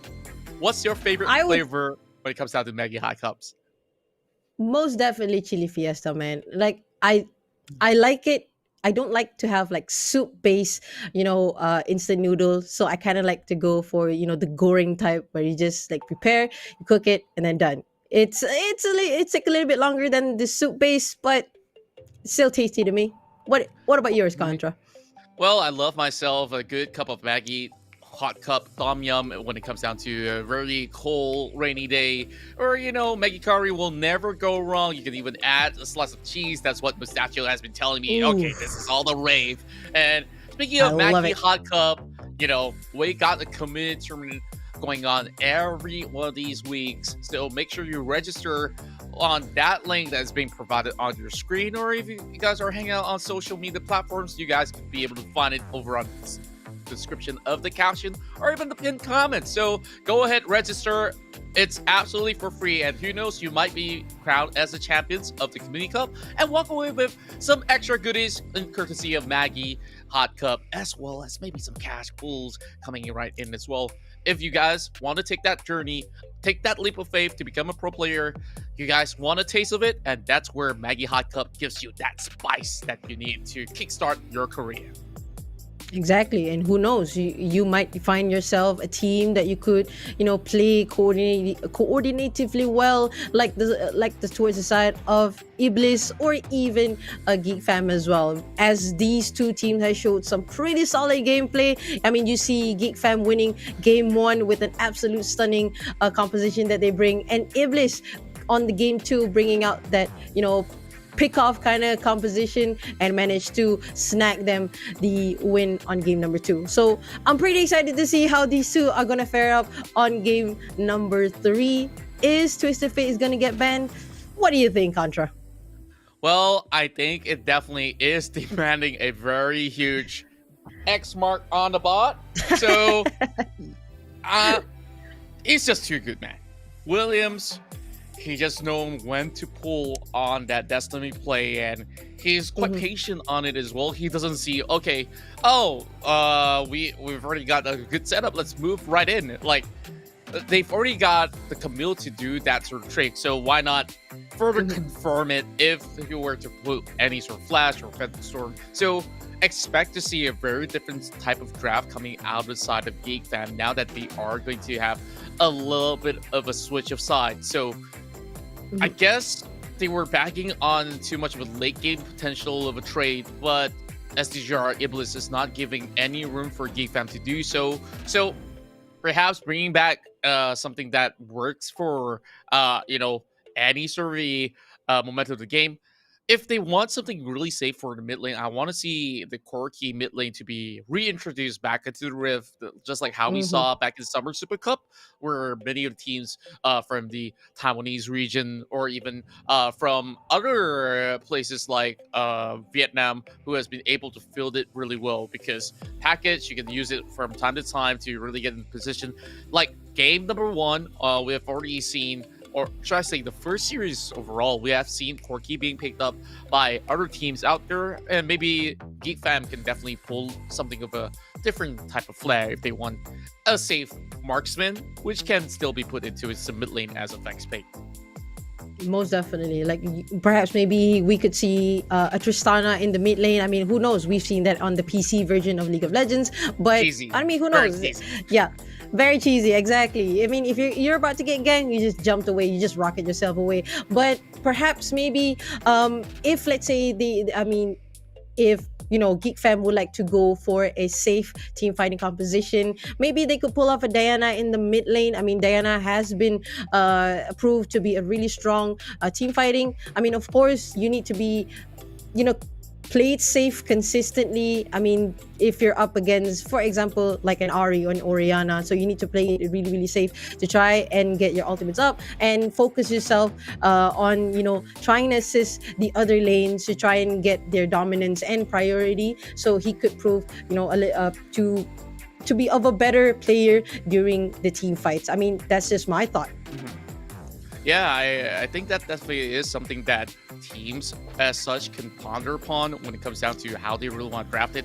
And especially for Williams, who may not actually get to secure the Twisted Fate. Something that's of similar sort that can potentially pose that global presence is going to be that Galio. So the question to Geek Fam is, will they forsake that just to give way to another massive pickup, which can alter the course of certain team fights? Because the way that Geek Fam is going, we see them still really want to go in for certain big team fight skirmishes overall. And inside the jungle, Nyx, after taking a little bit of swap over into this role from the support role, we've seen some good signs of promises when it comes down to the early phase of the game, but late game phase, especially when they're not getting the favor on their hands, it's looking a little bit dicey. But here we go. This is the Champion Select once again. I'm brought to you by Maggie, as we are already seeing both teams all tied up. If you guys might have missed a little bit of the action, there's always the VODs being available online. You can check out the pages, ESL Asia or even ESL Malaysia. So let's hit right in. Bans coming right out from inside of Geek Fam. That's going to be Ebliz and Gragas, as well as Ziggs being removed. Meanwhile, SDGR doesn't want to see any form of Olaf being played out, and instead of actually leaving the TF open, they ban it away. So you have already seen that, okay, Williams is going to show you a different sleight of hand to be introduced. And like I said, Galio, perfect pick for themselves. Yeah, I'm actually surprised. I genuinely thought that, you know, perhaps maybe the Twisted Fate is going to get banned onto the side of Geek Fam, but they themselves ban their strong pick. But, you know, hey, maybe Williams are trying to show us, you know, some other cool moves as well. And let's talk about the pick. Galio has already been picked up by Ebliz and Camille as well. I'm seeing perhaps maybe a team fighting composition on the late game or from mid to late game perhaps, but maybe Geek Fam has the answer for this as they pick up the Braum and also the Jarvan. Yeah, that's a very interesting pick as well. And there you go. Kaisa has already been picked up onto the side of Ebliz, so I'm guessing they're Riven as well. The first Riven in the series. Wow. Yes. I know you may not have been able to cover too much on the Geek Fam side, so I'm just going to tell you what they really want to do. Like, Geek Fam, it just spells 4 little words. Now, it's not a bad word. It's D-I-V-E, okay? You guys thinking otherwise, shame on you, okay? So, Necton, Jarvan, Ari, Tristana, Braum, everybody can just advance forward and just hop right on deck to blow SDGR Ebliz apart. That's what they really want to do. Like, it's all about playing the early game. It's like no late game because it's not working in game number 2. This is where they go full speed ahead. And just like Toretta, you know, you want to hit it to the 5th gear. If there's a 6th gear, I'm pretty sure that they will just jam it right through and there's no breaks going for the side of Geek Fam. Meanwhile, you know, I love the ideas, the sort of different styles that are being shown up. SDGR Ebliz playing this double-edged sword, or should I say the broken blades of the Riven. Now, question is, can this Riven pop off in competitive play? Even though the PC counterpart, it has been pretty hard to do, especially when you bring it to competitive. Some champions just excels to be a pub stomper, but in certain cases where you have a big fat Riven in your team, then yes, that is very likely to happen. But when the Riven is behind, I guess you just gotta hang tight under the turret. But here we go. Williams now will be holding the mid lane with the Galio. Meanwhile, Emotionless will be able to start off by getting maybe a little bit more of a CS goal advantage against the Shang, who's just trailing right behind. So SDGR Ebliz off to a decent start. Not too much of a difference between the two. And Emotionless, just look at him bullying the Shang already. You can see the potential of this Riven on this Baron lane right now. Riven is proving quite a monster, not only in the late game but in the early game as well. Now, Ebliz is not giving Geek Fam a chance to play the long game here. I can see from based on the picks that they did, they're just trying to, well, like you said, they're trying to go for the dive, trying to go for the pickoff. So I'm pretty interested to see how they're going to prioritize, like, what is their winning condition here? Because you can see the Kaisa, I mean, comparing to Tristana could clear the lane way a lot better. So the lane priority, on towards the side of Geek Fam will probably be low. But perhaps maybe we can see a fight here that is going for, based on the Skull of Crab. Oh yeah, and of course this definitely going to be very much worth it for the side of Ebliz. At least popping the flash coming from the Shang as well, while Fallen is going to be negating them, zoning the members of Geek Fam away. They lose the scuttle, and if Nyx just misses that flag, he would have been knocked up in the air. He didn't have to expend the flash as well, so that's good going. 600 of the gold difference, and it's going to be amount into something else. Nyx now trying to trade right back. Flash being available for Fallen, and he will expend it overall. So Geek Fam have finally found that perfect response. So, all this fairy love and more, one scuttle each. And I guess later on we'll just have one scuttle to contest. Most definitely. And you can see the amount of vision that Geek Fam is putting on that river. It's just, they don't want Ebliz to pick them off right here. They're like, look at the amount of, there's 1, 2, 3, 4, 5 wards on the Dragon side river itself. Dragon will be spawning in about a minute or so. So they're putting up this vision as much as they can to prevent that, to prevent the ganks from Ebliz, because, well, as we all know, they wanted to go for the pickoff, and this allows Momo to just, push up the lane as much as they can, because they know a Kaisa cannot clear that efficiently compared to a Tristana. Maybe until she upgrades the Catherine Ring, then it will be a little bit easier for her to actually clear certain waves. And, well, do you really want to shove against the Braum is the question as well. That's true. That is going to be a little bit more questionable if they want to opt to do so. Emotional is just flexing how well he can not only juggle with the wave, but also to negate a lot of damage being done by the Shang. Now forcing the Shang to commit with a little bit of a slice and dice. Now here comes a visit coming in from Fallen as well. He has the Hacksaw ultimate hook shot coming right in. It will be locking into place. Dama's being popped. Here comes Nyx as well. Cataclysm locks them in an arena. What a counter gang at the Shang supply with only a single amount left. Oh boy, Geek Fam now gets that reply that Ebliz didn't see coming. Oh, if that were me, I would be tilted. But that was so close. The counter gang from Nyx was just spot on. He was just there at the right moment, the right time. Managed to knock them both up, providing a lot of cover for the Shang, and at the same time, the Shang could manage to heal him up so quick. Managed to win that fight entirely. Well done right there by Geek Fam. Oh. Okay. That definitely leaves us gasping for air, because Ebliz were looking to do so well initially. Now those 2 kills, they channel it to the Renekton. Had he walked back in lane with not only the boots, of course, but with the Black Cleaver. Now Geek Fam stabilize and not really needing to worry too much. Now they already expected to dive. Hack coming right in. 4 members right into the bottom side. And here comes Zero's entrance, not knocking into anybody, but provides a little bit more spacing for the rest of the Ebliz members. God Gatsby almost getting blown up. Thank goodness for the Honeyfruit. And that is not going to be his health bars detonated by the Tristana. So here comes recommitment coming from Sephiroth and Co. Oh no, another fight. And Let's go. A flash and here comes Sephiroth once again, trying to pop and proc the passive, and that's where God Gatsby gets punished. Rocket jumps right into the foray. And my. Momo.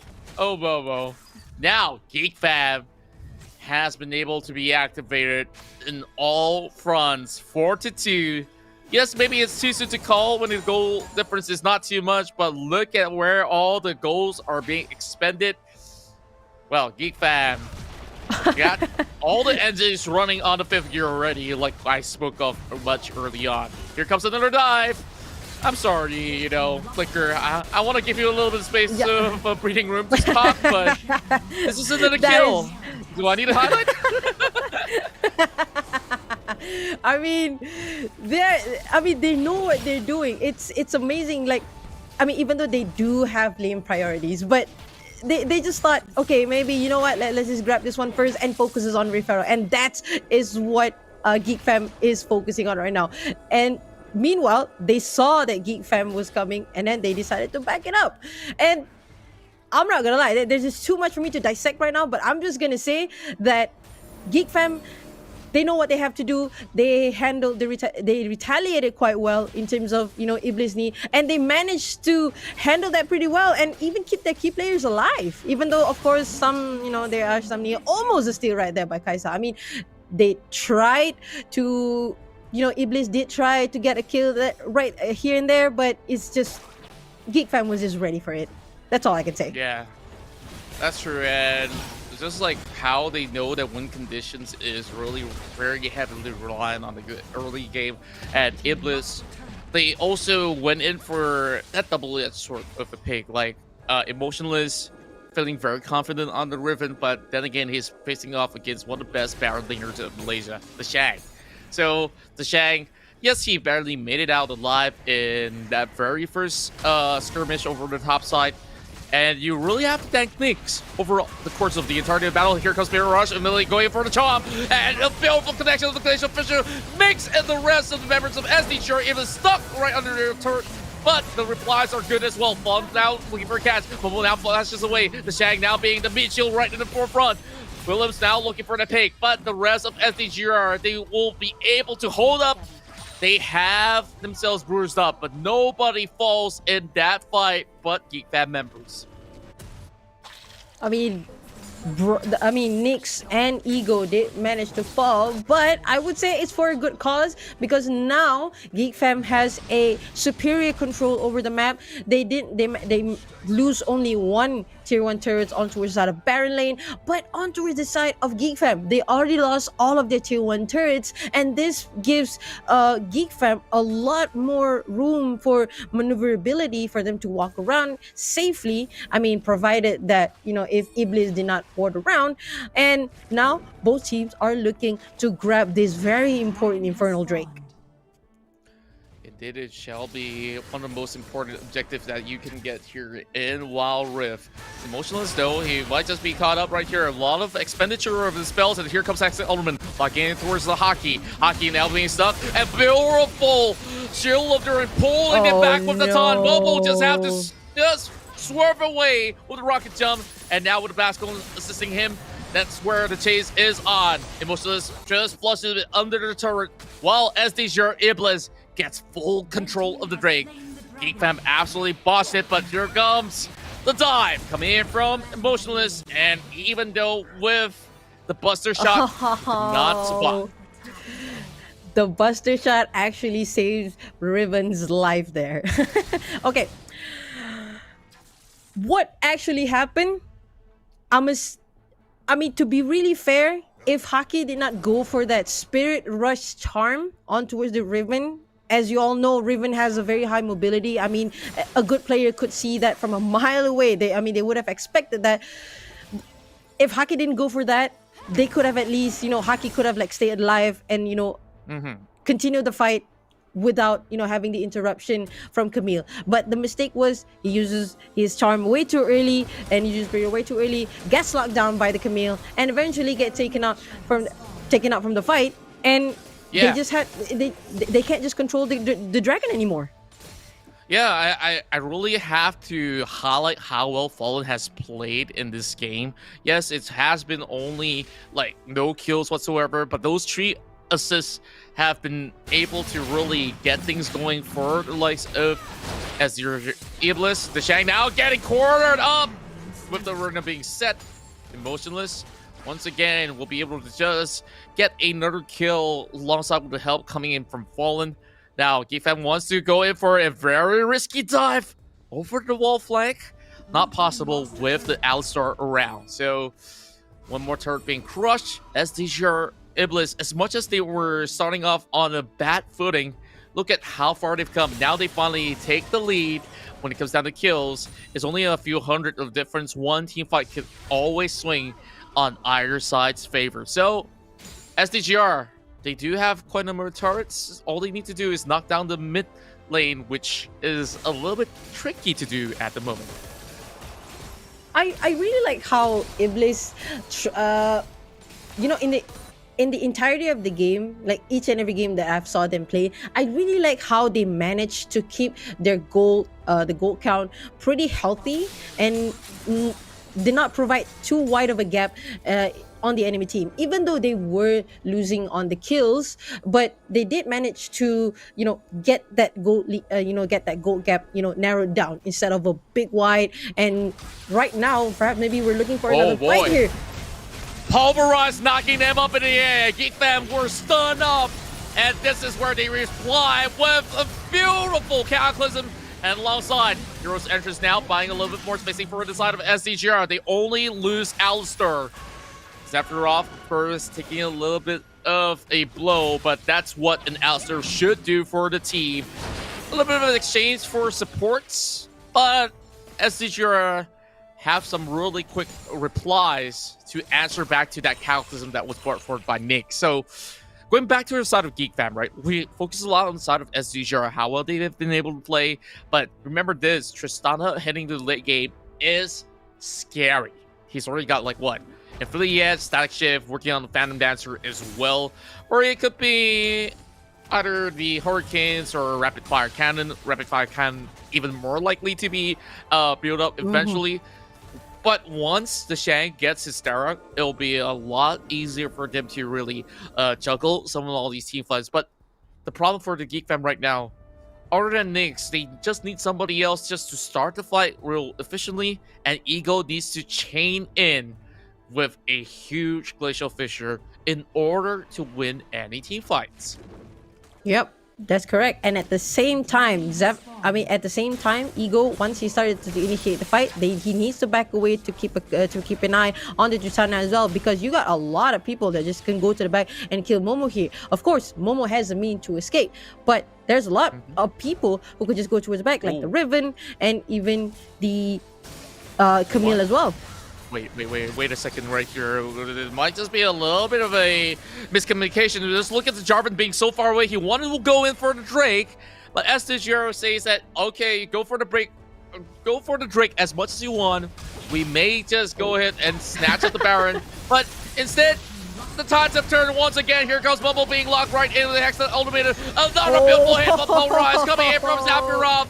And this is where the exchange happens. Emotionless coming in for the flank as well. Meanwhile, the rest of Geek fam now being stuck. Cataclysm will be set into place. And now they get blown into smithereens. SDGR. Oh my word. That was a beautiful one. Now, 2 members left on each side. And yet again, Ebliz. They do have God Gatsby here with full health. So they will be doing the turret exchanges.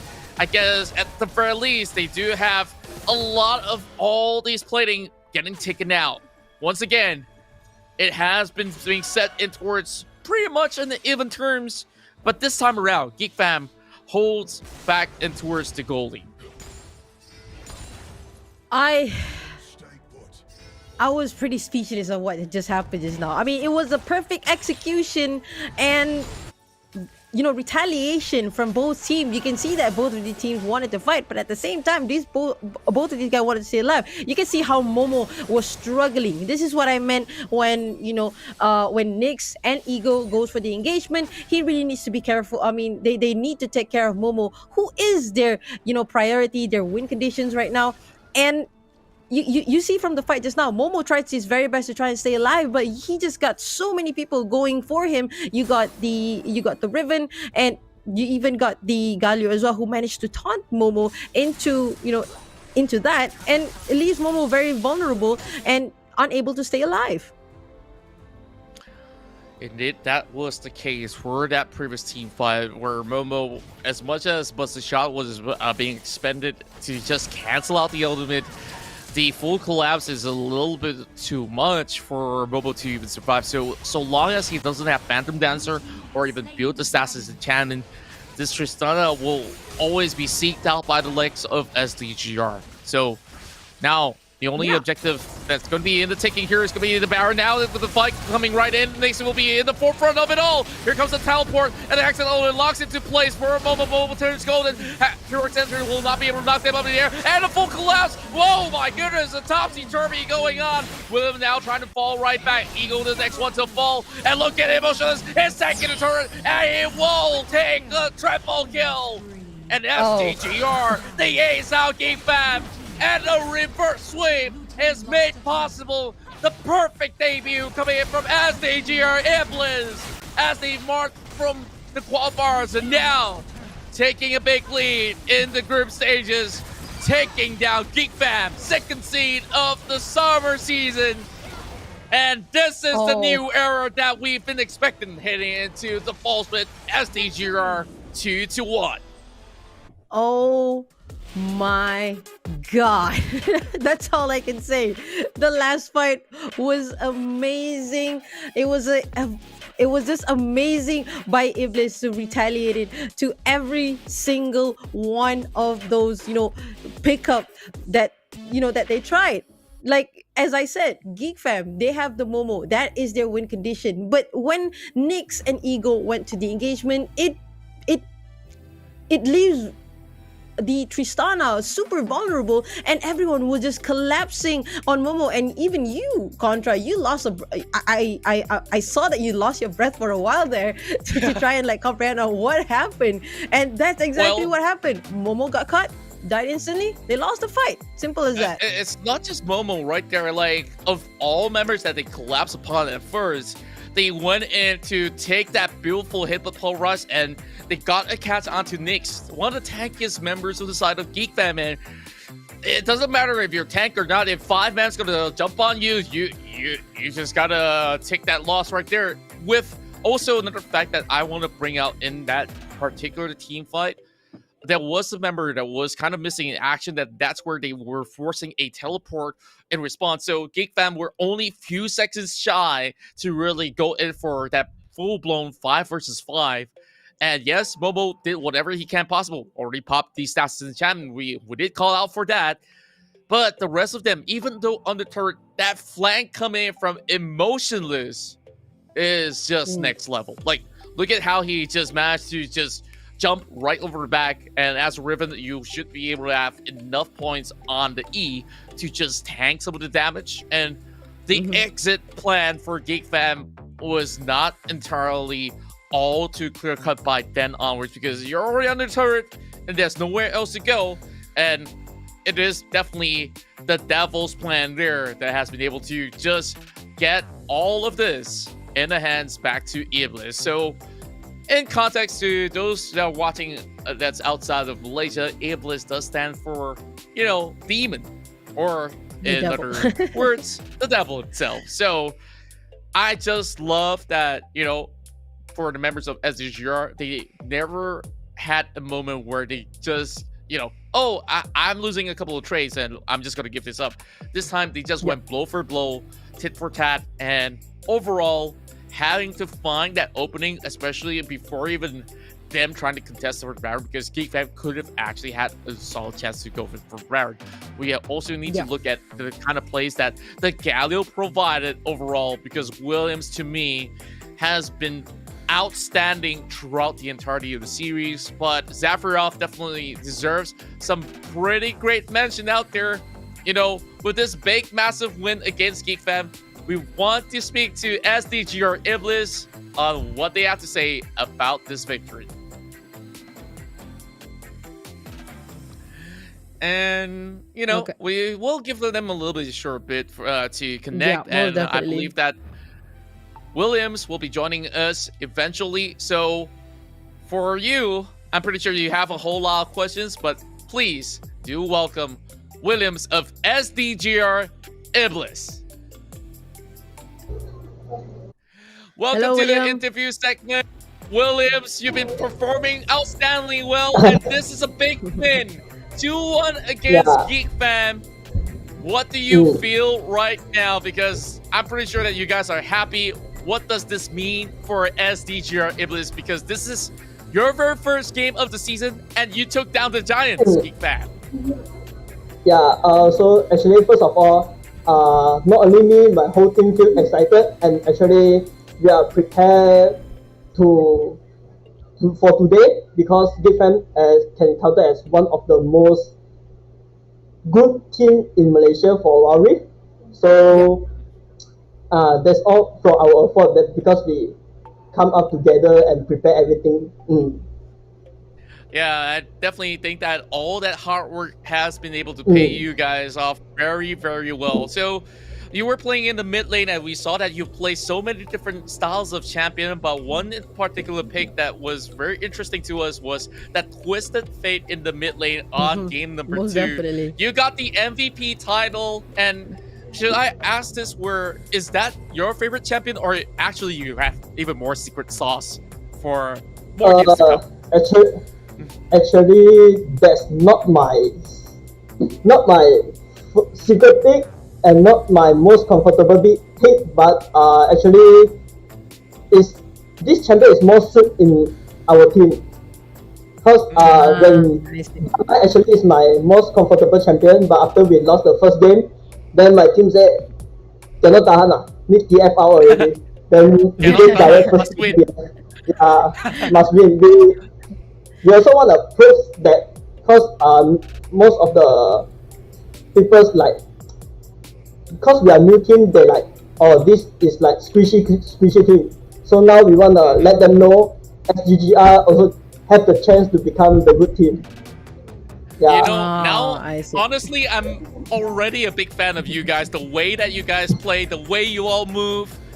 I am definitely rooting for you guys for all the upcoming games out there. And that final game, let's talk through about that mindset heading to that third game, right? Because it's about who gets to win the series. So it was down to that one final fight. If you want to give a shout out to one of your teammates that performed very, very well out there in that particular game 3, who do you want to give the MVP title to? Other than yourself, of course. The MVP title for the third games, I will give it to Emotion, because Emotion is the one who, because start from the third game, Geek fan can directly can see they are more focusing on our ABC, but actually we take the ribbon out, so when all of the damage is output is onto the ABC, then the ribbon can directly clean the whole wall. Yeah, so I think it's Emotion for the third game. Shout out to Emotion. You've been playing a great ribbon overall. And you know, Flicker, you've probably got a few other questions out there for our brand new guys on the block getting their very first big win. So shoot your shot. Okay, I just want to ask William, like when you pick what was the secret sauce or the mind that goes when you guys decided to go for, like, I mean, you go for the Galio mid and then having that Tristana as, I would say, I kind of like the sort of a distraction. So what goes in your head? Like, how did the discussion goes? Actually, the discussion is like, we just left the ADC behind because we know that they will all in for the ADC. But actually, it's thanks for the hard work of whole team, because the team fight was going well. Because the Galio pick actually, I also don't know. So it's a kind of meta pick now for our top. I see, okay. I see. You know, I only got a few more questions left out there.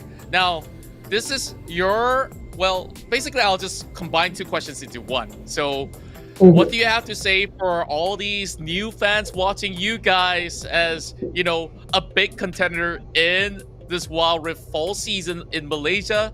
And what kind of message do you also want to send to your upcoming enemies that you will face in the group stage? Okay, first of all, thank you for everyone that support us. Like, mostly I want to thanks to my family, is the main person who's supporting me and my teammates. And what we wanna say is today we already proved not only Geek fan can reverse sweep the game. So,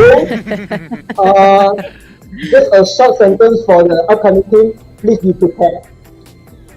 Please be Wow, prepared. I You like heard that. it from Williams. I love the energy, and of course, it's a pleasure to have you to interview you, Williams. And I hope there's more wins to come for SDGR Ebliz.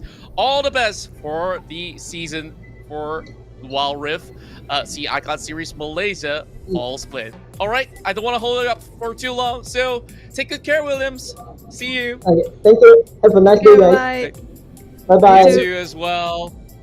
Wow, that was Williams with amazing interview, and you were talking about, you know, what went on in the brain of this Galileo that has gotten that 10 assists, and this is how they got it. So they also credited emotion, where, you know, that massive flank, yeah, that 2 dabs came from the top lane initially when he comes out of the lane phase, but he made the losses to convert it into something positive by the very end of it all. 9 kills, Exactly. 3 assists, huge impact plays coming out of the very first Riven and the Rift for the fall split. Exactly. And looking at the items that the Riven had as well, it was a clear answer to every single, you know, of the team composition that GateFab tried to bring. But at the same time, let's take a look at the damage stat as well. Haki and Momo, of course, they did try to deal as much damage as they can, but the answer was just simple. The answer was just emotionless, going in together with Fallen, picking up this fight and picking up those kills, and it worked out pretty well for Ebliz. Indeed, it has been able to work out, and Fallen definitely contributing when it comes down to singling out all these sort of targets. Haki doing as much as he could, but he really needed more of these layers of defense and relying a whole lot on Nyx to be able to actually start the fight. But the player of the match, as much as, you know, I made him call out another different MVP, it is indeed he himself who has gotten that MVP title. 528 on the average KDA in the entirety of this best of 3, and just having some huge damage to book overall. And he was all over the map, not only on that Twisted Fate, but in every particular champion that he has whipped out, including the Galio. So this is 100% KP. Pretty much difficult to do, especially when you're up against Geek Fam. And that's one Titan down. David versus Goliath, and David has been able to just conquer the Rift this time. Or should I just call him Williams? Just call him Williams. William versus Goliath then. And look at the kill participation. Because of the Destiny, he managed to zoom around the map, like running around the map, and managed to help out his entire team. He was very impactful in the game, as well as with the other teammate as well. And I really like how Ebliz is pulling off their strategies, their win conditions so well that they managed to do a reverse sweep against the reverse sweeper. Is that correct? I'm pretty sure that's correct. Well, I guess that's true. Well, overall, we got the brand new kids on the block here telling not only the fans to, of course, continuously support them, but there is even more of the sweeper keepers all around the Rift. So, you know, I got even more questions, not only for you, Flicker, but for the rest of all you viewers watching right now. This is first Maggie Rift River time, just like how we do back in the previous summer split. So our question is, what is Malphite's ultimate call? Hashtag Maggie Trivia. Pop it right in the comments over on the social media, and you'll be able to get the answer right after the break. But you guys can definitely share it out there. You guys will be featured. We'll be giving you a little bit of a shout out. So Flicker, don't give out the answer just about yet. But can you give us a clue? I was about to. Oh, it's definitely have to do something with a rock. A rock? Most definitely. Malphite is already the rock. Are you sure about Yeah, that? exactly. Yes, I'm very sure about it. You Well, throw a if rock. you're not sure, I guess I'll just give you even more so of a few minutes for you to really think about. what the ultimate is. Okay, so For I sure, guess for sure. our series is pretty much done and dusted between Geek Fam as well as SDGR Ebliz. Ebliz now taking a very huge reverse sweep against, Kings of Reverse Sweep, Geek Fam. I guess maybe they've been missing one family member, Ozorveki, already, Yeah. but Yeah. we'll leave them to discuss about that. But we still have more games to come eventually. So in the matter of minutes, we'll be seeing another spicy action to come. Of course, all this in courtesy of our official turtle partners, Baggy Hot Cup, because the next game is going to be Berjaya Dragons taking on UndeRank, and you definitely do not want to miss it. My name's Contra, this is Flicker. You are currently watching the ESL Mobile Open Asia Pacific, and we are presenting to you the League of Legends Wild Rift See Icon Series Malaysia. So don't go anywhere. We have one of the best games to come right after this short commercial break. Nice. Alright, go. Down first. Can. Alright, down already. Nexus. Alright, okay. Nice!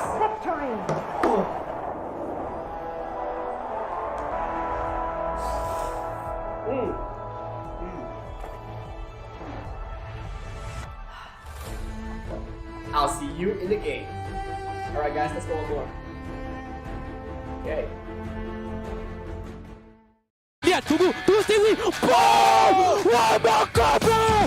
Pulapan lagi nyawa naga dan itu the infernal pounder Turi Solar Blade. Fokus pada seorang saja untuk matikan Bobo sudah jatuh. Engkol mega infernal bomb. Dia bisa melakukan. Tizi sekarang diperlahankan. Tizi akan menerima damage sangat ada kali Berjaya mendapatkan triple kill mencari yang keempat dan quadra kill.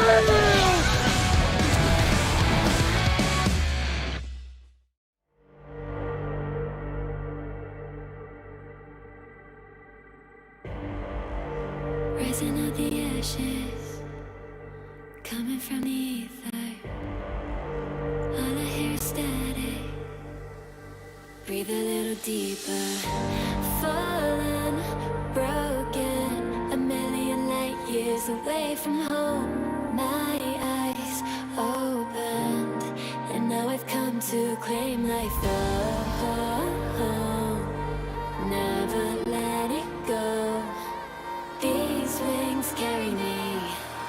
Live this fantasy. Running through the fire.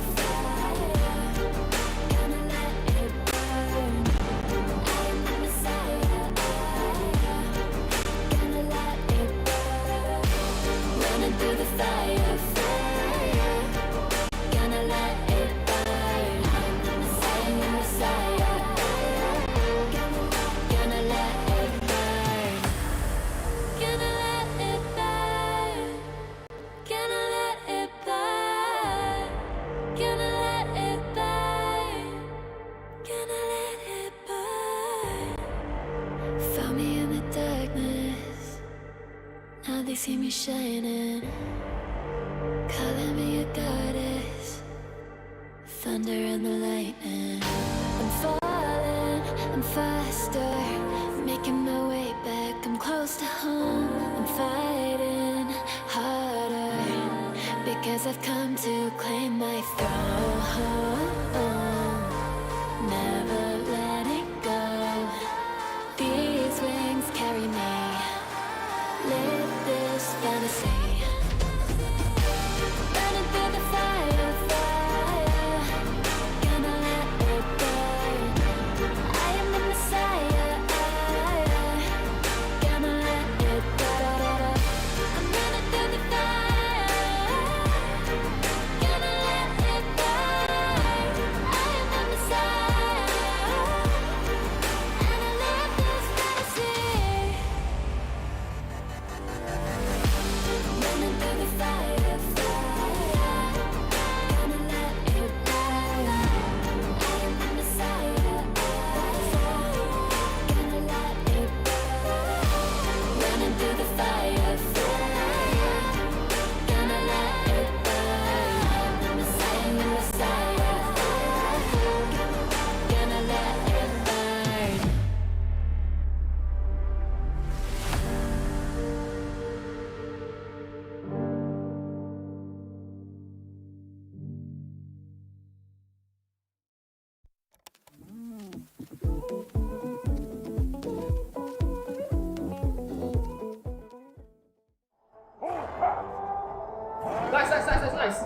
go. Tower first. Can. Alright, tower already.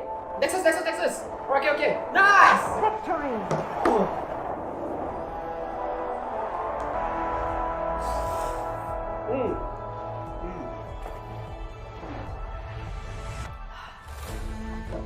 I'll see you in the game. Alright guys, let's go on board. Okay. Lihat, tunggu Stevie. Wow! Bakar bro! Adakah dia berjaya mendapatkan triple kill mencari yang keempat dan kuasa kill?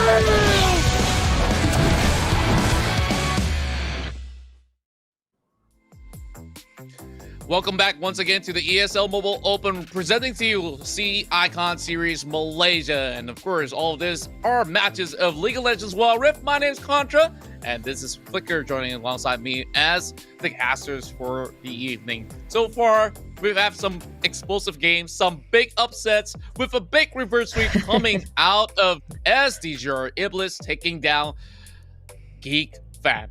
Yes, you heard it. Yep. Geek Fam taking the very first loss, and now it seems to be pretty much an eye-opener for us, but now we have another great series to come, and that's going to be Berjaya Dragons taking on UndeRank. But before all of that, for formalities first, we definitely have to thank our tournament partners, Maggie Hot Cup, and all of this will not be made possible without ESL as well as Riot Games supporting us, and of course bringing every one of all these action heading into the Rift. So far, things are looking all too great, and you know, Flicker, we just got to talk a whole lot more about what can we expect in this game. But before that, we already got the answers for the Maggie Wild Rift trivia. What is Malphite's ultimate call? Do you have the answer right now, Flicker?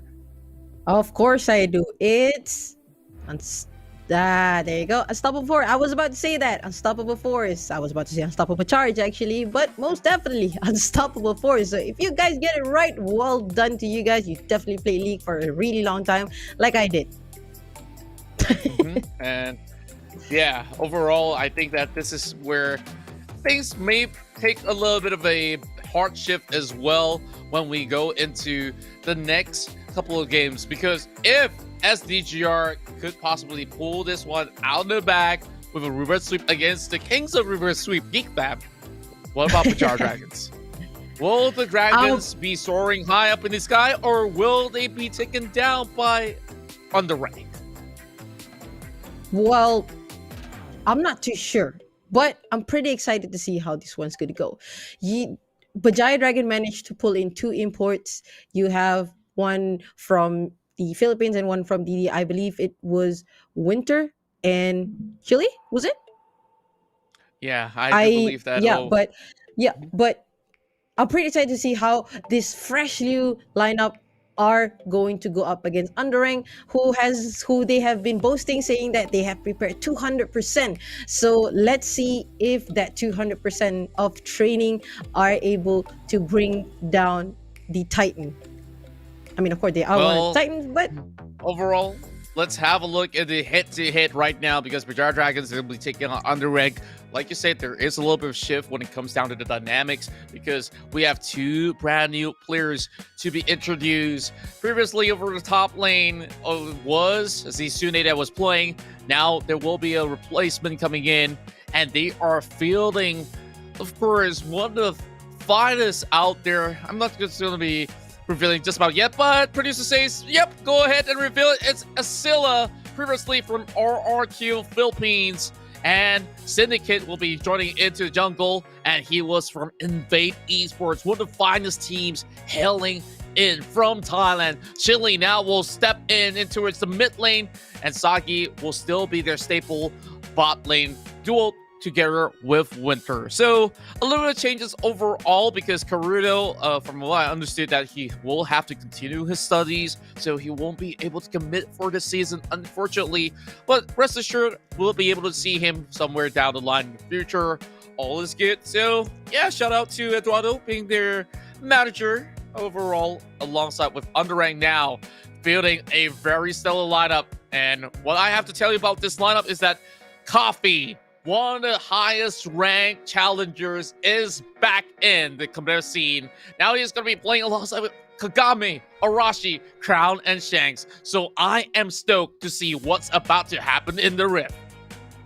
Yeah, and I was informed by some of my colleagues saying that Coffee was one of the big contender up against Sagi. So I'm pretty excited to see how these guys are gonna pull off. And you got Shanks on the support, you got Kagami on the mid lane, you got the Arashi on the jungle, and Crown as well on the Baron lane. So how are these guys are gonna go up against Titan?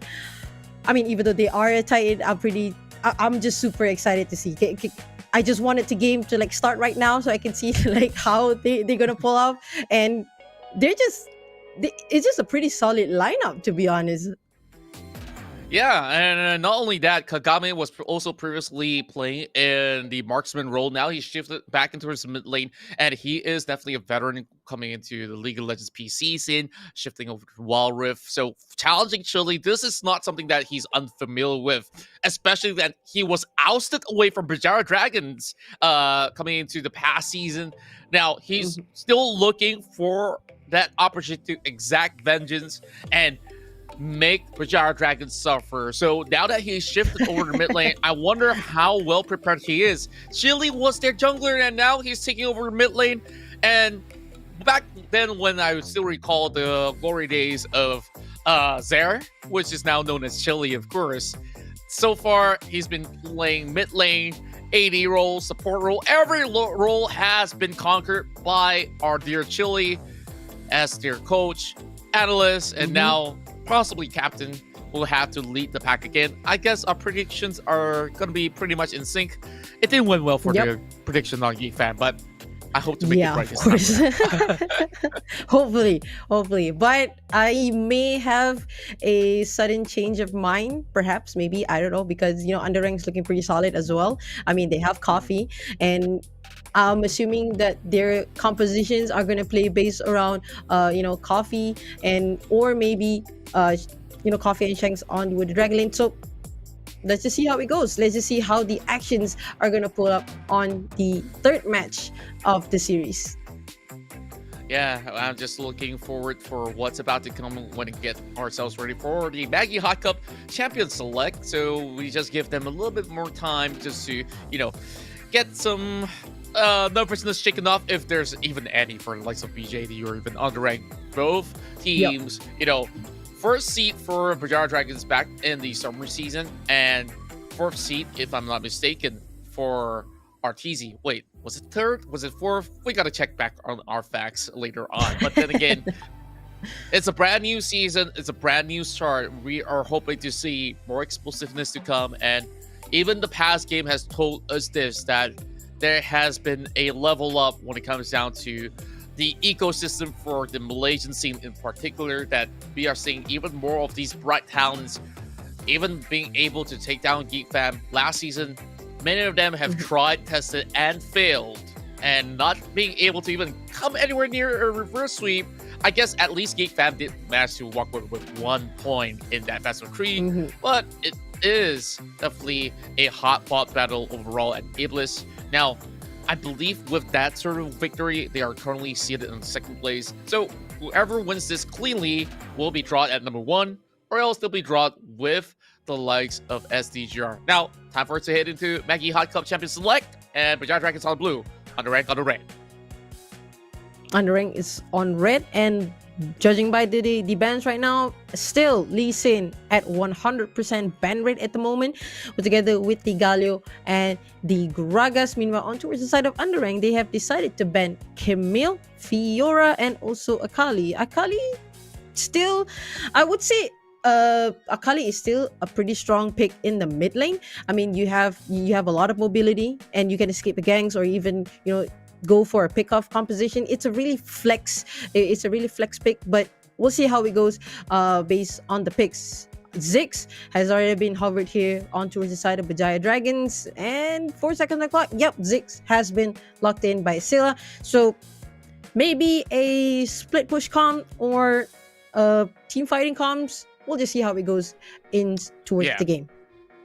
Yeah, and I definitely think that picking Ziggs will never go wrong overall. Still having very solid damage to be dished out. The Kali, like you mentioned, that sort of flex pick and high mobility is going to be a little bit tricky for UndeRank to deal with. And it's a little bit of a big question mark on what they are bringing to the table, especially now you have Asilla, one of the great Baron lanes out there. So Corki is going to be locked right in. So this is still giving you a little bit of sign of, okay, I wanted this to be a pretty flex pick. And just a side note, we have seen Jarvan on that Baron lane before. So that could also be a slight potential leading the way. Rengar now being snatched up by the side of UndeRank, something that Chili used to play in the jungle, that Chili is no longer in the jungle. So I guess Kitty Cat's going to be able to pounce around. Meanwhile, Coffee goes in to lock that Janna as he's already got the Kaisa in the back. So Coffee's Kaisa is one of his signature pick when it comes down to the marksman role. To complete this is going to be the Diana. So there's a very heavy dive composition out there. And I'm pretty sure one thing's on your head. What's this Janna doing here? Where maybe when it comes down to the Berjaya Dragons, that full team fight as well as poke damage that they can actually put out is going to be doing quite enough of wonders for the likes of BJD. And at the same time, I'm pretty excited to see how this Rengar are, how the builds are going to be to this kind of composition, because Rengar can either go for assassin build or you can go for the fighter build, as a Rengar main myself. So I mean, looking at their composition, they brought out the Janna, they brought in the Kaisa. So perhaps maybe a dive pick-off comp, or maybe trying to just have the Rengar pick up the key targets, in the back, and just let the Kaisa do her job. Yeah, indeed. So far, Berjaya Dragons will be facing off against a very familiar opponent, UndeRank. Past season, it was known as RTZ UndeRank. Now it's going to be undergoing a little bit of a change of branding. And that's where we're already having both sides of the teams all greeting each other by the corners of the mid-river beds. So, UndeRank now already spotted out Asilla. They will just slowly go back into its lane. Darius versus Renekton. So, this matchup traditionally is a skill matchup, but overall, when it comes down to skilling, Renekton's going to be having a little bit of a cap. Darius is still going to be a threat, but when it comes down to early advantages, I do think Renekton is going to be having a really good time overall. Sagi as well as Winter, just making sure that they keep this wave all balanced, and this is the matchup that we are expecting to see. Sagi versus Coffee.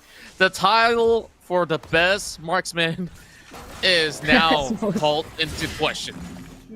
Most definitely. I mean, in terms of the lane, flashes out for Crown just now, trying to get brought us some damage by Asilla. And going back to my point is that the lane priority for Berjaya Dragons would have to be on towards the side on the Dragon lane, because you have Sagi on the Corki who is of a better wave clear compared to a Kaisa, of course, even if you have the Ikatian Rain, but it's not exactly as potent as when Kaisa has his item. So they really need to push out these tower as much as possible. And look at that, the Scarlet Crab decided to surrender. But yeah, he's never going to attack anyways. Yeah, exactly. And so on the side of Berjaya Dragon, they really need to push out and have a control over 20. Perhaps maybe a gank we can see here. That's right, and this is where First Blood calls into play. Berjaya Dragons takes a big bite on the target, and UndeRank now suffering a big blow over the top side here. Crown has already expended the flash, and he should have backed away way early on before even going in for some of all these, wave commitments or so. Now Syndicate alongside Asilla, they're pretty much up ahead. So things are just looking pretty bright for the Dragons as the champions of the summer split so far is hoping to continue the streak. So Sagi will just make sure that some of all these minions will be lost out by this Kaisa overall. She's trying to make sure that she gets the upgrade eventually with the scattered build. So yeah, if you guys were wondering, oh, what on earth is Casa building? Yep, it's to get the amount of AD so that the upgrade becomes available, and that's where at least, you know, that problem of clearing the wave wouldn't be also existent and can also contribute with a lot of dive. And speaking of dive here, this is where Crowd as well as Arashi, they pounce on Asila. This is where they go in for a turnaround. Here comes a dunk, and the damage is not good enough to take down Asila. He still gets a little bit of training done. What on earth is going on for the top side here? UndeRank gets punished, and Asila flexing on top of these team members of UndeRank. Asila with the moves. Nice dancing, I would say. I mean, it looks like Syndicate might have the answers here. Knocking at me right there. Crown will be going in with the Cataclysm. Managed to flash away from the Cataclysm, and now Syndicate is waiting for a name. But the super bomb managed to land right perfectly onto his Crown, and 1 kill goes to Chili. Yeah, Chili didn't even need to rotate over the corner. Just utilizing that Mega Inferno Bomb. So, I guess Syndicate is just, you know, if this were to be a movie, it's just like how Batman would just call in the signals, flash the light upwards, and it's like, okay, instead it's the reverse. Cataclysm leading on to that. Okay, if you survive that Cataclysm, sure, why not? I'll just randomly close my eyes, pop that ultimate, secure it. So, BJD now working on the Drake. Meanwhile, exchange is being done. I do think that this is a smart move coming from UndeRank overall. Other than the fact that, you know, they've already dropped a couple of kills already. So this is where securing map pressure is going to be a heavy priority for UndeRank.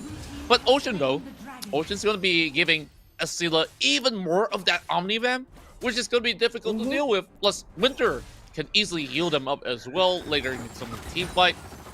I don't know. I guess it's kind of like a 50-50. It depends on how the next fight will go down for UndeRank. Exactly, and to add on top of that, I really like what you said just now, how UndeRank answer to the control that Berjaya Dragon wanted over that dragon, and so they decided, okay, you know what, we're gonna take this top tier 1 turret, we're gonna take this Baron lane top tier 1 turret first, so we will have a lot more pressure if you guys would like to contest for the Rift Herald, which is spawning very, very soon. So it's a really nice play, and you can see from the pings right now from the Berjaya Dragons wanted to get this the tier 1 Baron lane tower as well, so they could counter that pressure and give them a little bit more maneuverability around the map, so they could you know at least have a fight to get this Rift Herald. Agreed. That is actually an excellent point out there being brought forward. So if UndeRank can just right now set a couple of members just to commit, or else BJD is just going to do exactly the same. Just look at this rotation being very much efficient coming out of BJD.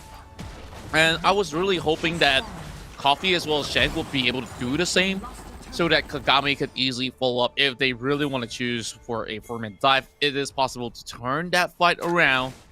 But priorities once again calls into question. Here comes Arashi though, he pops Curl the Hunt. Asila as well as Chili under the turret here. Here comes the dive. Chili now. Okay, very bad ultimate, but we're not judging that. Asila still trying to hang on. Shank's now juggling with pressure. Knocks in Guillotine. Monsoon to survive as well. BJD, they might have lost one, but they will be able to trade very much equally. But this is where it goes uneven. This is also the Rift Herald in the hands of BJD.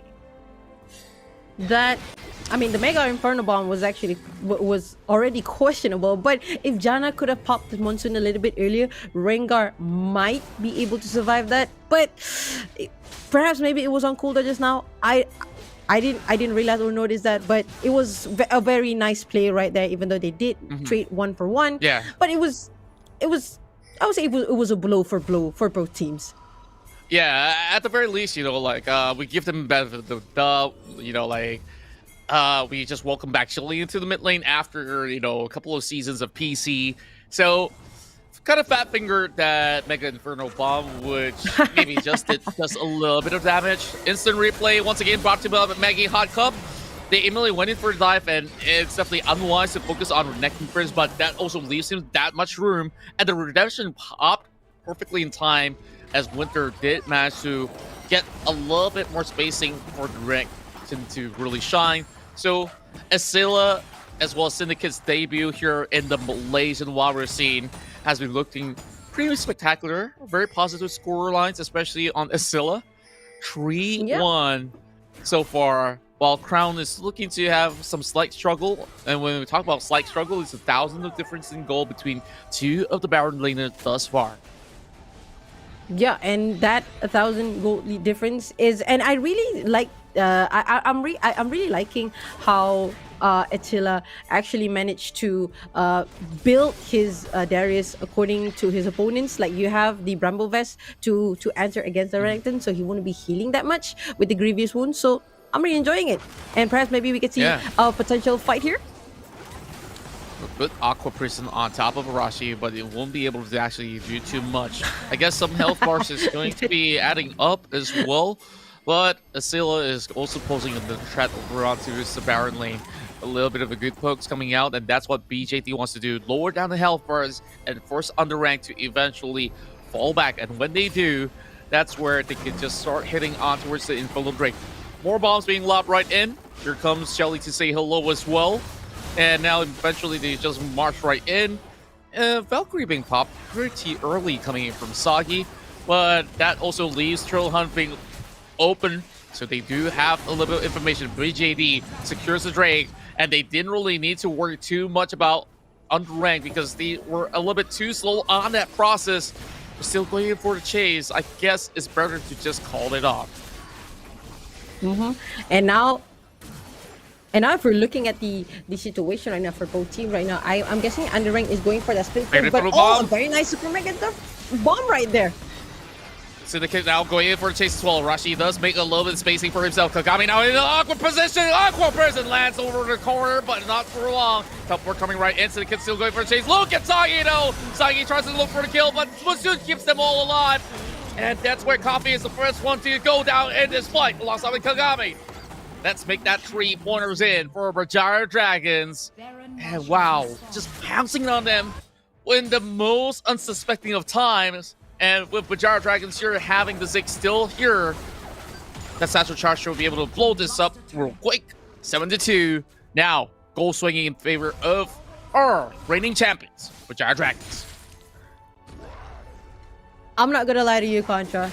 Berjaya Dragon is looking pretty solid with their game plan, with their team composition that they're bringing out right now. They know what they have to do. Their retaliations on each and every fight was just amazing, and they laid out the plans perfectly. Like, you wanted to contest the dragon, but at the same time they hold on to they hold on to Shelly, and even managed to drop it at mid lane just now, forces UndeRank to answer to the Shelly that spawned and grab that dragon. And now 2 dragons is under the belt of Berjaya Dragon, which is the Infernal and also the Ocean, which is going to be really good for to amp up the damage and even amp up the heal from the Nami, and even for Asilla on the Darius as well. I'm loving Berjaya's Dragon movement right now. Well, we call them dragons for a reason, and for just being in their own element. Well, not to say that they need to slay their own kind. That's a little bit foul, but here comes Kagami. No, Moonfall is huge!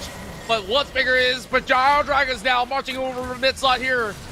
Chang's now being forced to retreat. Crown looking for a catch. He will be landing this stun. Karashi, though, get taken out alive. Chilling with the double. And this damage is too much to handle. Coffee just have to force a retreat.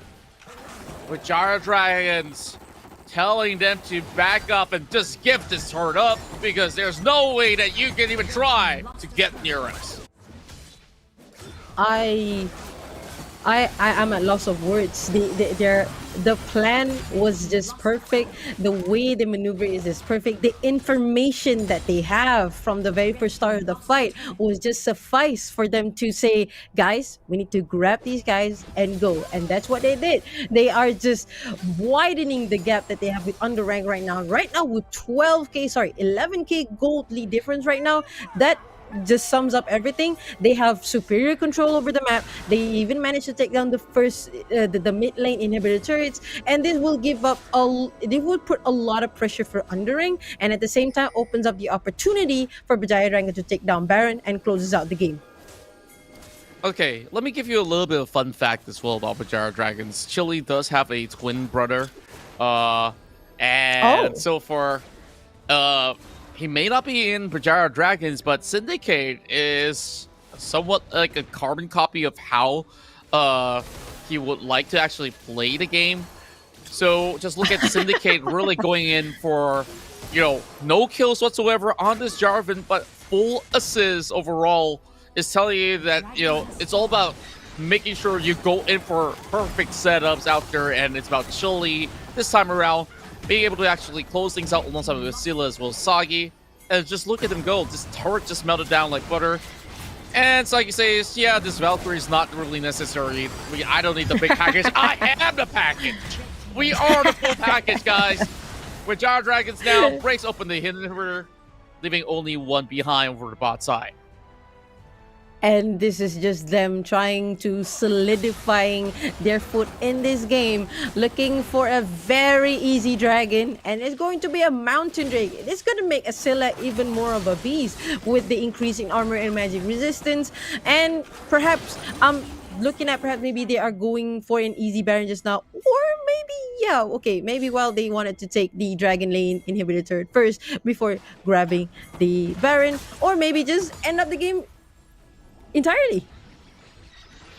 This might just be the last hurrah for the side of UndeRank as well. They need to actually defend this, or else it's just them being left barefoot. Here comes Arashi though. He does have Triple Hunt, getting for a flag. Looking for Sagi, but he will be able to back their way. And look at it opens. Taipei Conway will be able to blow them all the way back. UndeRank now scrambling to stay alive. And Berjaya Dragons, they should be able to close this first game here with a massive victory. Crowd now trying to take down some of all these minions, but should they be able to do enough? Yes, it will be. Berjaya Dragons going in for game 1. GG, well played for Berjaya Dragons, and it seems that their new rosters are, showing some results. The game plan was amazing. They know what they needed to do, and UndeRank had no answer to any of these, any of the Dragons call. I love how Berjaya Dragons just, arrange their their plans, their movement around the map, the information that they have, the vision that they put in was just perfect for them to just steamroll through UndeRank and winning the first game. Yeah, I'm not gonna be too crude on the side of UndeRank. Like, I guess they were just playing stable games after all. We're not looking for steady, there's no steady Bombibi. It's all about you go hard on Berjaya Dragons, you give them a tough life. But, it's a little bit underwhelming to say the very least. Like, you see, only Arashi has been able to get kills. Coffee still trying to finish some of these core items, but he does have the Blade of the Ring King as well as Rapid Fire Cannon. I'll give him just about that. So, usually we do see Runon's Hurricane instead, so that's definitely a very interesting build that he's going for as a starter. But Sagi getting to do what he does best, but Syndicate, this was the perfect 10 assists that's coming out of the player himself. Scylla, as much as he gets those kills, he only did 5,000 damage, and look at the whopping amount actually coming out of Chili as well as Sagi. Just take these two numbers and you match it to UndeRank. Nobody comes close to even one of them. Well, that is correct. I mean, Chili, looking at the fights just now, right? If you look at Chili's position, the way that he handled those fights was really good. He uses, of course, let's put aside the mega. Let's put aside the a little bit of a messed up Mega Inferno Bomb, but the position of his satchel charges, each and every one of those fights was just perfect. Not only to push away the Rengar that was coming to Sagi, not only Rengar, but even the Renekton as well. So Chili was just a perfect addition to a well-made team, a well-coordinated team fight from Berjaya Dragon. But hands down to UndeRank as well. They know what they wanted to do. They tried to retaliate, but it just wasn't enough for UndeRank to counter that. That's right, a brand new season and still another good showing coming out of Berjaya Dragons to continue the streak and continue the legacy. So far, UndeRank here, honestly, I expected a lot more of feistiness to be presented by the team, but it doesn't really seem to be all too clear cut for them to even, get any sort of advantages heading towards game number 1. But let's hope that game Yeah. 2 will be a very different sort of tempo that we will see coming out of UndeRank. So with that said, that was just game 1 out of this best of 3. Potential 2 more games to go if UndeRank will be able to actually get game 2. So when we do come back, we'll bring you even more action happening throughout the entirety of the Rift. And you are currently watching ESL Mobile Open C-Icon Series Malaysia for Fall Split 2021. My name is Contra. This is Flicker. We'll catch you in a bit. Lihat, tunggu Stevie. Boom! Wah, bakar bro! Pulapan lagi nyawa nangkep dan into the infernal boundary. Solar Blade. Lu fokus pada seorang saja untuk matikan. Bobo sudah jatuh. Engkol mega infernal bomb. Dia bisa melakukan. Sisi sekarang diperlahankan. Sisi akan menerima damage yang sangat ada kali Berjaya mendapatkan triple kill mencari yang keempat. Dan kuasa kill.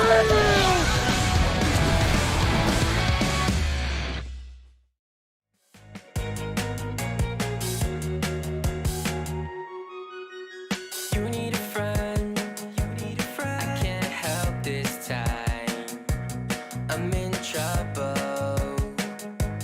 It's your eyes, I can't seem to focus. It doesn't matter 'cause you live a lie. You want attention from every guy in the park. But when you call, I give you my heart. You rip it out. I can't pretend to like you. I hope you feel the same. I take a chance and not lose. I can't pretend to like you. I can't pretend to like you. I hope you feel the same. I take a chance and not lose.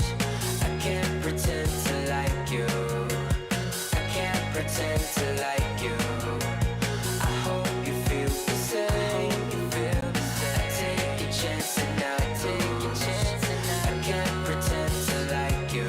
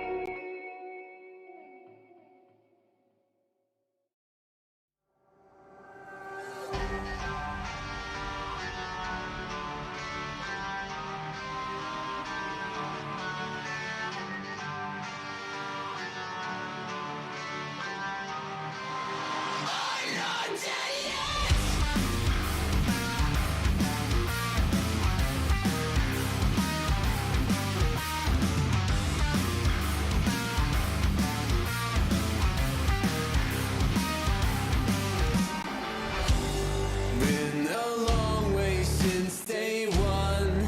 I came to hit but never run. I would take on anyone.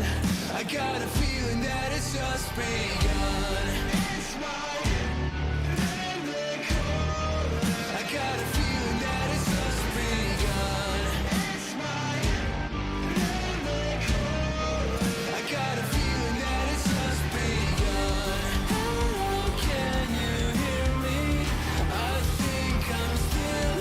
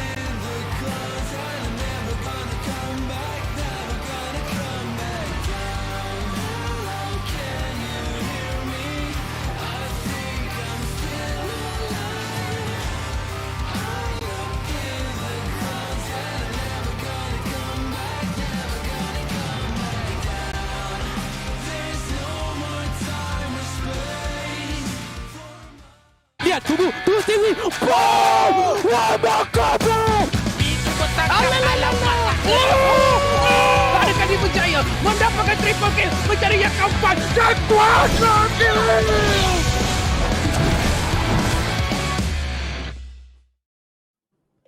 Here we are again, back in the ESL Mobile Open C Icon Series Malaysia Fall Split 2021, all presented to you by ESL as well as Riot Games, and of course, all thanks to our official tournament partners, Maggie Hot Cup, making all of this possible. My name is Contra, alongside me is Flicker. So Flicker, you know, game one definitely was a very clean game overall by Berjaya Dragons. Do you think UndeRank has what it takes here to be able to pull off a comeback just like how SDGR Ebliz did back in their own series? Of course. I mean, everyone, each of the team has a chance to go up against a Titan. I just think that if UndeRank could stick to their game plan, like you can see that they had a plan, they had the idea of what they wanted to do. They wanted to go for the split push comp, but it just wasn't working out for them because what they picked was already a team fighting comp, but it just was not enough because Berjaya Dragon already had the answers for that. So if they could, perhaps reassess on their picks and reassess on their win conditions, they could possibly take down the Titan or the Dragon itself. I would definitely agree that, that there is a little bit of room out there for, good amendments as well. Berjaya Dragon so far just not showing any sign of weakness, and that is where, they started training harder and harder, even though the split hasn't begun. I've heard from the manager himself, they want to make sure that the next season they get to hoist the Southeast Asian Cup instead. So if you guys want somewhere to start to be like Berjaya Dragons to represent Malaysia one day, you gotta start somewhere, and that place to be is Maggie Hot Cup Community Tournament. So week after week, tournaments will be happening, and this is where you could register for a chance to compete and win some awesome prizes. And did I tell you cash prizes are involved? Yes, cash prizes are involved. So wait no further, sign up now, bit.ly/hotcup4, as this is season 4. All in courtesy of Maggie Hot Cup. You guys are awesome. So far, Flicker, just having so many of all these games now passing us by. Some went in swiftly, some went back and forth, just like the early game against, Geek Fam as well as Ebliz. This time, UndeRank, with this new roster of their own, I guess they're also trying to find a little bit of food. Well, I can see that they were looking for they were trying to find that chemistry in what they're trying to bring to the table, but it seems like they just need a little bit of tweak here and there. Perhaps maybe, the how they pick, how they draft their champions, how they compose their team. Overall, UndeRank has a pretty solid chance. Like just now, they did manage to, at the first early game, they did manage to try and, counter Berjaya Dragon trying to go for the neutral objective, and they decided to go on, getting those towers to exert a little bit of pressure to Berjaya Dragon. But the Dragons were just happy to retaliate by getting all of those tier 1 turrets before UndeRank could do that. And this just shows that Berjaya Dragon have a really solid game plan of what if, like what if UndeRank do this, then we're gonna do this. What if UndeRank do that, then we're gonna do that as well. Yeah, I guess there's basically no what ifs for Berjaya Dragons. In a sense, it's like, I'll do this, and you will see whether if you want to come to contest me, because I'm pretty certain that it's a win-win situation for Berjaya Dragons from that point onwards. They just know that they play according to a certain form of formation, as well as the rotations that must be set perfectly so. So heading towards this upcoming game here in the Maggie Hot Cup Champion Select, we won't be seeing any Gragas, no Fiora, as well as Jarvan. UndeRank has already banned it all the way. And Berjaya Dragons, now that they are on the red side, they know that they don't really have access directly to the Ziggs, so might as well just ban it away. And there's not going to be the Camille alongside with the Galio. That leaves open certain firm picks, and that pick possibly will be a Fiora that's going to be hovering around. So this is where Crowd really has to make a little bit of a firm decision to really kick things off here. So, other than Fiora, I'm looking at Twisted Fate, one of the hot pocket picks out there that can be brought up from time to time. Camille, not an option, so Renekton definitely is the best option for that Baron lane. And finally, we can see the Lee Sin is finally open and got into the hands of Syndicate. So we might see some spicy plays here by the Lee Sin, probably a Dragon Slayer or whatnot. I mean, of course, Lee Sin has a very good ganking potential, and as you said, Contra, Twisted Fate was finally picked up. So I'm guessing that Berjaya Dragon is trying to test out their pick-off composition, perhaps, but we'll see how it goes. In the meantime, UndeRank decided to enter that with the Olaf. This is a very standard way to actually go about, especially when the pull of the jungling champion is kind of skimmed down, where you don't have Jarvan, you don't have Gragas, you don't have Camille. So without even the Lee Sin, this is potentially the next best course of action. If you were to go for a Vi, it essentially does only one thing particularly well. Just going with the assault battery, locking one person in place, but it's not always going to be all too easy to even get anywhere when you are behind. And now that they are set behind for one game, they want something that's a little bit safer in the jungle. Well, that's definitely the way to go. Seraphine, Orianna, as well as Ahri. That's a lot of magic burst damage that UndeRank can offer. But when it comes down to the mobility department, I guess they just really have to play in form of positioning to be able to actually get an edge against Berjaya Dragons right here, who have secured the Corki as well as the Braum. So I guess this is giving them a little bit of a chance to also stabilize the early game for Berjaya Dragons. But when it comes down to team fights, I do see some chance where UndeRank can have areas where they excel at. It's only boiling down to execution.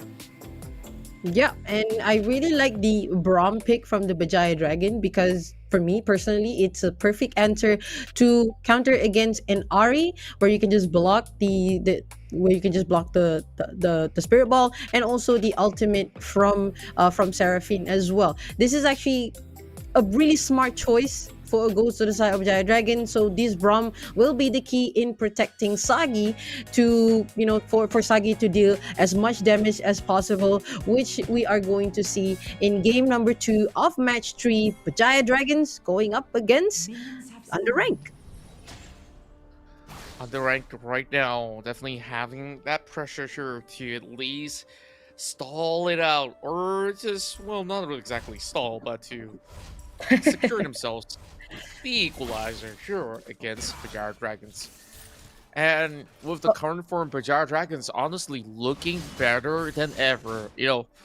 No offense to any past players that were playing, like Zisoni is great, the Karudo has been outstanding as well, but now with the addition of Asila as well as Syndicate, this gives a little bit more of a not only element of surprise to Berjaya Dragons, but even further stability, because we've seen even from Summer Cup, Sasune can actually show up when it matters, but sometimes there are plays that can actually be the double-edged sword, which, holds the likes of Berjaya Dragons back. Zisune has been able to play very similar picks to Asila. It's more about, having a very significant clear-cut lead overall. But then again, I can't just judge from just one game in particular, because Zisune, throughout the season, he is, after all, one of the very best that Malaysia has to offer when it comes down to the Baron lane. Yeah, I most definitely agree with you on that one. And looking at it looks like, Arashi is going, Syndicate going in trying to go for the charm by Kagami, managed to pick up the first blood from Syndicate itself. That was a really nice follow-up right there. Chili does not have priority, cannot go for the assistance. And Kagami managed to pick up the first blood. Well played right there. Indeed it is. Now Chang's getting caught over on the corner of the wall, has to expand the flash. Chili doesn't really have all too much mana, even with the gold card being thrown right through. I guess now you need the blue card to be getting a little bit more mana back. And what you can do, yeah, throw it to the Honeyford. You can also get more mana, more HP. Like his way of thinking, because the minions are pretty far away as well. So Chili is all good to go. And that swing of the axe won't be able to catch onto Crown. Rashi now building that Sheen. Triforce built for the Olaf, something that's kind of standardized across the board. Unless if they want to go for something a little bit more defensive, then maybe starting off with a defense is also a very good way to go. Yeah, I definitely agree. And I mean, if you have the Triforce on the Olaf, not only gives you attack speed, it gives you movement speed as well, and also a little bit of extra damage whenever you cast some spells. So I would think, I would say it would be the best item, the best first sighting item for Olaf. And this Olaf needs to be really careful, as the ward has already been placed down on the Tribush on towards the side of Berjaya Dragon. So right now, I would say it's a little bit difficult. I would say a nuisance for Berjaya Dragon right now to handle Coffee and Shanks, who's playing a two bursty mage, and Sagi really needs to be careful. If he really needs to keep his position like very, very well behind, so he wouldn't get caught by the ultimate from the Orianna, or perhaps maybe from the Seraphine as well. Yeah, AP carry hitting it towards the dual lane. It can actually work from time to time, but I just really want to see, this is against Berjaya Dragons, and I guess this is that sort of the surprise factor that Coffee wants to be seen as. Not only, I'm not only good at marksman, I want to be good at everything, but I'm just stuck in this role, so might as well play a mid lane. So, anyways, just going back to the fact that there is good wave clearance coming from Orianna, and this is why that you can put it as an AP carry. Coffee, well, probably won't be joining in. Kagami comes in to pull them all up. Kiss of Death, but Syndicate here will have a helping hand of Chili. Asila's very first death for the game. Well, I guess UndeRank here should be able to be punishing Berjaya Dragons with Flash, as well as Kagami going in for a good commitment. That was max range, baby boy. Kagami says hello and sealed it with a kiss. Oh, UndeRank. They just retaliated. They are able to read Berjaya's dragon plans right now. I'm loving this. Like they know that, with the with the Lee Sin at the top, like, oh, perhaps maybe a fight is going about to go on, and Crown here is in trouble. But Crown managed to get taken down by Asila, but Chili managed to escape with a slither of his health. A very nice dive, don't you think so, Contra? Yeah, indeed it was. So far, BJD just struggling for a tad bit, and I can definitely tell why it is, due to the fact that UndeRank, they just abused that level 5 spike, going in with some really massive rotations and first caught Berjaya Dragon's all off guard. Asila doesn't have that much of something left out, so lane swaps will come into effect. Berjaya Dragon's now slightly behind. 1,300 is the number. 2 Ludus Echo, Tear of the Goddess, which will lead to the Seraph's phase, and even without the Seraph's embrace, she's been embraced by the Seraphine, so Shanks now getting a little bit of spot on. Oh, great snare on top of boasting the kit as well as Winter.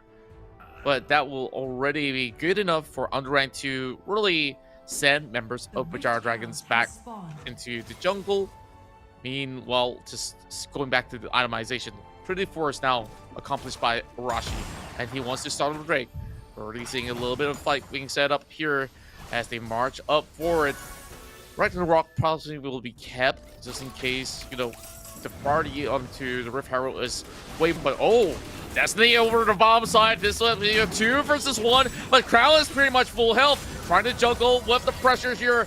Noxian Guillotine has dropped. Asila will give his life in exchange for this turret eventually, 1-for-1. But UndeRank, they managed to get themselves another shove in response to what Berjaya Dragons have been coming up with. Yeah, I love how UndeRank is playing their games at the moment. So UndeRank would like to have, they wanted to have control over this map. They wanted all these turrets. So that's why they had to go for that Rift Herald. And now, but Berjaya Dragon managed to retaliate that by grabbing the first tier 1 turret first. I mean, even though they might lose Reef Herald, but they did manage to get their first turret on the Dragon Lane tier 1 turret. So this opens up a little bit more of opportunity for Berjaya Dragon to, to retaliate in case UndeRank decided to go for the aggressive. Yeah, it's a great news that they also did secure the Infernal Drake overall. So the burst is the name of the game, especially when Kagami, he's been looking for some of his leads. He didn't really get the kills for himself. Crown has been able to stash that all up, helping him in the process to get the Death Dance eventually, or even the Blade of the Ring Kings as the secondary item. Here comes a little bit of the Death Rush there. Oh, beautiful shockwave being dropped right in. Chili now has to use the Pearl Belt just to escape. Syndicate kind of missed the kick. So Berjaya Dragons kind of have to chill for a little bit longer, but UndeRank definitely pulling in the punches already. Kagami going in for the commitment. Winter now dropping real low. Here comes a gold card.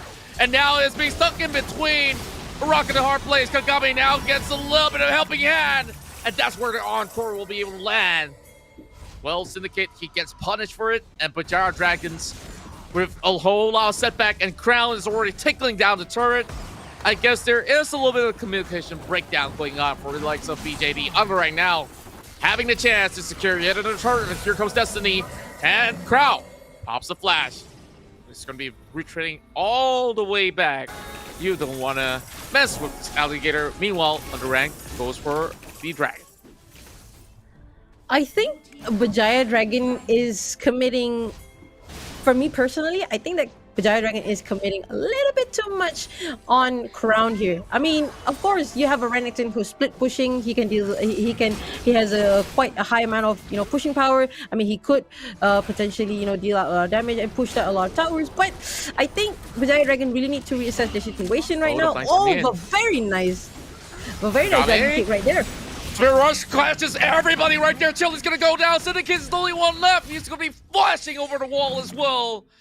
What a response coming in out of the side of UndeRank. He lost that turret, but overall, just overwhelming them time and time again. They go in for that fight.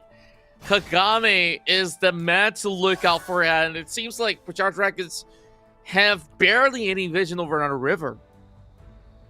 I mean, even though Kagami didn't get that much kill, but the assist says it all. He's quite impactful in this match. He managed to help out a lot, and that's a very interesting use of the Valkyrie.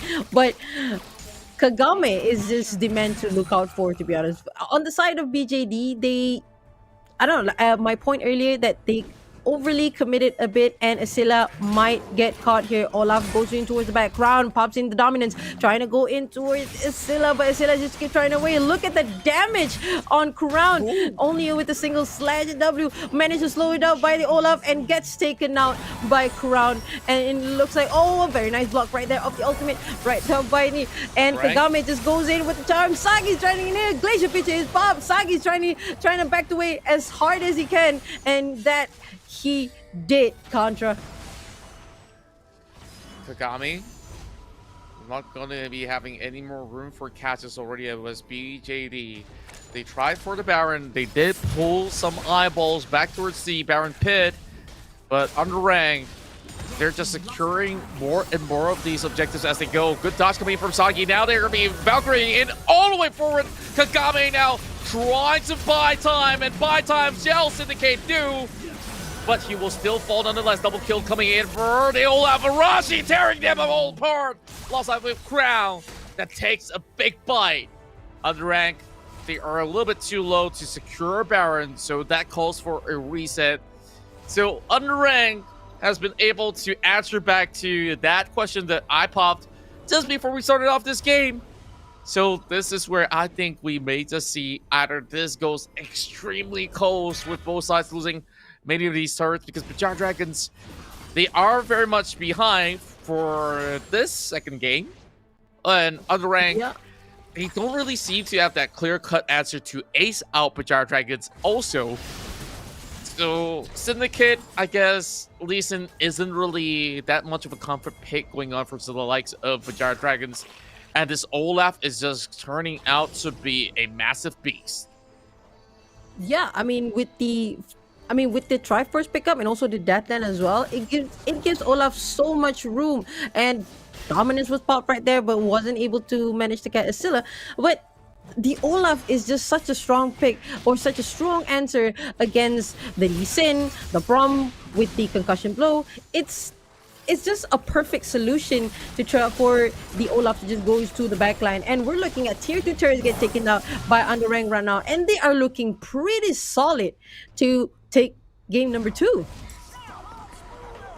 There is still a little bit of chance for Berjaya Dragons when it comes down to team fights, and the problem is that they are definitely squishy units, especially when this Lee Sin is building mostly on the damage department, already working on that Spectre's Cowl.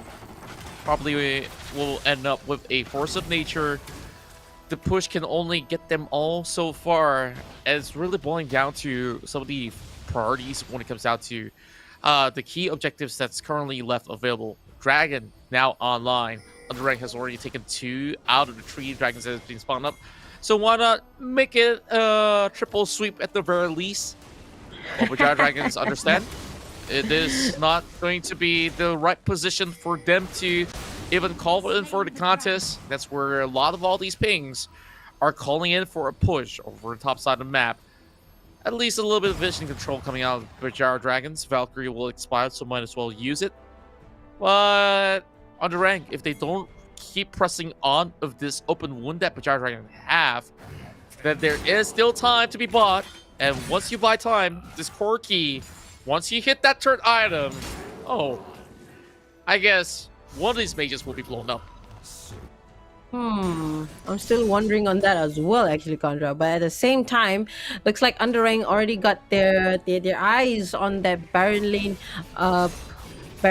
Lane top tier 2 turrets, and they're looking to exert a lot more pressure on towards the map. Wards has been dropped, Scuttle has been taken, and Baron is currently alive. And if they are overly committed to this Baron, then it could be a problem for the UndeRank. They could fall in that team fight, but we'll see how it goes. Yeah, there's just a little bit of tug of war going on over in the mid lane. Yeah, they're just poking each other at the moment. Needing to respond accordingly. They do have TP available. Works now being cleared up by Rashi. Kagami lands a charm, not really the turn he wants. It's a Syndicate overall. I guess he's one of the most wanted men, which is why he has quite a numbers of takedown or the axe upon his head. But UndeRank will initiate here. Another ward already being placed, and this is where, instead of committing all 5 members, they are having 2 members jumping in. Destiny being called out. There is a little bit more room for him to actually pop right by. Here comes the Dragon's Race now, getting members of Berjaya Dragons all deleted, and Syndicate is now hustling to even stay alive. But the back door, though, somebody's got to attend to it. Here comes the Baron-powered recalls, and all they could afford is to get that inhibitor. Berjaya Dragons, I guess they're willing to lose that Baron overall, and this might just cost them the game if Kagami and Arashi gets that full swing. Double TP as well, okay.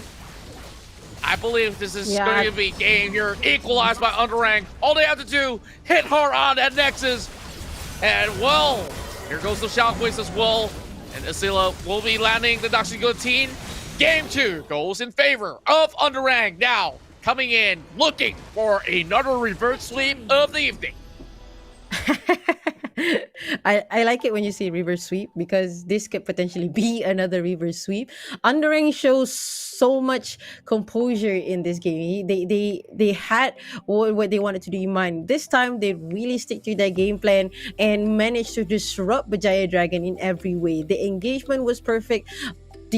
Even the way they move around the map, the pressure they exert on Berjaya Dragon was too much, and Berjaya Dragon couldn't even retaliate. With the Lee Sin pick, it was a clear cut that Olaf was the best answer, because perhaps maybe UndeRank could have predicted that the Braum will be picked up on towards the side of Berjaya Dragon.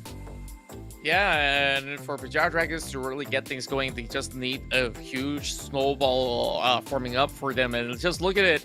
It's only Asila that has been able to achieve those 2 kills. The rest was just empty shells out there, just, shooting a lot of blanks. Kagame is the MVP this time around. 209. It was all the perfect terms that has been able to set it straight for Crown to even get himself a total of 6. Arashi, heading in towards the late game, will not be stopped by anyone, especially when he pops that Ragnarok. Doesn't matter if it's a gold card that you throw at him or the Dragon's Rage. There's just no answer to this raging Olaf that's just marching all the way through. So it just gives Shanks a lot more room to land that encore. And even if that's not even needed, there's always the shockwave that's going to be coming in from Coffee. So great ideas being displayed. And UndeRank coming in with a massive win, especially with Coffee is actually running that Oriana over as a AP carry down in towards the dual lane. This is impressive. And Berjaya Dragons also not really showing the signs that they are immortals after all. The Dragons now take 1 L. So it's not the perfect start that they've been looking for, but we still have one more game to go. And both sides really showing that when they do get leads, they just go hard swinging. The next game, I think, for Berjaya Dragons, they're going to go for a composition where it's all about early game pressure leading out to a little bit more balance into its late game. I mean, they did had the idea of going for that early game pressure where you have the Lee Sin, you can do like, a level 3 gang, a level 3 pickoff, but it wasn't working well with the Kagame was able to push out the shove the lane and preventing that Twisted Fate from running around the map so easily. And it was just perfect for UndeRank to just dominate, keeps on dominating and putting that Lee Sin under so much pressure that even the Lee Sin couldn't do anything. He wasn't able to go to the back to kick any. He wasn't even able to make some spicy Baron steal or maybe a Dragon steal. It just wasn't perfect. They were in this array, it was not really and UndeRank got too it much perfectly. impact. Yeah, overall, Correct. I think Syndicate should rely back on something that is going to be a lot more comfortable, and then maybe Olaf is something that he can't consider because Olaf usually won't have too much of a hard time to skill if he were to do everything on the right spectrum. But regardless, we will still have Game 3 coming your way right after this short break. Lihat, tunggu Stewie. Boom! Wah, bakar, bro! Ada kali Berjaya mendapatkan triple kill, mencari yang keempat dan kuasa kill.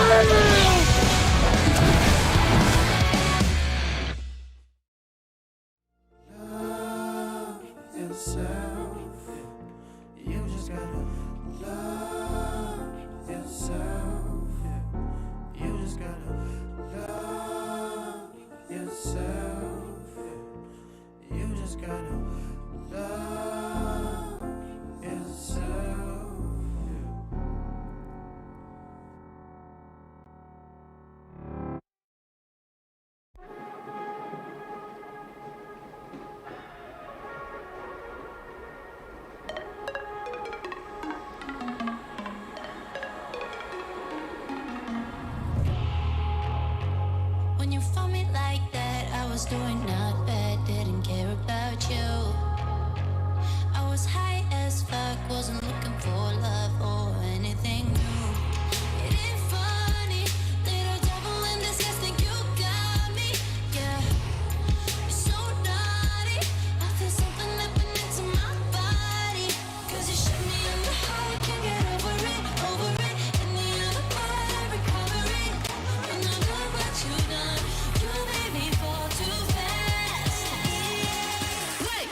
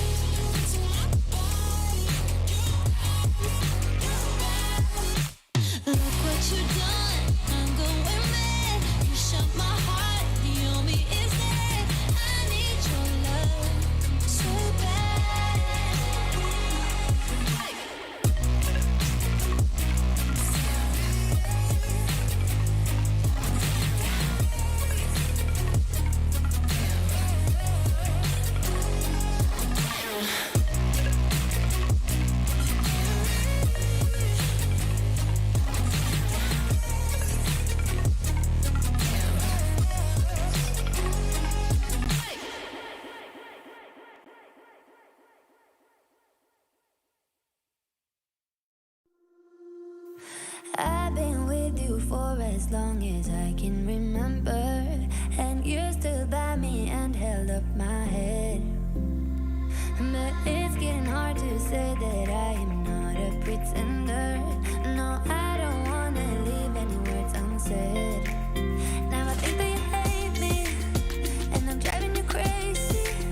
Wish I could say forever, but maybe we're better when we're not together. I know that we have to let it go. I can see your eyes close, and I feel like we're drowning. I know that we have to let it go. Can you see my eyes close, and I feel like we're drowning in it. That we're drowning in it.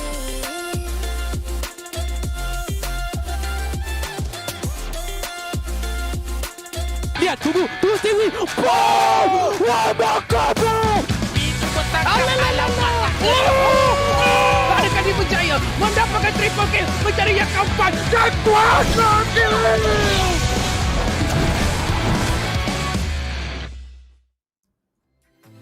I hope you guys have caught yourself some good snacks as well as some great drinks along the way as we will continue with our best of 3 series here when Berjaya Dragons will take on UndeRank. So UndeRank have just come back out of a massive win and now they neutralize the score. It feels like a best of 1 right now. And you are currently joining in. It is the ESL Mobile Open presenting to you League of Legends Wild Rift C Icon Series Malaysia. And of course, special thanks to Maggie as our tournament partners for 2 consecutive seasons. You guys are the big MVPs. And of course, big thank you to ESL alongside with, of course, Riot Games, our game developers for League of Legends Wild Rift. So, Flicker, you know, it wasn't way too straightforward for the likes of Berjaya Dragons, and now they finally get halted just like the side of Geek Fam. So, is this where the winds of change is blowing in the fall season? Because I'm looking at this current trend where even the titans of the past season is now having a slight hiccup along the way. I gotta say, it's been a very interesting game for both BJD and UndeRank. They have shown their color, they've shown their fangs, and they find, I mean, both teams has a clear idea of what they wanted to do, and the other side just managed to sweep away, you know, like when you see UndeRank trying to go for that, trying to go for that objective, but Berjaya Dragons wanted to get the turret as well, but it wasn't really paying off that well, which causes them the game entirely. And I don't know, I mean, Berjaya Dragon has proven strong in the first game, but now UndeRank showing their friends underneath. Perhaps both teams are just testing out the waters, so perhaps maybe we could see even more spicy games on game 3. I mean, what do you think, Contra? Okay, so that pocket pick of the Orianna that was brought forth by Coffee as a AP carry in the Dragon lane has been showing up with a little bit of a pleasant surprise. And I guess that everything that could have went well for UndeRank has been going extremely well indeed. And Syndicate didn't seem like he had any sort of footing going on as a Lee Sin. So the time is now to come with maybe the likes of Berjaya Dragons. If they were to think about the Lee Sin again, they gotta think twice. Is this the way that they want to go about it? Because members of UndeRank has been able to answer back with the Olaf. I guess the draft will be able to give us a little bit cleaner picture as we head in towards the Champion Select, brought to you by Maggie Hot Cup. Yeah, and looking at the bans right now coming in from both teams, you have the Lee Sin and the Galio and Gragas on the side of UndeRank. Camille, Ziggs, and also Fiora has been locked away by both of these teams. So, of course, Berjaya Dragon, I'm guessing that Berjaya Dragon thought is that, okay, if we can't play Lee Sin, so you guys can play Lee Sin as well. We're going to see how we're going to do, this. I mean, we already know your game plan, and UndeRank also understand what the game plan of Berjaya Dragon. So we're going to see how both teams are going to answer to each other's picks and to each other's picks here. As you can see, on the side of Berjaya Dragon, they already picked up a Renekton on towards the side of Baron Lane. Yeah, in game number 1, Asila has been showing some of the best plays possible made by Renekton. Even when dive comes in 2 versus 1, he's been able to hold his own. Even the past game itself, when we was playing things like Darius, yeah, it's been able to actually hold the fort for the moment. UndeRank now opting to go in with a very different approach. Now, I have dropped this sort of ball where, you know, Darwin could also hit in towards the Baron lane, and it can actually extend the Dragon Lance just to slowly poke down the health bars of Renekton. That could be an easy answer to bully things off, or it could also be, you know, Wukong over the Baron lane to just throw them a little bit of curveball. Now, Shelly goes in to secure himself that core key. Still a little bit of flex pick options coming in for the side of Berjaya Dragons, but UndeRank wants a little bit of appeal potential, and that's where Nami comes in pretty handy, having Aqua Priestess as well as Tidal Wave on their expense. That gives more layers of crowd control over to the hands of UndeRank, and further enhancing it with the Ezreal as the safest pick overall for Coffee. Yeah, I mean, Ezreal with the Arcane Shift, and you have the poking potential. This opens up a really good opportunity for Coffee to just try and show his dominance over towards the Dragon lane. And Berjaya Dragon has an answer to that, which is going to be the Kai'Sa and the Janna. Comparing these two, it's going to be perhaps maybe the lane priority will go on towards the side of Berjaya Dragons, because Kai'Sa has a better wave play compared to an Ezreal without, I mean, if we're talking about both team have no items, and Janna with the low cooldown to Tornado as well with the Monsoon. So I'm guessing that Berjaya Dragons will be having Sagi is the priority or the win condition for these games. Yeah, I definitely think that going back to what he is extremely familiar with, as he has a very high win ratio on that Kai'Sa. And if you were to actually check when it comes down to who's on the challenger leaderboards, yes, Coffee is definitely one of the highest ranked players, especially hailing from Malaysia, on the board. But for the likes of Sagi, he's probably one of the best Kai'Sa that has ever to be played.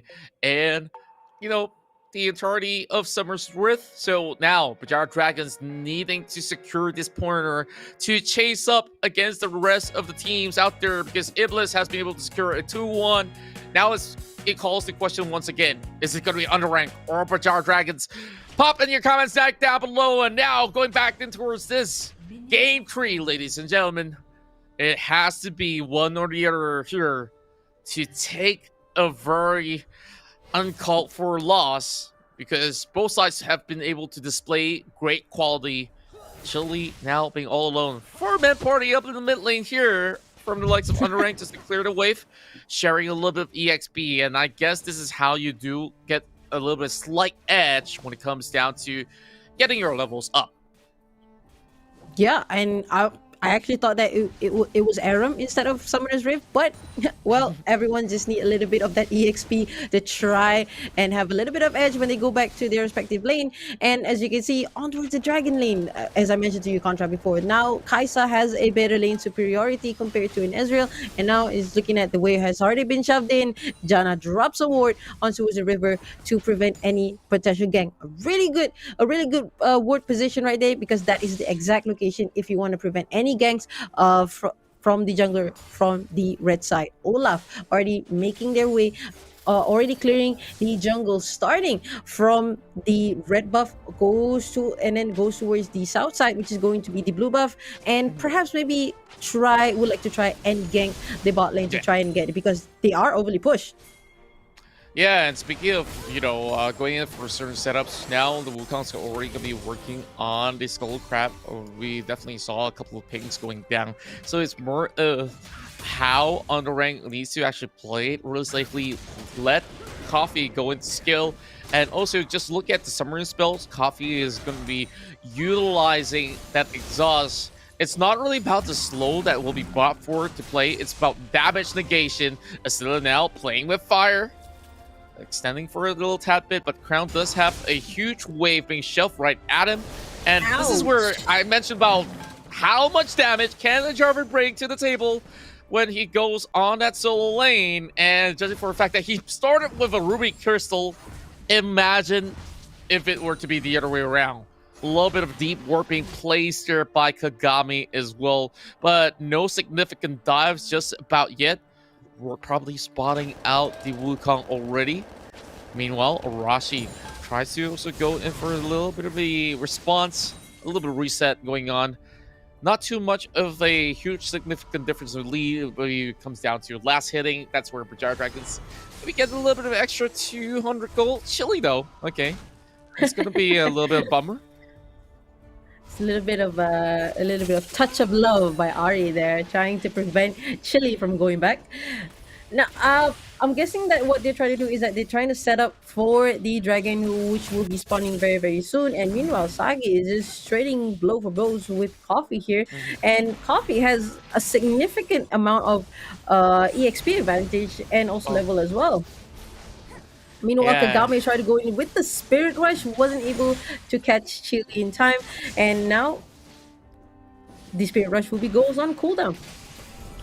Yeah, I guess there is no need for heavy commitment, especially when you're facing against a Corki. He does have his Valkyrie up intact. The cooldowns are definitely significantly lower. Asila smartly goes in for a slice and dice as soon as the flag goes down.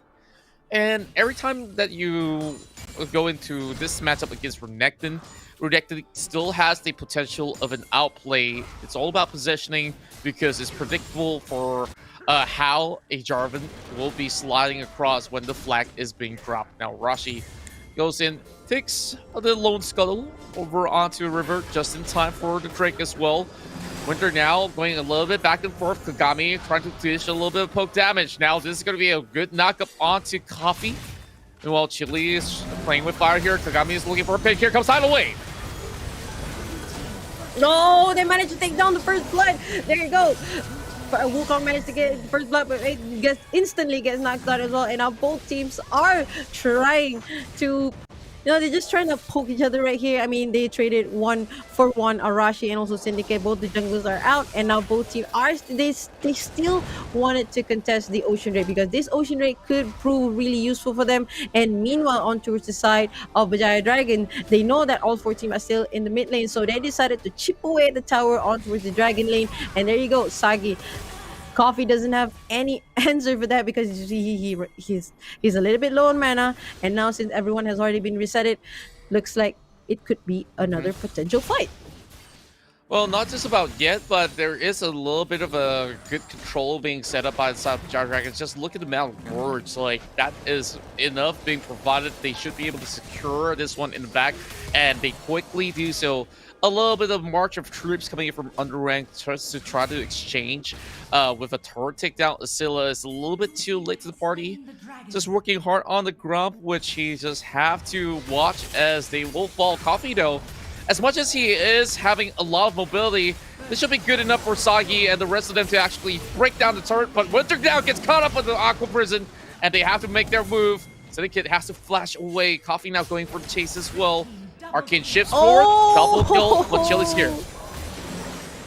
Chili's here with the Corki, trying to go for the and Winter managed to save Chili's life, managed to save her life as well with the Monsoon, managed to heal himself. That was, I would say it was a little bit overcommitment. Winter almost get caught right there by the charm, but managed to escape with a slither of her health. Kagami, perhaps with his Spirit Rush, is available, so they are looking to try and grab, but not going to commit fully. And meanwhile, Reef Herald is going to be an easy pickup on towards this side of UndeRank.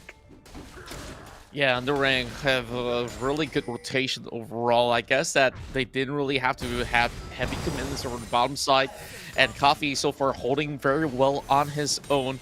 That provides a lot more room for Shank to contribute when it comes down to team fights. And when Shank shows up, you saw that Aqua Prison, it managed to land perfectly on top of members of Berjaya Dragon, and also having the tidal wave available just did not really disrupt them overall. I guess things are definitely looking pretty shimmering splendid.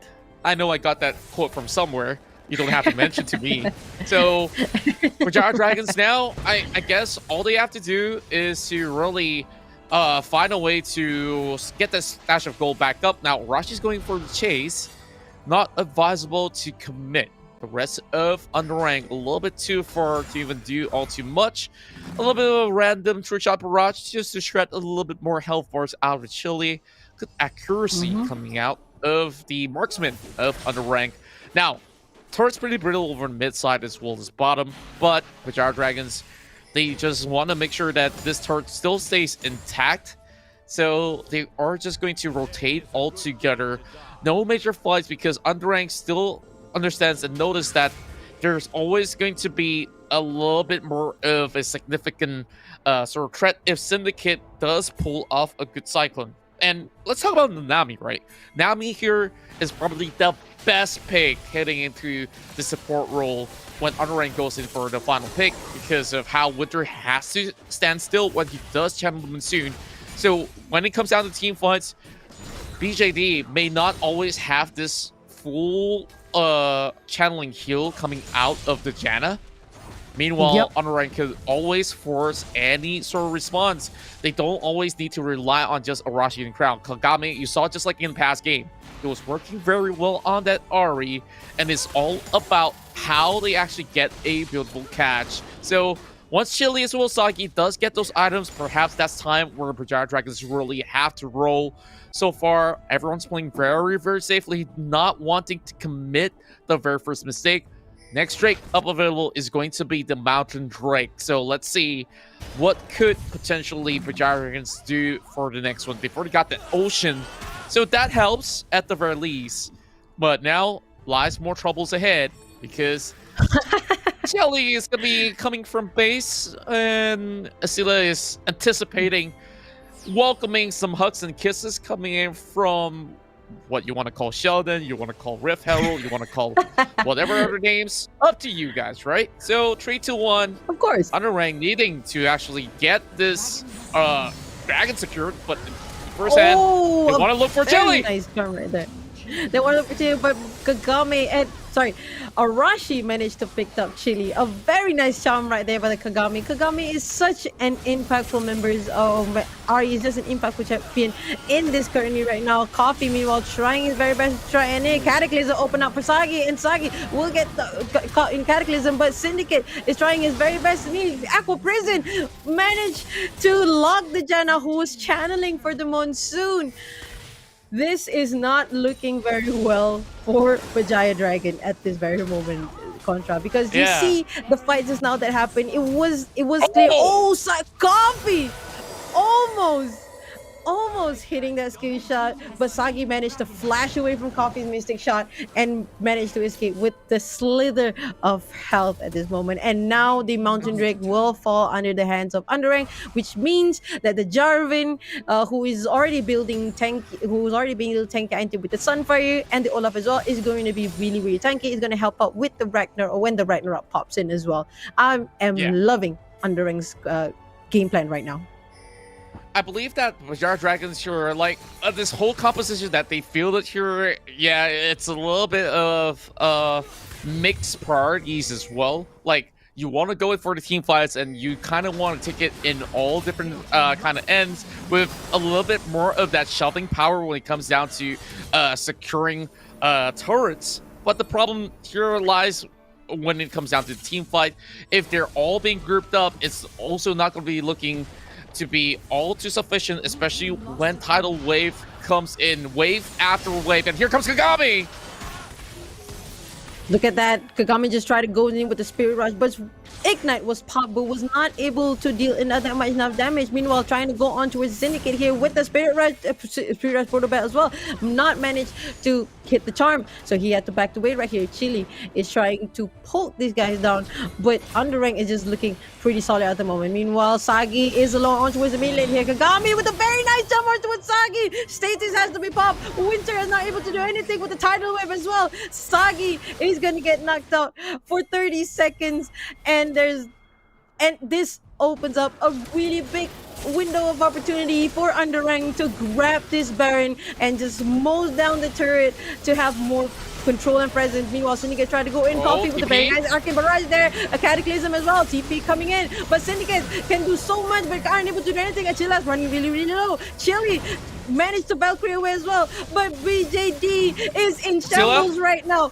Kagame, oh, Kagame okay, managed to get knocked down, but by the Janna with the Ignite. I love it. Meanwhile, Coffee goes on to Chili with the instinct shot, managed to get the double kill right there, flashes away from Achilla. Meanwhile, Sagi almost hitting that Mystic shot. Meanwhile, but Achilla, Achilla with the nice Mystic shot, misses the Arcane Barrage, but the Mystic shot seals it all, takes out Coffee managed to take out Achilla and managed to solidify himself. Look at the score right now. He's 7-0-2 with the Triforce, with the Manamune as well. He's just solid. Coffee is just solid right now, Contra. Yeah, Coffee is now flexing on how well he plays on the marksman role. And just showing Saki that, you know, last season, yeah, you get to shine just because I am not playing in the summer split. Now that I'm back, we're making sure that this is going to be the most heated rivalry that we're going to be getting. Oh, Kagame, no, he's doing it for the tunnel wave as well. Here comes the Cyclone, and the rest of them will falter. Coffee down by side, and they're not going to come straight through. Now, because we'll set them all in place. There's nowhere safe in the turret zone, while Chili tries to fall right back. UndeRank, they have an open goal. And this is where things start to fall apart for BJD. Today's storyline, tomorrow's front page news, if any newspaper wanted to cover it. Reverse sweep. Reverse sweep. Reverse sweep. I can say it all day. And just look at this. My word, Jack, Coffee, they are just playing so right well. Now. They're just out of this world. Just look at them easily melting down the health bars of the dragon. You don't even need to highlight how many percent that it goes because Berjaya Dragons now know they have finally met a challenge here. It may no longer be BJB to be having an El Clasico with Geek fan because UndeRank now showing who's boss. We can definitely see there's 200% training really putting in, really showing results here. The way they coordinated those fights was just simply amazing. They set up the fight. They set up the fight for that tier 2 mid turret pretty well. Even with Kagame, just goes in just like that with the Spirit Rush and the Proto Belt and the Charm as well. Managed to pick up not one, but 2 of BJD players. And it was just amazing how they coordinated that fight well. Even though BJD managed to escape, but hey, they did survive. I really want to point out some of the itemization as well on how effective they have been building against the likes of Berjaya Dragons, understanding that there is a lot of all these attack speed as well as damage output in the form of AD. That's where a whole lot of armory comes out of Crown. Yes, no contributions coming into kills, but it's all about the setups, right? Making sure that UndeRank having Coffee here to also take charge and melt down the rest of the health bars. Now that he's got even the Mortal Reminder to book, Winter is a non-factor in the entirety of the game, and here's why. Like, yeah, whether you heal or not, it's not going to be mattering all too much. Torn Mail now will reflect whatever damage being done towards this Javern. So if there's anyone that Berjaya Dragons should look to actually catch, it's Coffee, and it's not going to be all too clear-cut, right? As I said beforehand, there's the exhaust. There's also, like, how many are layers in front of them. So UndeRank will go in front, Chilling now popping the stasis, and Syndicate hoping to actually steal this one away. Teleport comes in. But there you go. The Dragon Baron still falls onto his side of knee. Attila tried to go in. Meanwhile, Sagi gets knocked out. Tried to go in for the kill, but Chili tried to deal a lot of damage here, but he wasn't able to do that much enough. Crown with one more Q, and there you go. Wow. Quadra kill for Coffee. Flexing on that kill, and the teleport came in, and it looks like UndeRank will be closing this game easily with the clean ace for the Baron. And I'm just speechless, Contra. I am seriously speechless right now. I understand why you're speechless, because the Kings have now fallen, and it's UndeRank's time here to shine. 2-1. The past game, in game number 2, they showed the same similar dominant performance. Only 2 kills have been achieved by Berjaya Dragons, and it is a repeat coming into game 3 as well. It's all about how they not only pull in some big macro plays, pickoffs after pickoffs. There's so many forms of initiation, and I just felt that Tijana is one of the problems that they do have, where she is being forced to stand still when it comes down to pulling off that monsoon. Easily answered by this Nami pick coming out of Shank. 16 assists. Yes, Coffee definitely has done the most damage, but who's supplementing that? It has to be Shanks, it has to be Crown that has been able to get all of these advantages. Chili being the SVP, and Sagi having such a rough time over the bottom lane. Good priorities being set by the side of UndeRank, and Berjaya Dragons now being silenced upon. I am honestly not the biggest of fan when it comes down to Wukong picks inside the jungle. So it's a little bit of a mischemistry that I'm looking at. I guess Berjaya Dragons really have to go back to the drawing board to see what really was the biggest problem right here. Scylla, yeah, early game seems to be a-okay, but it was all these team fights that they are unable to even juggle. Arashi just feeling all too comfortable playing on that Olaf. So all they have to do, all these tanks, just make it beefier, while Syndicate has been moving from Ditman's Plate into more of the mixed stats into the tank department. Meanwhile, Chili, takes a while to really get online. So I guess this really calls to question, like, is this ever going to be good enough? Berjaya Dragons definitely have a lot more things to study about. And finally, UndeRank now poses one of the biggest upsets overall. Geek Fam getting taken down. We had our eyes open, but now UndeRank taking down Berjaya Dragons. That's our jaws being dropped. And just look at the damage. Coffee, 32k. It's 3-fold higher than what Sagi offered in this match. And if you compare to Chili, that's 2.5. Exactly. I'm super surprised how well UndeRank managed to pull off this composition. They know that their priority was Coffee. Kagame was supposed to go in and make and disrupt the front line, and that's what they did. They managed to do it. Coffee was just there, and it was just, for me, the fall of the dragon in this game was when Sagi and also Syndicate overly committed on trying to take down that tier 1 dragon tower, where Coffee was already there defending that tower so well, even though the turret almost fell down, but it did manage to take a couple of shots to Sagi, and Coffee just answered that with the exhaust, with the flash, and also the mystic shot and the arcane barrage as well. And from that point on, Coffee just starts snowballing with the damage output that he does was just perfect. And the setup that they put in for Coffee was just amazing. Kagami goes in with the Spirit Rush Protobelt Charm, and with the Cataclysm from the Jarvan as well, was just a buffet for Coffee to just enjoy taking down all those players. I guess there's a little bit of coffee for everyone here on the caster's desk, because we have went on overtime, back-to-back series, and now fall season, as we promised, has been a whole lot more spicy as compared to, summer split. which we saw, even great things that has happened.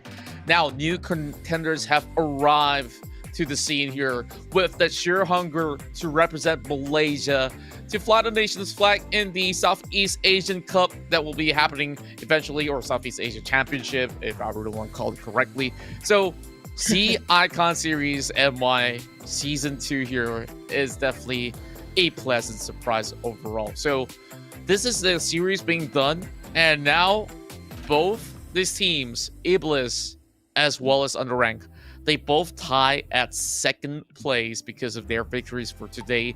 The only ones that have been able to walk away with the most points overall has been Silent Killer, but there's still one more series to be played out. So I believe that there might just be an interview that we want to be heading over alongside with members of UndeRank, because they come back in.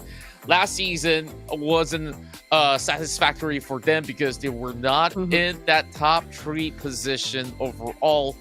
And right until this point, with those major changes, they have been able to arrive well enough to take out Berjaya Dragons, who have known to be the best team in Malaysia. So with that being said, we have our special guest here that has popped off on that Ezreal. So please welcome the maestro of marksmen, and it is none other than Coffee. Let's have a little bit of a chat with him. Coffee, welcome on board, and Hello, finally Coffee. we have you joining in towards the fall split. And what a way to actually start off the first day of the fall split. You guys have managed to crush them in a 3-game series. I'm pretty sure you're excited, Coffee. I know it's been a while since we got to speak to you. So how are you feeling right now? I'm super excited and very, very happy. Okay. I know. Here, we'll let you take a little bit of time to gather your thoughts. And this is where, you brought in not only marksmen to play. Whose idea was it to put that Orianna down and towards that dragon lane, playing as an AP carry? Were you feeling comfortable overall? Because, Sagi is also quite a formidable opponent. Actually, it's quite easy because Orianna can wreck every single ADC in lane. And then it's actually a team comp that we've been practicing for a few days. It's really good. I would suggest people and teams to try it out. It's really nice. Okay, I guess right after this interview, everybody who plays rank game for today will be expecting to see some Oriannas right after. So, But please don't get fame.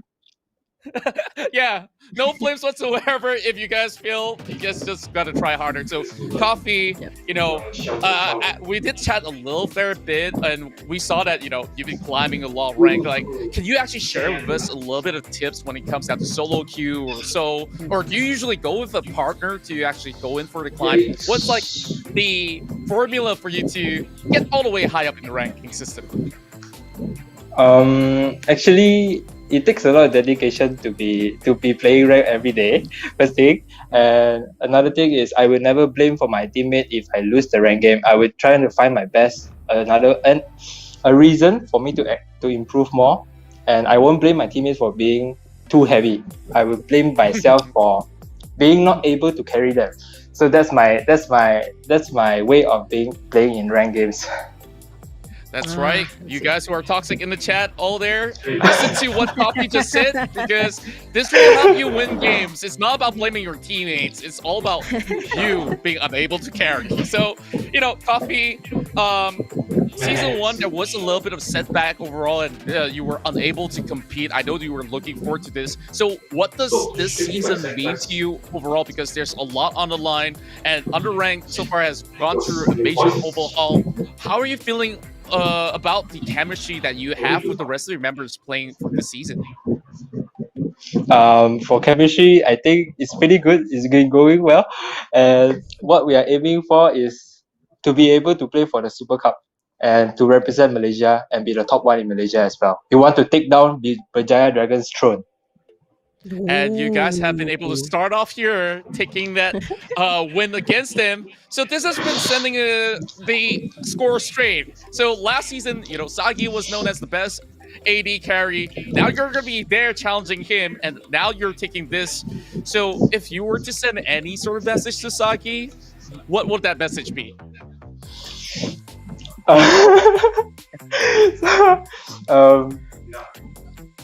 Don't be so confident. I'm coming for you. Okay, so that's very much straightforward, but you know, fans who are watching out there were left baffled, whether it's BJD fans or even UndeRank fans. I'm sure that there's a lot of conversions going on. So anything you want to say to, you know, people who have been supporting you, been watching maybe some of your games and all that. So words of advice, and also, you know, message to people who are supporting UndeRank to, you know, take the top title for Malaysia Sea Icon Series. Let us try to build the best community in Malaysia and not be toxic in the community, and let us try to increase the player base of the game.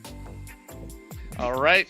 Most Lots of definitely. love to you too, Coffee. I guess that's all the questions that we have for now. So there's still more matches to go.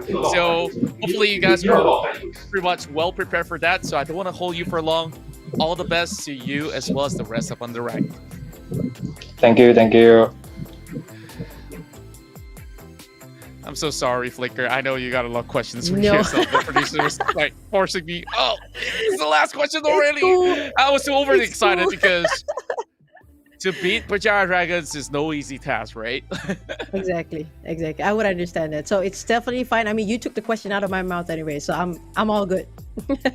But Yeah. it was really nice to see you know, these new faces. They managed to take out the giant, and you know, creating a new ecosystem that is fresh to the scene, and I'm pretty excited to see how the rest of the series are going to go.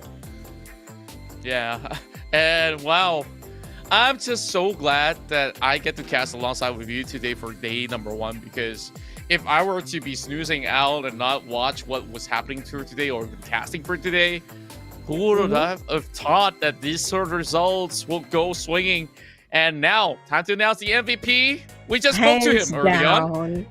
Yeah. Although it's 404, Hands there's down. no error to be made. Like, his Asriel was on another level. He was just built different. So, Coffee, make no spills. He's just a maestro when it comes down to lane dominance. You want somebody to carry you in your rank games? Give Coffee a little bit of ring, all right? Forgot to ask him what's his Instagram handle or so. I know ladies now all lining up. If he's thinking or not, I don't know. I don't care either ways. But you guys, yeah, support mates. This is the kind of ADC you want. Most definitely. I mean, his performance was phenomenal. He does his micro skills and also the macro skills. He knows what he wanted to do in the lane. So this is the kind of, if you are an aspiring ADC out there, this is the kind of ADC that you should be. And for support me as well, this is the kind of ADC that you want to support with. But then remember, as his advice during the interview, don't flame. It's always your fault. It's not your teammate's fault, even though it's obvious. Yeah. I'm sorry. And make sure, of course, keep the positive vibes coming. We are building the company all together. Wild Rift is here to stay. So no fuss whatsoever. I know. I've been following everything. Not going to be mentioning more than that. So ESL Mobile Open here so far, providing the best platform for competitive play for the League of Legends Wild Rift. And we are currently having the Sea Icon Series Malaysia happening throughout the entirety of the month, all the way to the next one as well, in search for the best Wild Rift team of Malaysia. And you heard it from UndeRank themselves that they want to be the best. And if you guys want to, you guys can start somewhere. We got to thank Baggy Hot Cup for hosting all these community tournaments, and that's a good platform you can start off with. And all of this brought to you by ESL as well as Riot Games. So when we come back, the final series will be happening real soon, so don't go anywhere, ladies and gentlemen. We will be right back. Nice. Alright, go. Down first. Can. Alright, down already. Nexus. Alright, okay. Nice!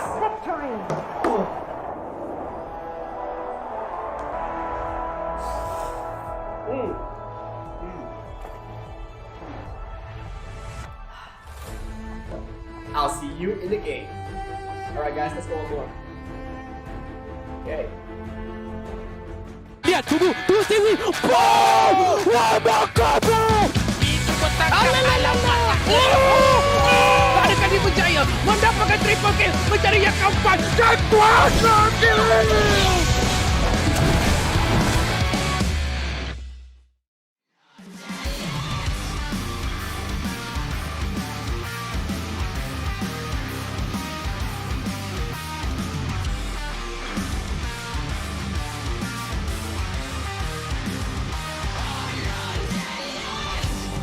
I won't hesitate.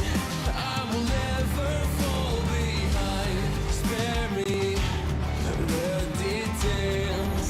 I got big things on my mind. Hello, can you hear me? I think I'm still alive. High up in the clouds, and I'm never gonna come back. Never gonna come back down. Hello, can you hear me? I think I'm still alive. High up in the clouds, and I'm never gonna come back. Never gonna come back down. There's no more time or space for mundanities, but I can't turn away. It's my name they're calling out. I didn't come here for the cloud. I came to scream, I came to shout. I'm not dead yet.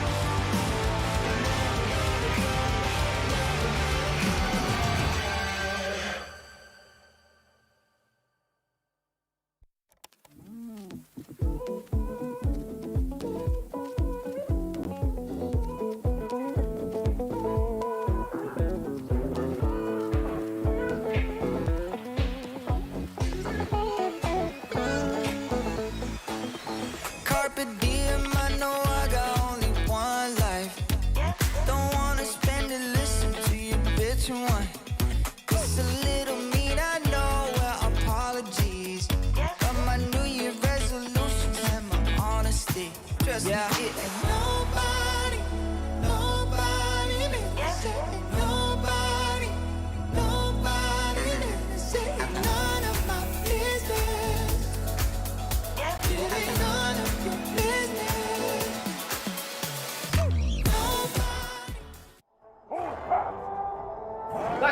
Nice. Alright, go. Down first. Can. Alright, down already. Nexus. Alright, okay. Nice!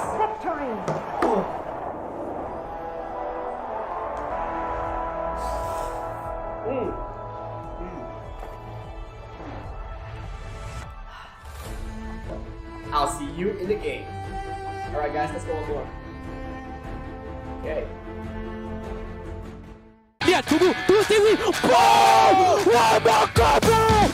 Itu kotak alamak. Adakah dia berjaya mendapatkan triple kill, mencari yang keempat dan kuasa kill.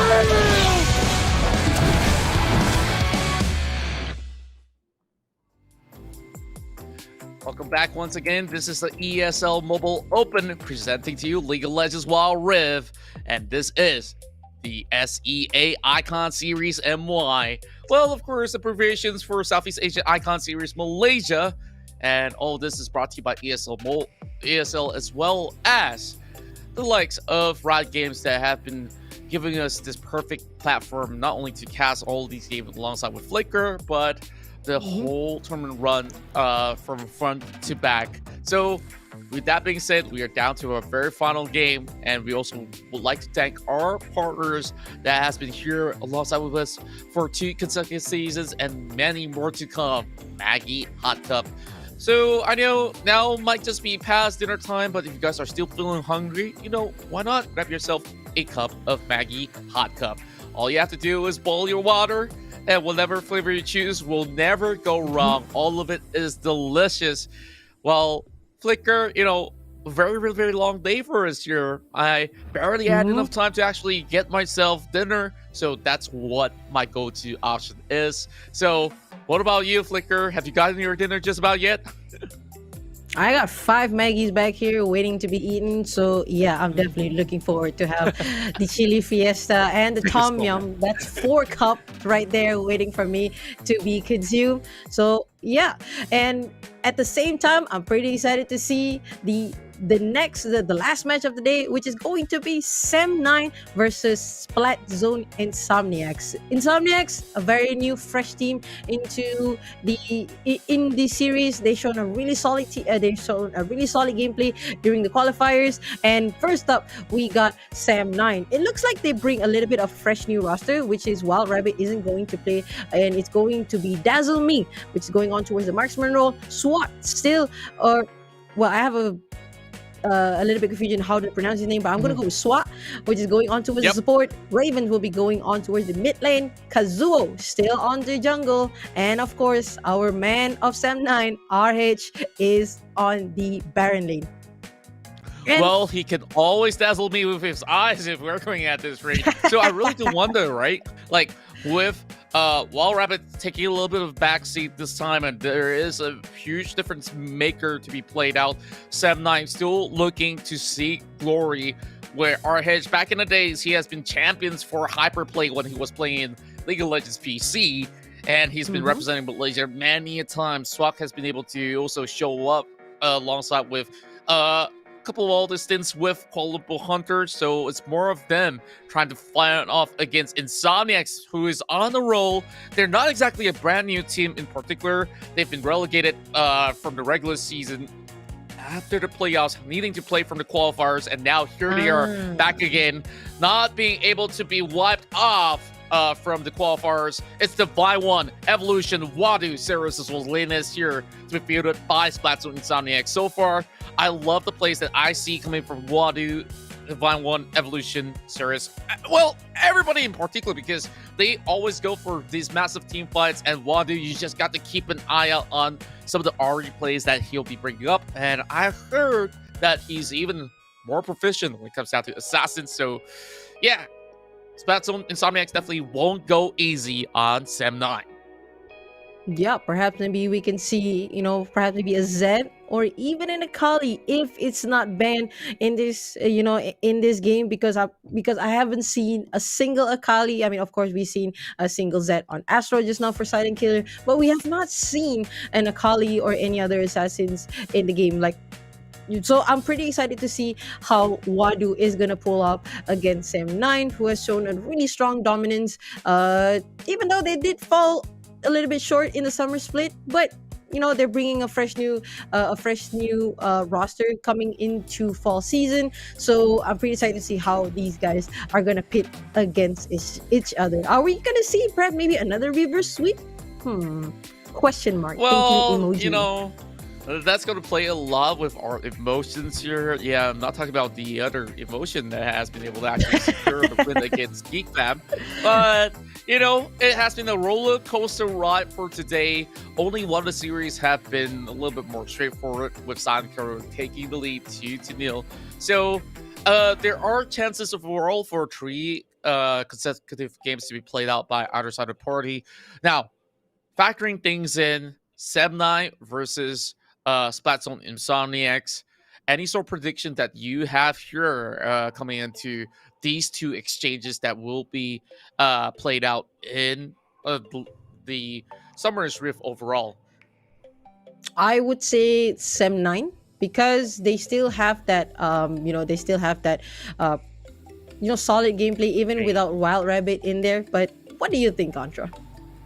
Yeah, I mean, it's clearly shown right down below here that we are pretty much in sync. But we have gotten 2 wrongs for today. I'm not trying to jinx you guys, M9. Don't worry about that. But this is a good news overall. If our predictions don't go right, yeah, sometimes certain teams statistically has proven that they've been able to play clean games or even go in with some massive numbers. But now, when it comes down to a brand new slate coming into the fall season, there has been a lot more opportunities to be grasped by all these new amazing names. So if anybody's news and still live back in the past, like how I've been calling, this season as the summer season, well, I've definitely been lagging behind, and they cannot lag behind on meta, especially for the pro players. So far, I guess definitely. how it has been shaping, we did see Riven coming into effect. We haven't seen a single Irelia just about yet. I want to see Irelia overall because she can actually dance around with all these Blade Surge and eventually close things out, especially if you're going for a team fight.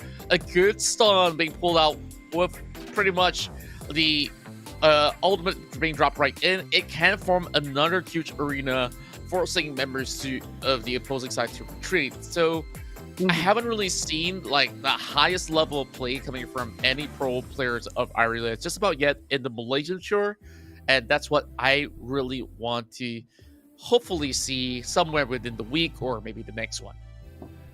Because to add on top of that, Contra, Aurelia is, I would say, a high skill cap champion to use. It's not exactly, because you need to work around with the passive and also with the stun as well. So, in a way, I'm pretty, looking forward to an Aurelia in any of my games that I casted, because if I don't, then I would be really disappointed. But nonetheless, if we can see a single Aurelia in any of these games, it would be quite an interesting one, because Aurelia, even in the League of Legends PC version, Aurelia has been proved to be a really strong contender, not only on the Baron lane, on towards the mid lane as well. He can be a really good fighter, but perhaps maybe what do you guys think of the of Irelia coming into Icon series?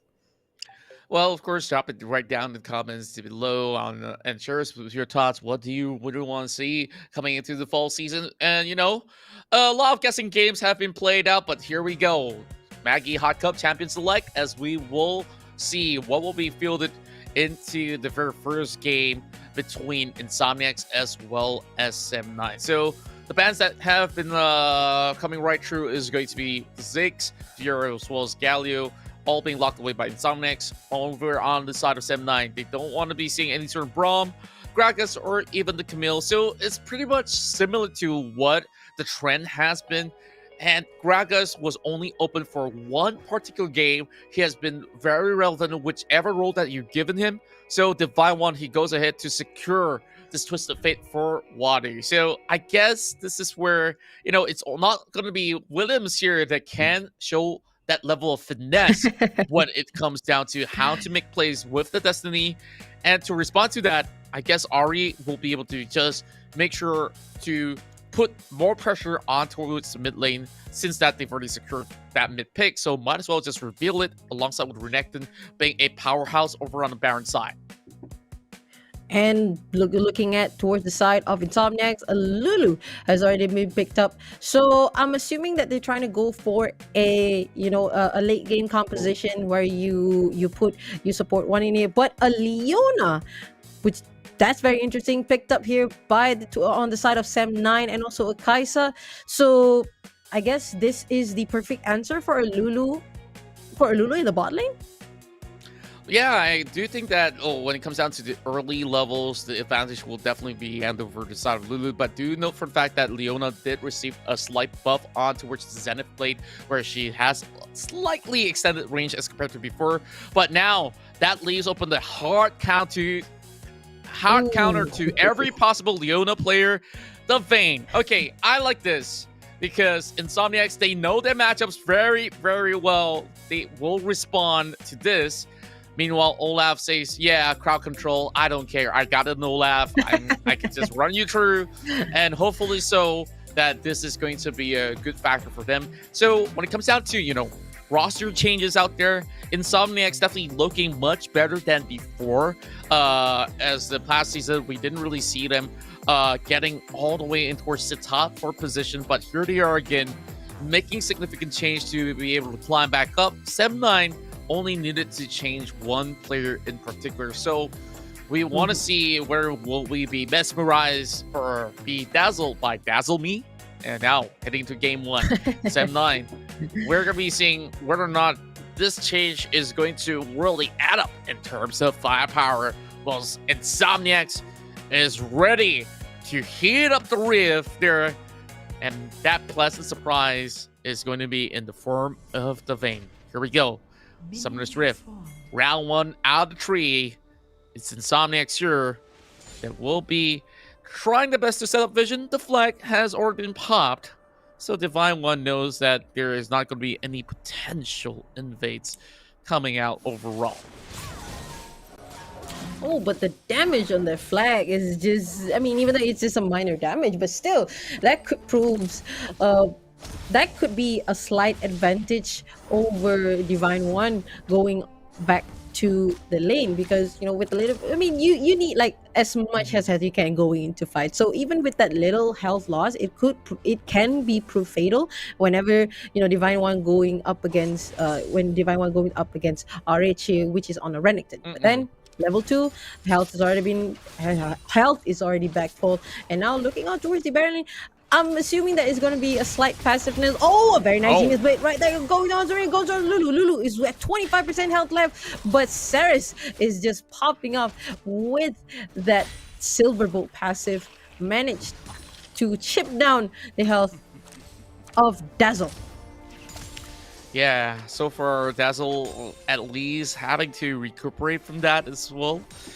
And over on the top side of the map, I guess, you know, we will see a little bit of visit being paid there by Evolution. Divine One, you know, starting with the flag is not really the most ideal, but Dazzle Me is going to be having so many significant bolts being chunked right at him, forcing him to perhaps going for a recall. But now that the jungler has already been arriving to the scene of the river, I guess 7-9 can definitely buy a little bit more time, rely on those honey fruits, and Divine One now wants to follow up. The flag has already been popped, so Evolution will just expend that flash out of RH. And with this, I guess 7-9 is being held right back without Insomniax needing to even pull the trigger. For the moment, yes, 7-9 may have a little bit of added goal right there. I believe that it's RH that has been able to take maybe a lot of all these good last hits, especially when Divine One can't exactly going for a push.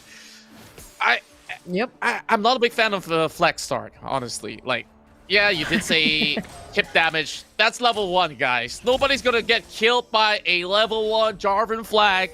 If you are a legend. Send me those clips and I'll post it for you.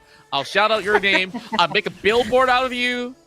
And yeah, okay. Just kidding. I don't have the budget for a billboard. So need a little bit of pay raise for that. But Kazuo knows that this is where they can find a little bit of punishment. Divine One looks to back away, and this is a smart call. Redemption now being popped by the Lulu, so Linus is just giving a little bit more helping hand. Interesting lane swaps. Both the support are now going on a roam.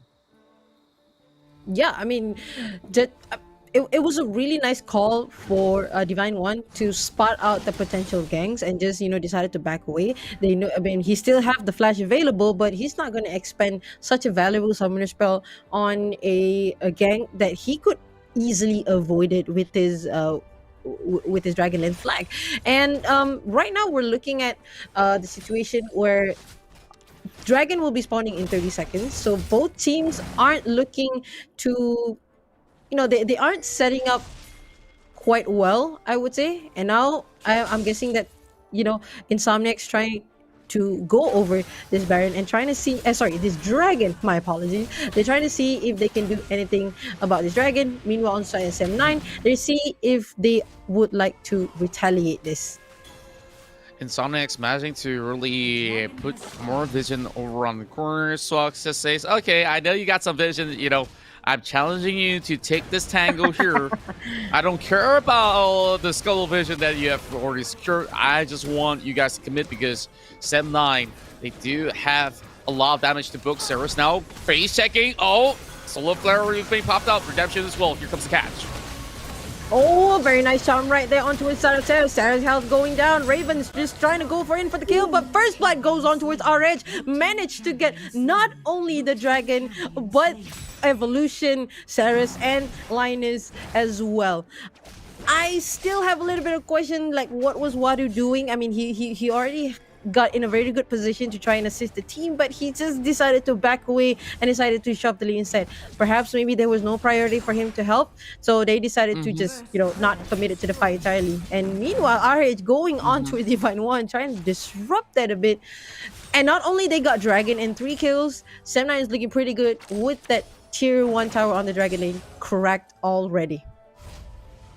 Yeah, and I guess the correct play to be played out by the side of Insomniax is really to secure that tier 1 tower over top side, because they've already lost that priority to Sem9. Sem9 already knowing that they have the advantage, and you just really want to compare the power spike in the early stage of the game. Understanding your champion mechanics is one thing, knowing their strength is another. So Sem9 knows that this is possibly the best start they can get whenever they hit level 5. So Sem9 just to go double down on that Drake. Now they are getting a little too much. Here comes Swag though.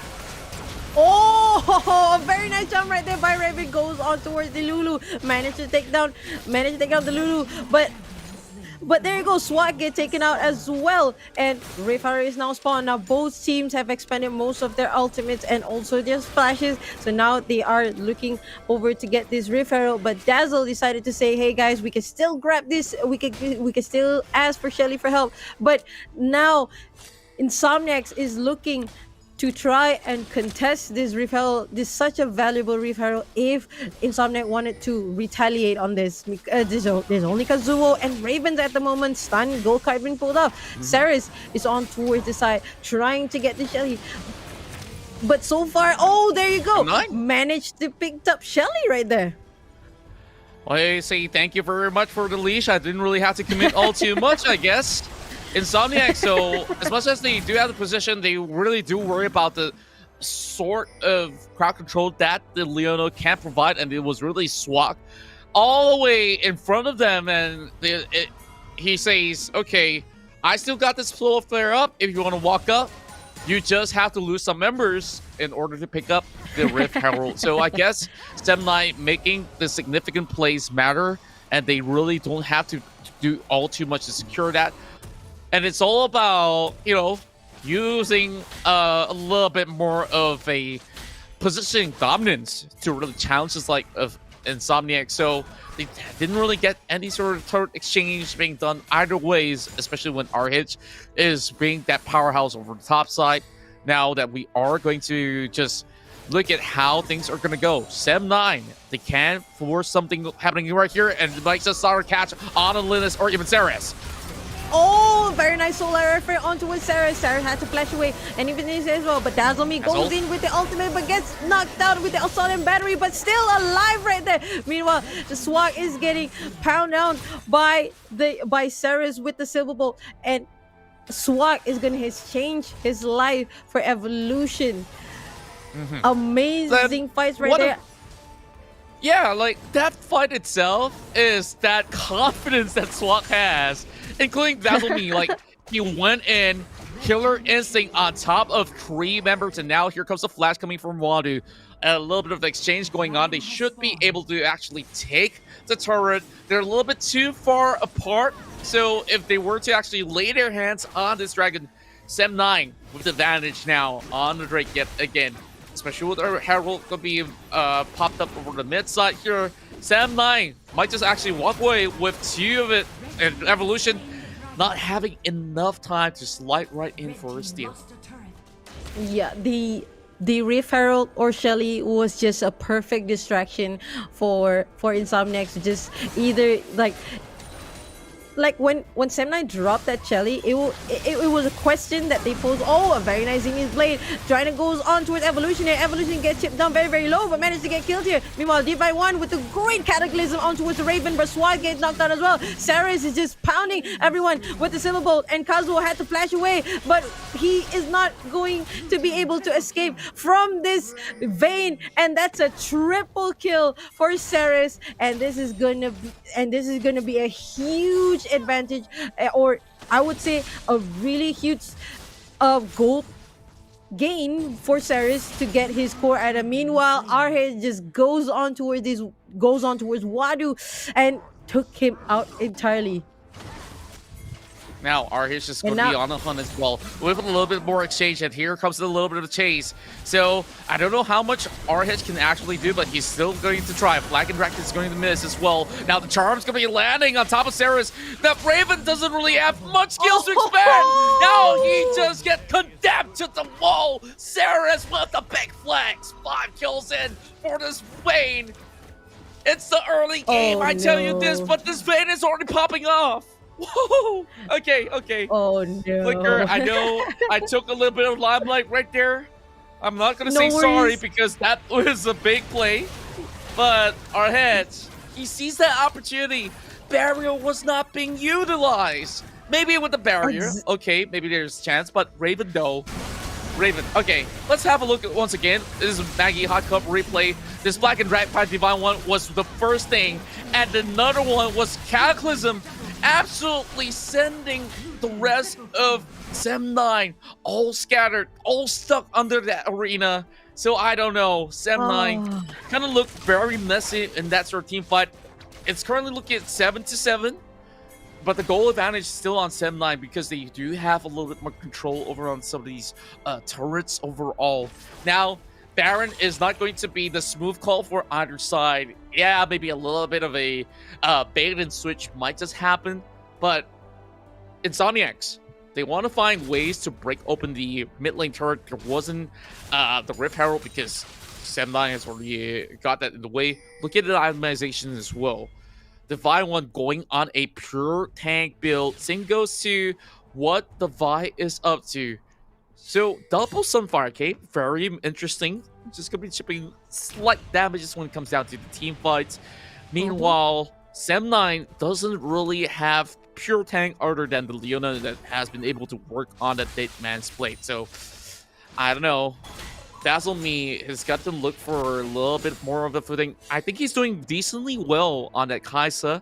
But, of course, if you were to make comparison with Saris, yeah, a few hundred gold honestly is not too much. It's more of how the members of Sem9 need to protect him overall.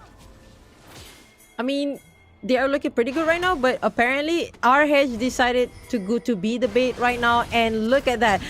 Sem9 is just looking to trash this mid lane turret, but gets engaged as well. Looks like Dazzle-Me is gonna get stunned for a couple of times here. Meanwhile, Divine One is trying to find any evolution, trying to go on towards Dazzle-Me and Divine One as well. And Dazzle-Me just trying to stay alive, but there you go. Vayne managed to pick up that knee and the double kill right there. And now Saris is godlike, and this is going to open up a really nice opportunity for Insomniax to grab this easy Baron. Meanwhile, RH and Kazuo on towards the side together with Raven as well. Is able going to do it? Is able going to steal? No, he's not able to steal. Lulu get knocked out instantly. But Saris is still alive, killing these tanks. Ravens get stunned with the nice gold card, and that's a clean ace for Insomniax. And Sem9 is slowly losing their grip in this game, Contra. Insomniax is pulling everything on the line. And Saris, you saw going in with that flash forward, connecting with that bolt, where it was energized with the static shift, just absolutely tapped them all out, while Sem9 leaving with a few more members out there. So Insomniac saw that great opening for the Baron, and they have took their chances out there. 12-8, yes. Couple of dragons for the likes of Sem9, but we have to look at the instant replay once again, brought to you by Maggie Hot Cup. Our head tried to go in for the out trades, but you see, Raven doesn't seem to have enough of that cooldown, and Wadu goes into secure the gold copper. We go right back into the fight as well. Evolution now running for the life. Semnai goes into trade! And now two members being blown to bits. And Insomniax, they may lose a couple of Baron buff, but look at the back door though. Oh no, look at the Twisted Fate and also Divine One going for the name, but then SM9 is answering this with the push on the inhibitor turrets right now. Evolution's trying his very best trying to defend this with his art battery, but the inhibitor will get knocked out. Oh, very, very nice retaliation right there by SM9 on towards the call for Insomniax. Yeah, let's take a little bit of a slower tempo. As now that there's not much of a team fight going on. 1,000 gold in difference. Honestly, it's negligible for the moment. But when it comes down to control, let's look at the number of turrets from both sides. Now that Insomniax is already knocking over mid side, that will even it to 5 turrets apiece. And we got this scaling vein that is a huge problem. And he's also got the Stasis Enchanted. So Sem9 will need to really fully commit on his vein if ever any fights break down. So not really having enough stuns other than, you know, Arheads, if he does have his Fury stacks available.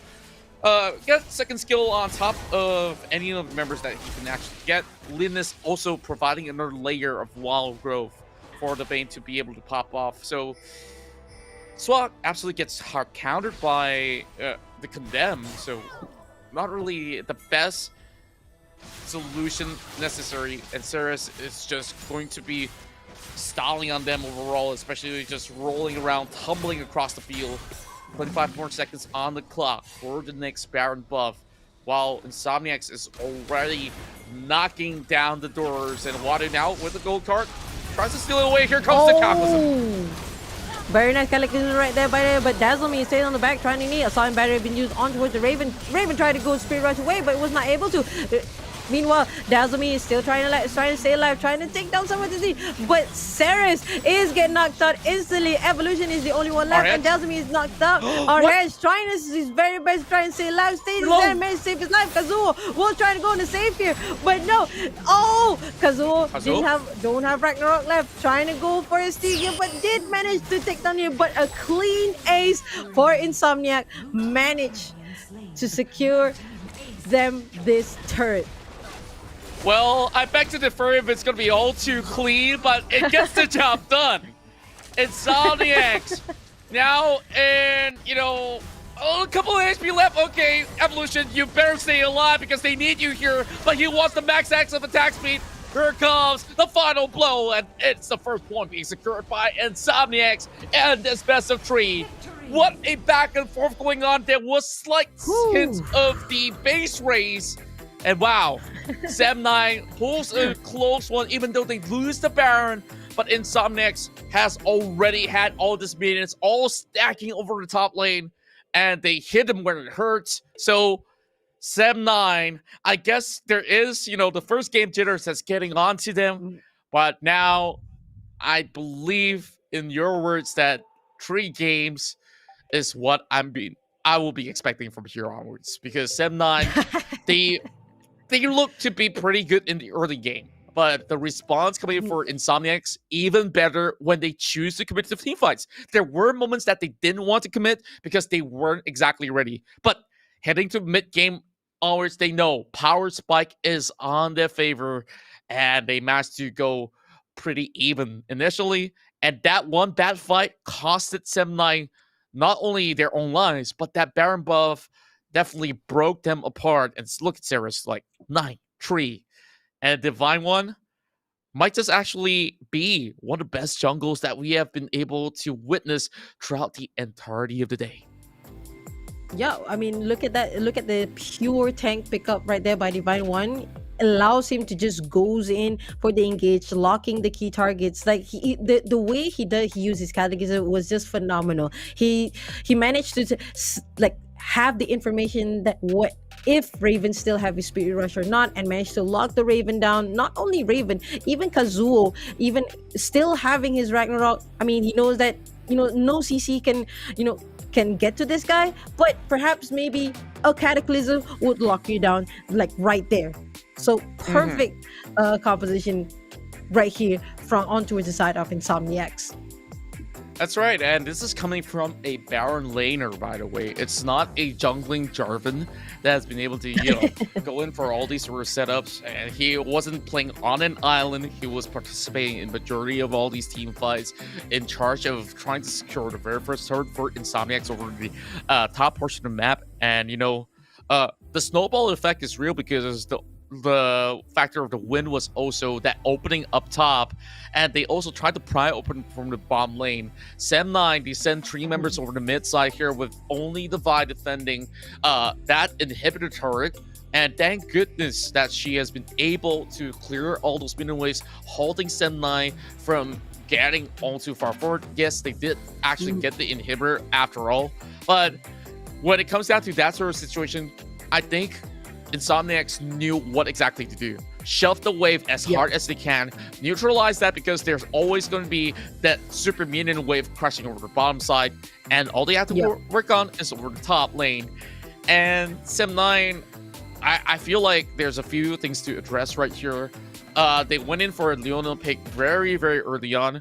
Honestly, not the best pick to be shown on phase number 1, or at least the very first 3 picks, because easily that support is just going to be so linear that once you dive right in, there's no way out. And even if there's no way out, that forces you a flash, and that isn't really the best sign for the next upcoming team fight. So back to how they really want to draft this one. I guess there is still chances for the side of Sem9, but I'm liking what I'm seeing from the side of Splatzone and Insomniax, and we will have to determine this on the next upcoming game. So don't go anywhere. Within the span of 4 minutes, we'll be coming right back for more Wild Rift action. Lihat, tunggu sini. Boom! Wah, bakar, bro! Adakah dia berjaya mendapatkan triple kill, mencari yang keempat dan kuasa kill?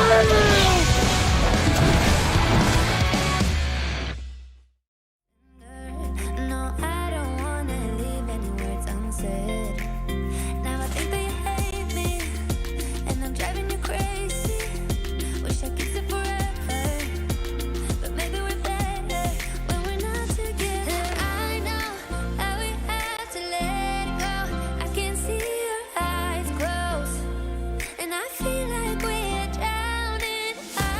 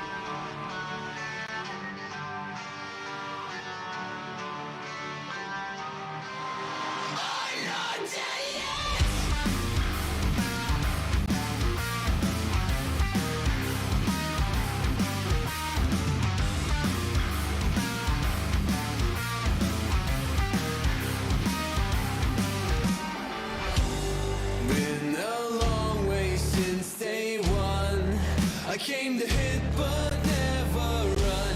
I would take on anyone. I got a feeling that it's just begun. It's my I got a feeling that it's just begun. It's my I got a feeling that it's just begun. Oh, can you hear me? I think I'm still alive.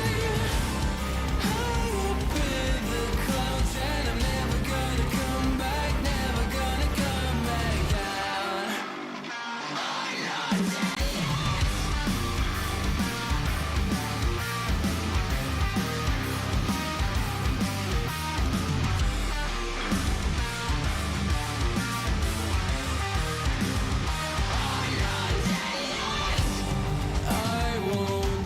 Lihat, tunggu Stevie. Boom! Wah, bakar bro. Itu alamak. Adakah dia berjaya mendapatkan triple kill, mencari yang keempat dan kuasa kill.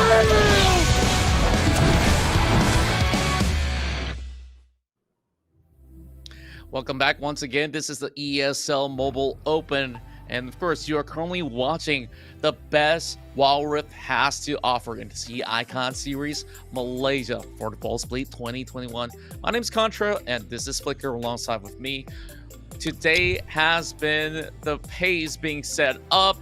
It's the burst of speed that we're seeing from teams that emerge from the qualifiers, taking some of all the biggest teams out there. And what better way to actually start off the very first day here in the fall season. You know, we saw all rise up to glory for the teams in the past few seasons. I guess the fall season is about all the old kings falling flat and new names will rise up to the top. So, Flicker, I'm not too sure if you're a big fan of this sort of storyline, but I'm absolutely enjoying it. And of course, big thanks and shout out to our official tournament partners, Maggie Hot Cup. You guys are the best. You guys are the MVP. You know, we can go quickly into the draft. And Flicker, let's talk about the champion select here from Maggie Hot Cup. Oh, all right. So, I mean, judging by the composition that Insomniax brought in just now, it was unique. I really liked it with the Vayne picked up, and Vayne scales really well into the late game. But right now, we see the pretty much the same band from previously. You got the Ziggs, Fiora, and Galio, and also Braum, Camille, and also Gragas. So both teams are trying to take away these team fight disruptions. They're trying to pull away these fast split flex pick, I would say. I mean, you have the Gragas and also the Ziggs. So now, of course, again, Divine One is going to pick up. It was previously. So, Twisted Fate is going to be picked up on towards the side of Insomniax because they finally got their first pick. And RH, I'm looking at RH, perhaps maybe going to pick up the Renekton, perhaps for lane dominance. I definitely think that this is a very good way to start because Wadu was performing pretty well on that Twisted Fate. So too hard not to pass this over. And of course, in exchange, Renekton will be given the way to the side of 7-9. So they want to make sure that they can have a little bit more of a smooth sailing right at the very least. 7-9, they steal away the Vi, but there is still the Jarvan left available, which we saw being flexed over on towards the top lane, barrel lane, if you want to call it. If you guys are a native in Wild Rift for PC side, you know it as the top lane. So now I'm just looking at this whole composition. Insomniax has the best of everything, very well balanced. Anybody could actually set things up, a little bit more safety net, and they still want to rely on Lulu so that they can still leave the final pick being opened up when it comes down to marksman, as well as perhaps jungle or even the top side. Now that there's a little bit more aggression being shown from the side of 7-9, I guess it's a little bit of a similar sort of a stance that Insomniax is going to be taking. The only difference maker is going to be the Wukong. The question here is whether it's going to be a Wukong top side or inside of the jungle. Now, the final change that is going to be shown is going to be 7-9 on that Nami. So Swak now shelving away that Leona for pretty good reasons, and I do believe that when it comes down to this significant change, it will be able to give a little bit more room for Dazzle Me to pop off. Yeah, and with the Nami pick, it could work. It could work pretty well for Sem9 to try and lock Linus, who is on that vein, who is absolutely scary, to be really honest with you. And you have the Wu. Yeah, I'm sorry. You have the Vi, who could just use assault and battery on towards the back, and using the Nami bubble and the tidal wave to try and lock this vein down as long as possible. But at the same time, the on the towards side of Insomniax, they have the Wukong, they have the Lulu to provide an answer to all these engagements. So I'm pretty excited to see how these guys are going to go on game number 2 of Sem9 versus Insomniax, because Sem9 shows a really solid gameplay in the early game, but they fall a little bit short when Splat Zone Insomniax Linus managed to pick up these kills that eventually snowballs him ahead, really ahead, managed to keep himself healthy and safe as well, to just demolish you the entirety of Team Sem9. Yeah, and as we head into the second game between the two, a little bit of exchanges will be done, as the bubble is not going to be the core upgrade for the Nami. So this gives them the ebb and flow will be able to actually give more sustainability when it comes down to poking, as well as getting any of the members that are low on health from the side of Sem9 to be able to just sustain very well. And immediately, Divine One gets greeted with a bite coming out of our hedge. Not going to be able to dive, so I guess this is Divine One with a significant CS lead because of those couple of waves being missed out by our hedge overall. So, level 3 real soon, while Linus was initially leashing for the Wukong's smooth start. We'll be seeing a little bit more of an effort there to hinder away Wadu from getting any sort of movements being done across. But with that said, Sem9, they're just having a little bit of a slight goal over on the side. Divine One, he's standing still. I guess there's a little bit of a issue going on with perhaps his internet connection. But over on the bottom side, we see it by break out, and the first blood will happen over the top side. Meanwhile, Cyrus as well as Linus, they're in danger. Insomniax now falling apart while Wadu goes in for a little bit of flash. I guess we might actually see a remake coming to effect if it is going to be the case for the Jarvan that might seem to be a little bit disconnected. Yeah, the Jarvan was just there standing there. I was wondering if it was actually a setup for the Wukong to come in, try to go for the disconnection bait, but he is disconnected for real. So perhaps maybe we are going to see a remake for this match, or perhaps maybe if Jarvan could go in, connect back pretty fast. Perhaps maybe not, but then judging by the situation right now, I mean, there was a really clean pickoff right there on George's side of bot lane, where they did manage to get Saris and also Linus, and managed to came out, managed to lose only Dazzle Me, but then with the 2 kills, I would say that it's looking pretty good actually. Yeah, and here comes another dive coming in. Assault and battery to start off the fight. Here comes the Destiny as well. Raven's now stuck on the turret. Still has another charge of the split rush. Ceres will be able to actually dodge away this bubble. But Sem9, they are just taking a very good advantage out of this. And Ceres just trying to hold on. No. Kazuo might just give his life for this one, but he flashes towards the mid inside. Now Wada's coming alongside. I guess he won't be able to survive for too long unless he has the flash, which he's already burned up. So Kazuo stays alive.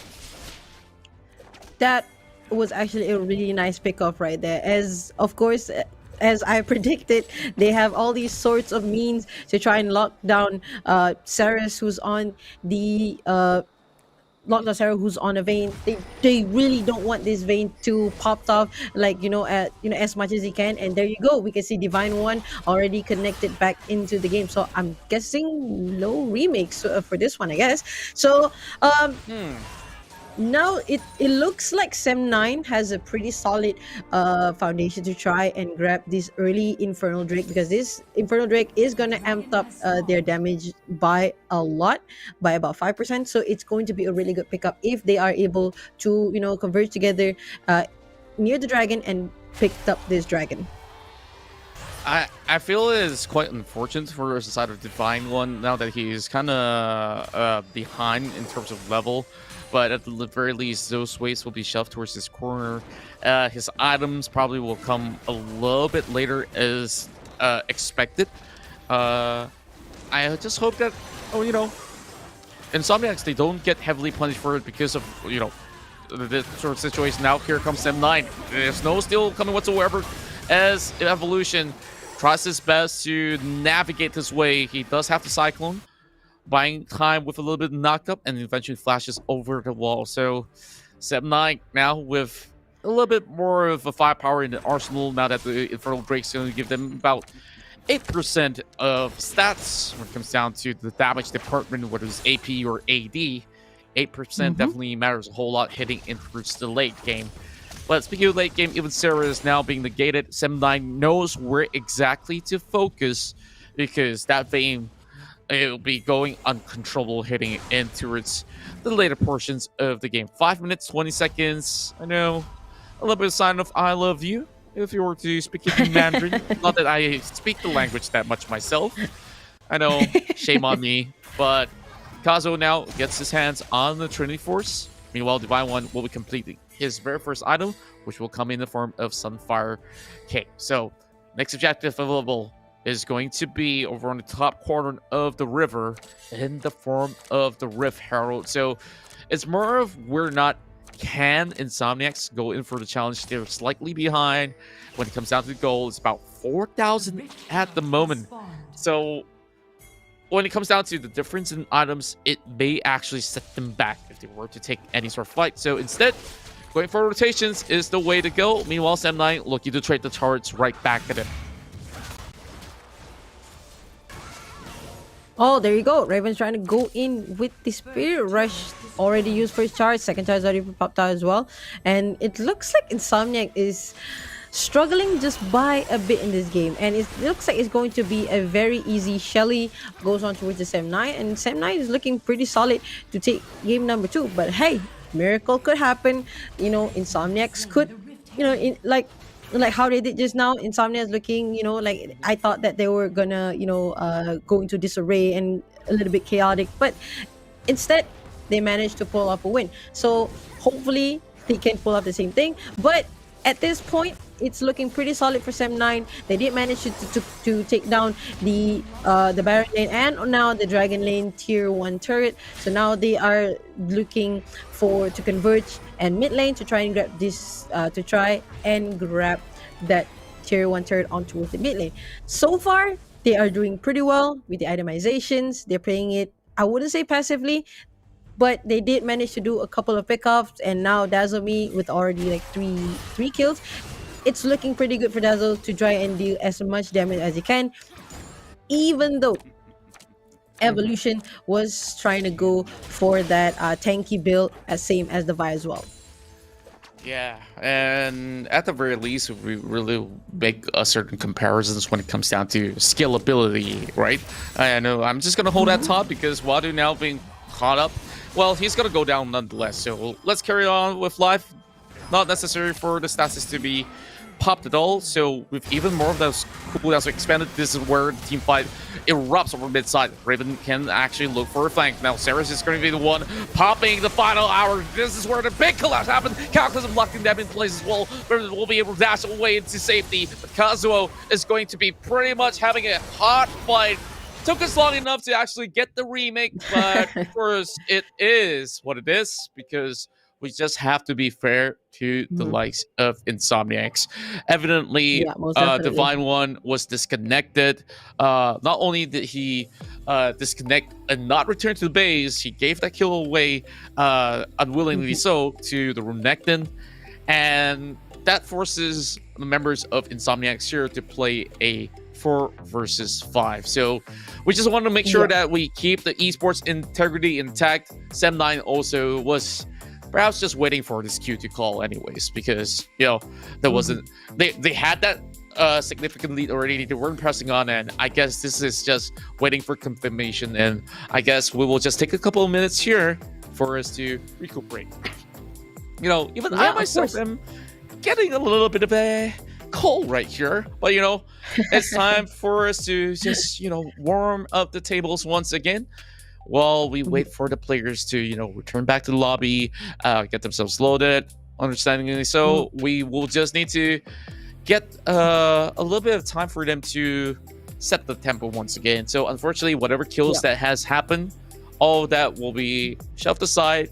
So with maybe a little bit of a reset, I hope this does not really affect any of the players when it comes down to their focus as well as mindset on securing this win. So Flicker, we've already saw the draft overall. I think that early game definitely does favor the likes of Sebline quite a fair bit. And with a little bit of dive already being shown in towards the bottom side, if they were to go with the same formula, I think the next time around, Insomniax should be able to respond even better, especially when you have pretty much Divine One having hopefully a smoother cruise coming to its remake of the game. And by the way, do you know for the fact that there is a community cup happening right now, Flicker?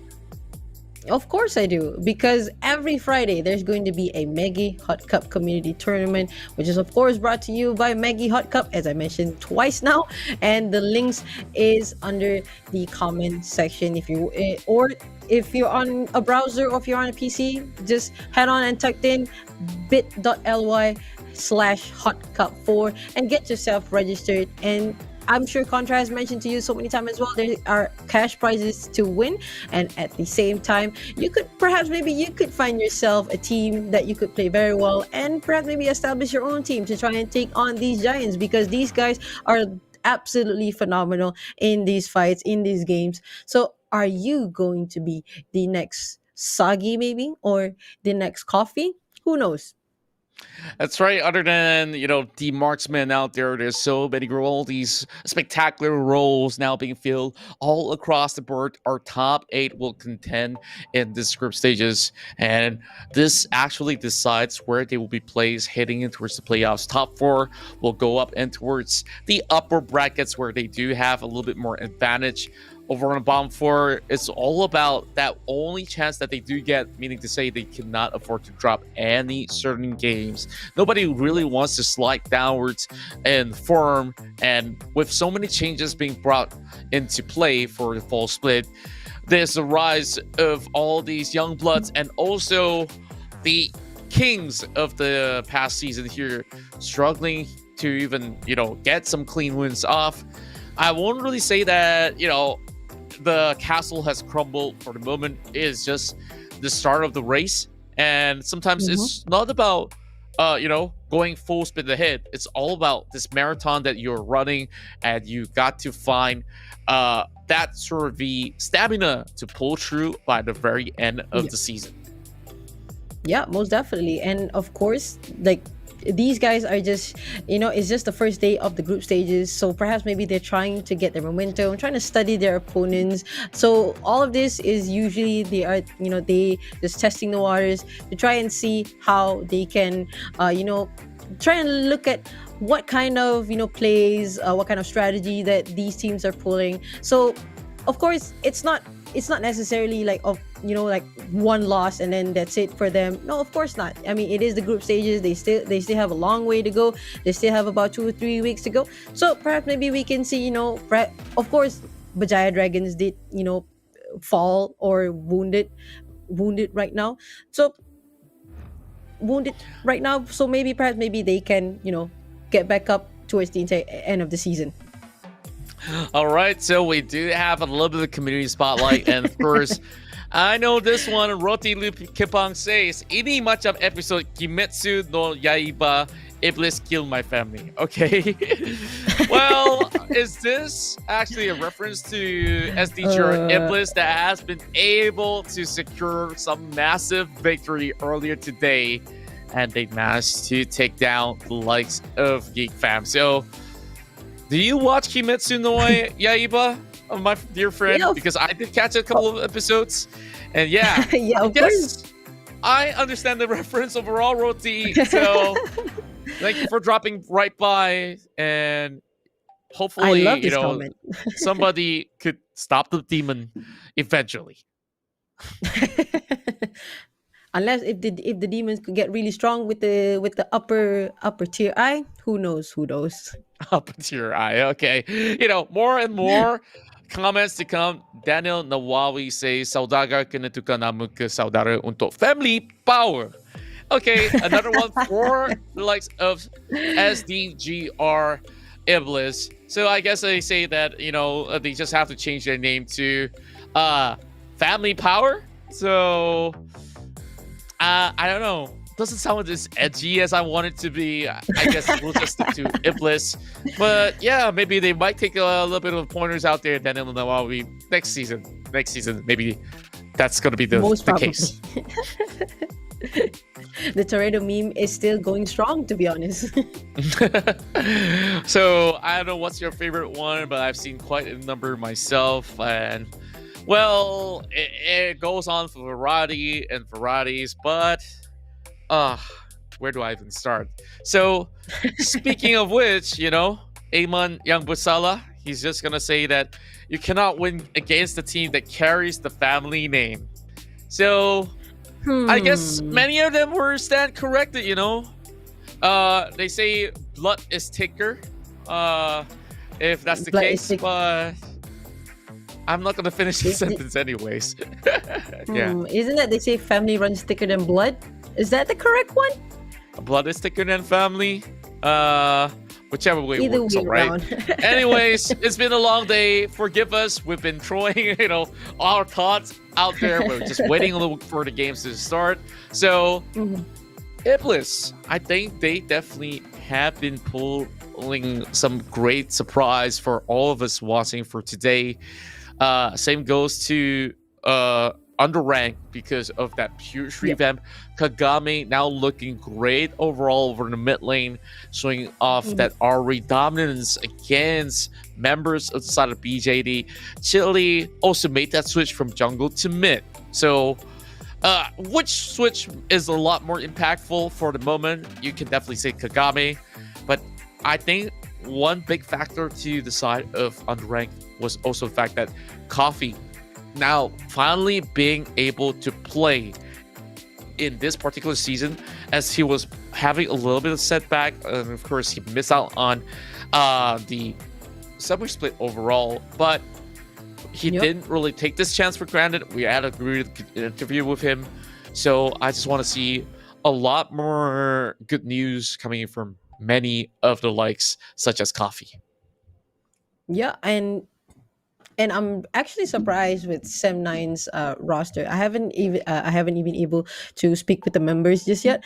But when Wild Rabbit decided to be benched for a while and Dazzle Me comes into the roster, it provides a little bit of, I would say, a little bit of fresh perspective. As I can see from Dazzle Me, he has the similar playstyle with Wild Rabbit. So I'm guessing that the reason why they brought in him was due to the chemistry that all these players had previously with Wild Rabbit, and now with the introduction of Dazzle Me, which pretty much has the similar playstyle, it gives them there's not much of a changes needed. Like they say, if it doesn't break, don't fix it. Well, honestly, you don't look to replace any players just to get the same sort of effect. You just want it to be better. But I haven't been able to see, where Dazzle has been able to find that sort of spark just about yet. That has just been the very first game. The second game, it was a remake after all. So that itself, not exactly counted. But overall, I do see that mechanically, he is pretty gifted, I must say. Not to say that, Wild Rabbit is any better or worse. It's just that it's a little bit too soon to tell. I'm pretty sure that Sem9 made changes for various reasons overall. And it definitely does take time to really build team chemistry. Doesn't matter if it's going to be a friend that you knew for 10 years. You can still be flaming each other inside the game. And Of that's how course. it goes, right? Like, Yeah. fun banter sometimes, and once again, just like what Coffee said, stay calm, don't stay away from toxicity, and don't be that toxic person yourself. And if there's anyone to blame when things go wrong in the game, it's always going to be you not making enough plays to put your team ahead. So, wise words, we got to listen to Coffee on that one. And we are just waiting for the games to happen. I know you guys might just be losing a little bit of patience, but please do stay with us. Of course, we hope to get all of the troubles all being rectified, and we should be able to actually get ourselves ready into game number 2. I know it's already heading into the midnight, so it's been quite a really long day overall. We started this broadcast somewhere around the evening, but honestly, I just am happy that I've been able to actually cast some great Wild Rift matches. So today's biggest plays, Flicker, what do you feel is the biggest impact play that has been brought on either side of the series? Anyone that you can name? I would say the most obvious that I can remember is, of course, the first game of Split Zone Insomnia and Sam 9, whereby they try to pick a fight at Dragon, but eventually it wasn't exactly a clean ace, but it was an ace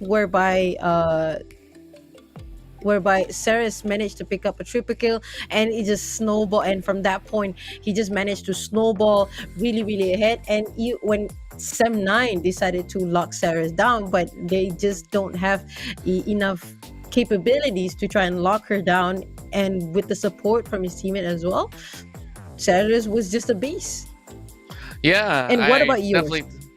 I definitely think that is definitely a really good recent game that we can actually look back at the highlight reel and still enjoy it overall. I think one of the biggest games that we were getting was within that Berjaya Dragons, as well as the likes of, Coffee and Co.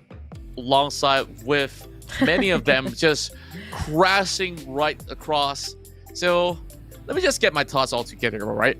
UndeRank, there was so many times that Coffee was being set in towards a very awkward position. He managed to go in with some great recovery, and there's also the Camille that's been able to pull a whole lot. So let's head over to a little bit of a break here, and when we come back, we'll be heading directly into the game. So make sure you guys stay put, because we still have a potential of 2 games to go, and we'll hopefully get ourselves ready for game 2 right after this. This is ESL Mobile Open, C Icon Series MY, League of Legends Wild Rift for the Fall Split 2021 in Malaysia. Lihat, tunggu Stewie. Wow! Wah, bakar bro! Adakah dia berjaya mendapatkan triple kill, mencari yang keempat dan kuasa kill?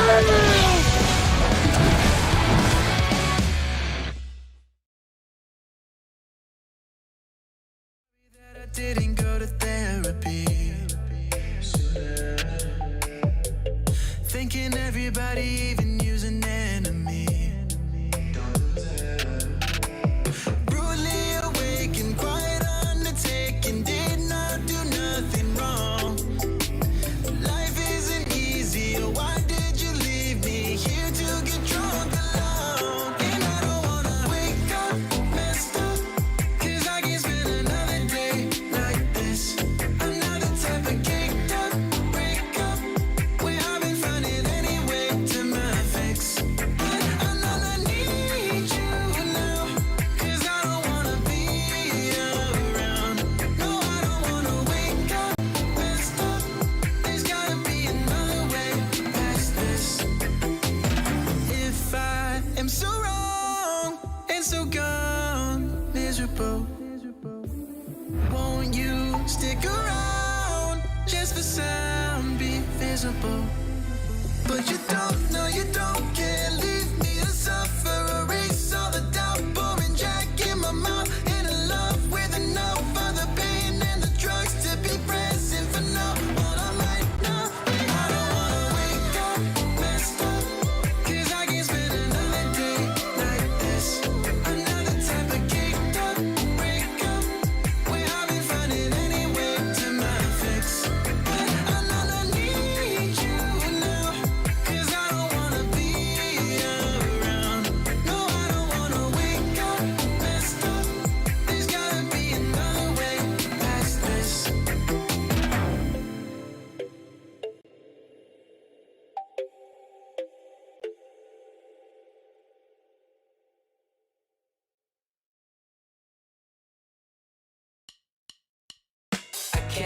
pretend to like you. I hope you feel the same. I take a chance and not lose. I can't pretend to like you. It's just I never thought you were sitting next to me. I don't understand. It's just I never seen you smile. You wanna make out, give me a second. It's just you never talk, I never listen. When do we fall in love? Make up your mind, honey, 'cause I can't pretend to like you. I hope you feel the same. I take a chance and not lose. I can't pretend to like you. I can't pretend to like you. I hope you feel the same. I take a chance and not lose. I can't pretend to like you.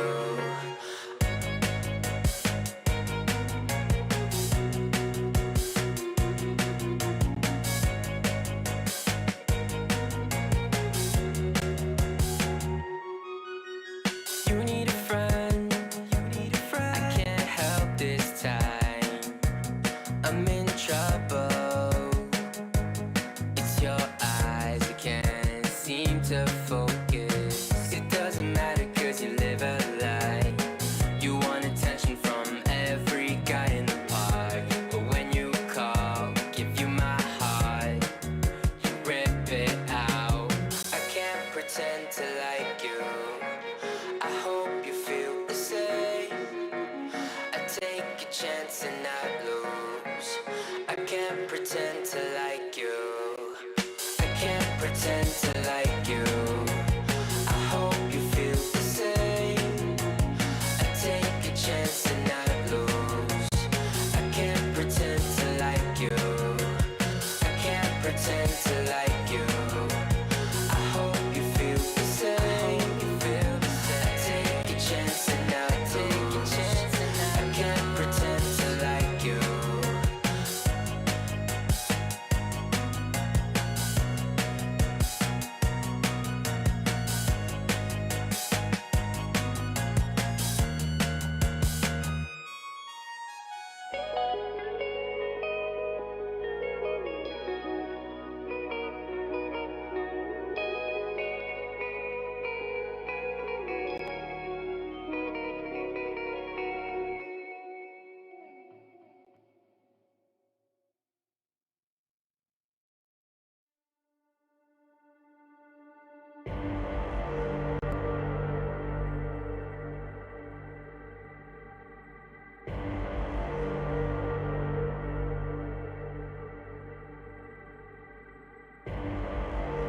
Rising out the ashes, coming from the ether. All I hear is static. Breathe a little deeper. Fallen, broken, a million light years away from home.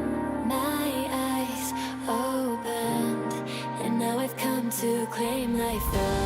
Oh, never let it go. These wings carry me. Live this fantasy. Running through the fire, gonna let it burn. I am the Messiah, gonna let it burn. Running through the fire,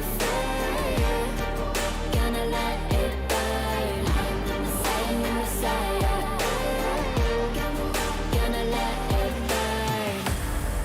Gonna let it burn. Gonna let it burn. Gonna let it burn.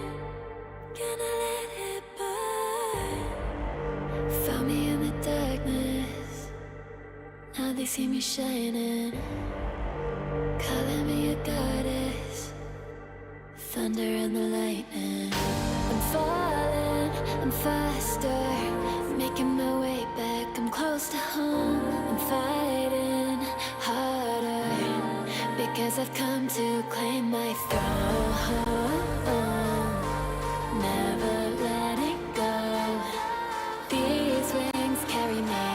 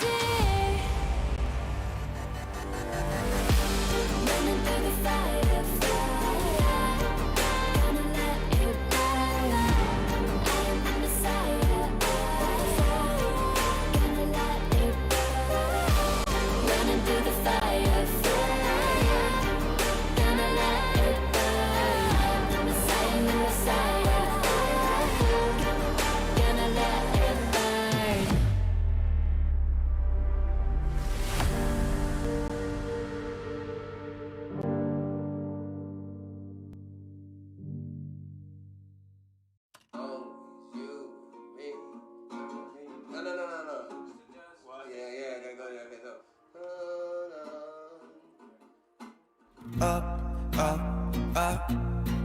1,000 miles of luck. Don't look down, we made it. Feet far off the pavement, and we go up, up, up. 1,000 miles of luck. We stay understated. Pressure feels amazing. Just the dust, just the sand, just the motion of your hands. Travel like lands, it's just enough, oh yeah. Just for you, I'm just a man. Just an ocean in the wind. We ain't gotta make plans. Fair enough, it's fair enough, oh yeah. Always you and me, tryna be weightless. Like we're the two surviving pieces of something. Always you and me, tryna be weightless. And I know it feels like a light years in the making. Up, up, up. 1,000 miles of luck. Don't look down, we made it. Feet far off the pavement, and we go up, up, up. 1,000 miles of luck. Oh no, we stay understated. Pressure feels amazing. Just the dust. Lihat, tunggu Stewie. Boom! Wah, bakar bro! Itu petang alamak. Adakah dia berjaya mendapatkan triple kill, mencari yang keempat dan kuasa kill.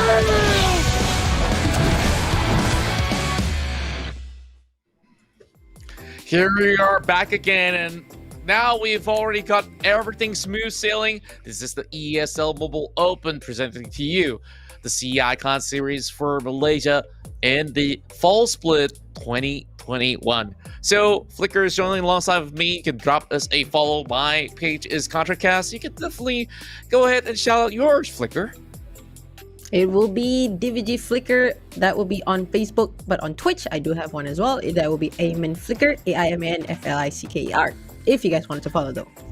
Well, right. Of course, be sure to hit that button because we still have a little bit of time before we get ourselves into the Summer's Rift. So, as it stands for the moment, yes, we do have a little bit of a remake. Sorry for keeping you guys waiting. We do apologize, but we have to also be fair to all the players who are participating in the fall season here, as we evidently saw that Divine One was unable to reconnect back into the game, where we saw him, of course, dropping first blood over the top side of the map and was just staying in base for a good long 4 to 5 minutes at the very least. So I guess being fair to everybody here and keeping the esports integrity intact, that's what we must do in order to, you know, make sure that the score is being settled in the right way. So 7-9, they took the first loss, and it's Insomniax that has been able to lead the way in this best of 3.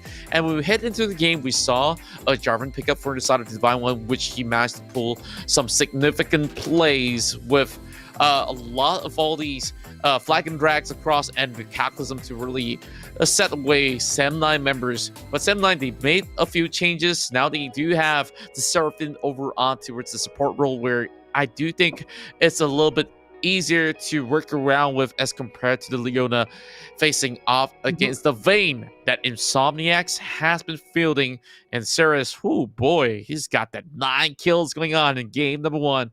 Let's see, now that we're going on a reset, it's game 2 and showtime. 7-9 as well as Insomniax as we hit ourselves into the game once more. Yep, it's going to be the same pick across the board with the same bands as well. And you can see Swap going on towards Nami. That Raven will be going on towards the Ari, Kazuo on the Vi, RH still on the Renekton as well, and Dazzlemate will be going on towards the side of Kaisa. And of course, the same strat as well, apparently. Nami Swat goes in with a little bit of splash of water for Divine One, and Divine One will be making his way towards the Baron lane right now. So, I would like to speak about just now. I actually do hope that the remake does not affect any of the players. And look at that, Divine One's going really, really low. Have to expand that barrier, and RH is looking. Oh, RH Whoa, is okay. just stealing that honey fruit. Is that worth Not the gonna lie, that was funny. flash though? Okay. Let's have a little bit of discussion right here. 60 goal. I guess that's like For a what, 1 to flash. 2 minutes worth. But doinking away Yeah. the minutes here and doing a lot of damage to Divine One, I guess it's worth a shot because now that they know that this Wukong is pathing towards the bottom side, I guess Kazo is going to go in for that invade. Fall alongside Oh. with Ravens, but Linus having a little bit of a protection mindset as Evolution might just have to drop away this buff. Kazo coming in with the steal with a beautiful smite. And Insomniax, okay, they're getting all cornered up. Here comes the charm, and that's first blood for Sem9. Oh, they are going super ham on this game. Like, they know that. And now Linus is the only one left. Wadu? Trying to run away for his life, but the red bar. But meanwhile, Wadu on towards the side managed to give out the red card. But Dazzle will get knocked out by Wadu here. Wadu with just the right amount of time to try and assist. That's going to be a 1-for-1. Yeah, and in fact, after that, Kazuo has been able to also take away the Skull Crab. He may go down right here, but Wadu has already gotten enough damage being done. He doesn't really have to expend the flash as well. So, good going for the likes of Sem9. A little bit of a significant head start inside of the jungle for the likes of Kazuo overall. But, it's still going to be a long haul if we were to actually look at how things are going to be going.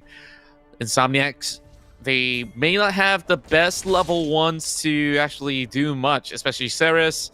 If he doesn't really have the final hour being popped up, then all you gotta do is tumble away. Meanwhile, RH slicing and dicing Divine One, having a little bit of a tough time, but okay, here comes Cataclysm. There's the Cataclysm. Managed to see it, but Wadu will be going under assist here, throwing out that blue card, but RH just running away in a different direction, and Wadu will pick up that kill, the second kill of this game. That was a weird... I would say the way that he runs was a little bit weird because he's supposed to be on red side, but he's running on towards the blue side. It kind of puzzles me a bit. I actually figured that RH maybe is trying to go for the offensive, trying to take somebody down, but Okay, Divine One, here comes. a very nice assault and battery right there, managed to pick up Wadu and shutting down with the Spirit Rush as well. This is going to exert a lot of pressure for Insomniax. Indeed, it shall be.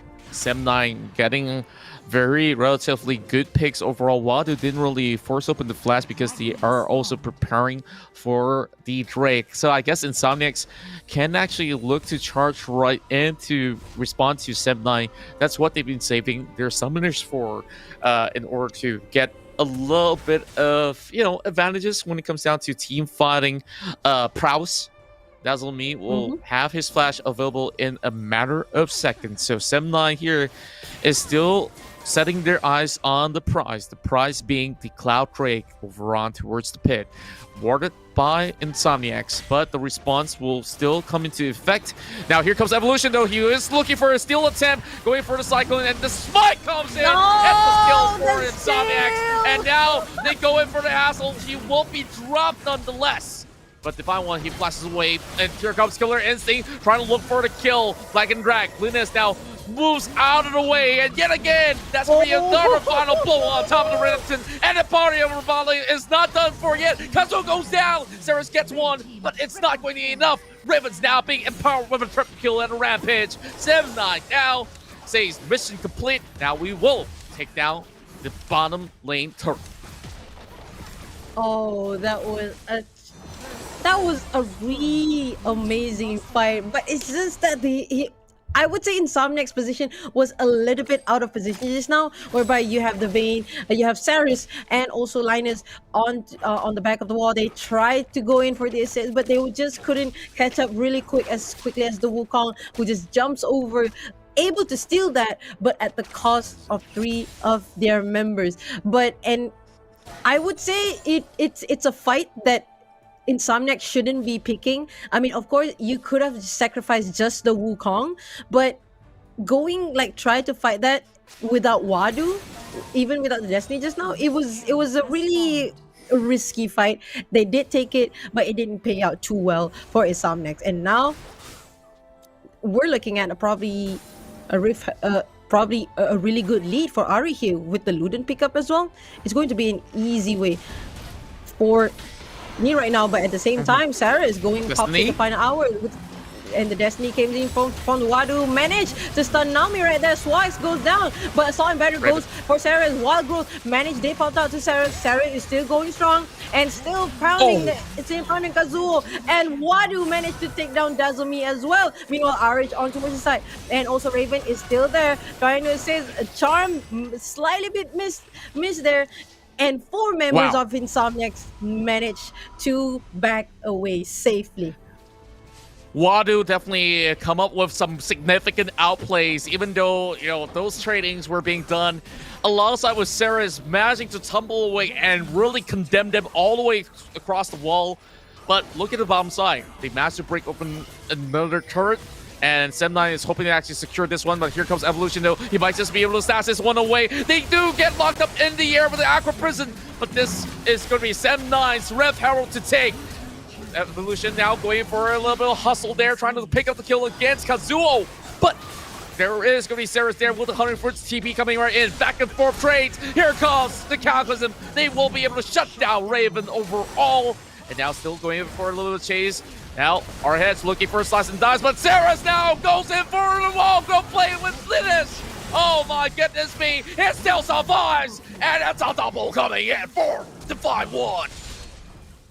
Oh, Insomniacs just decided to say, hey guys, we're gonna close this one. We're gonna close the gap even further. You guys can pick us off, but we're gonna retaliate. And they retaliated perfectly. They managed to grab the tier 1 turret on towards the side of the Dragon Lane, and the perfect TP came in from Divine One, managed to help out. Oh, Dazumi going for Divine One. Oh, misses the charm, and Divine One managed to get out safely. This is the tempo of play that I want to see. This is what I have been waiting for. That 10 minutes worth of break, absolutely worth it. Now, Divine One is just showing up so strongly. Is this possibly the best ever Jarvan that we are seeing for Malaysia? I dare to say, for the moment, yes.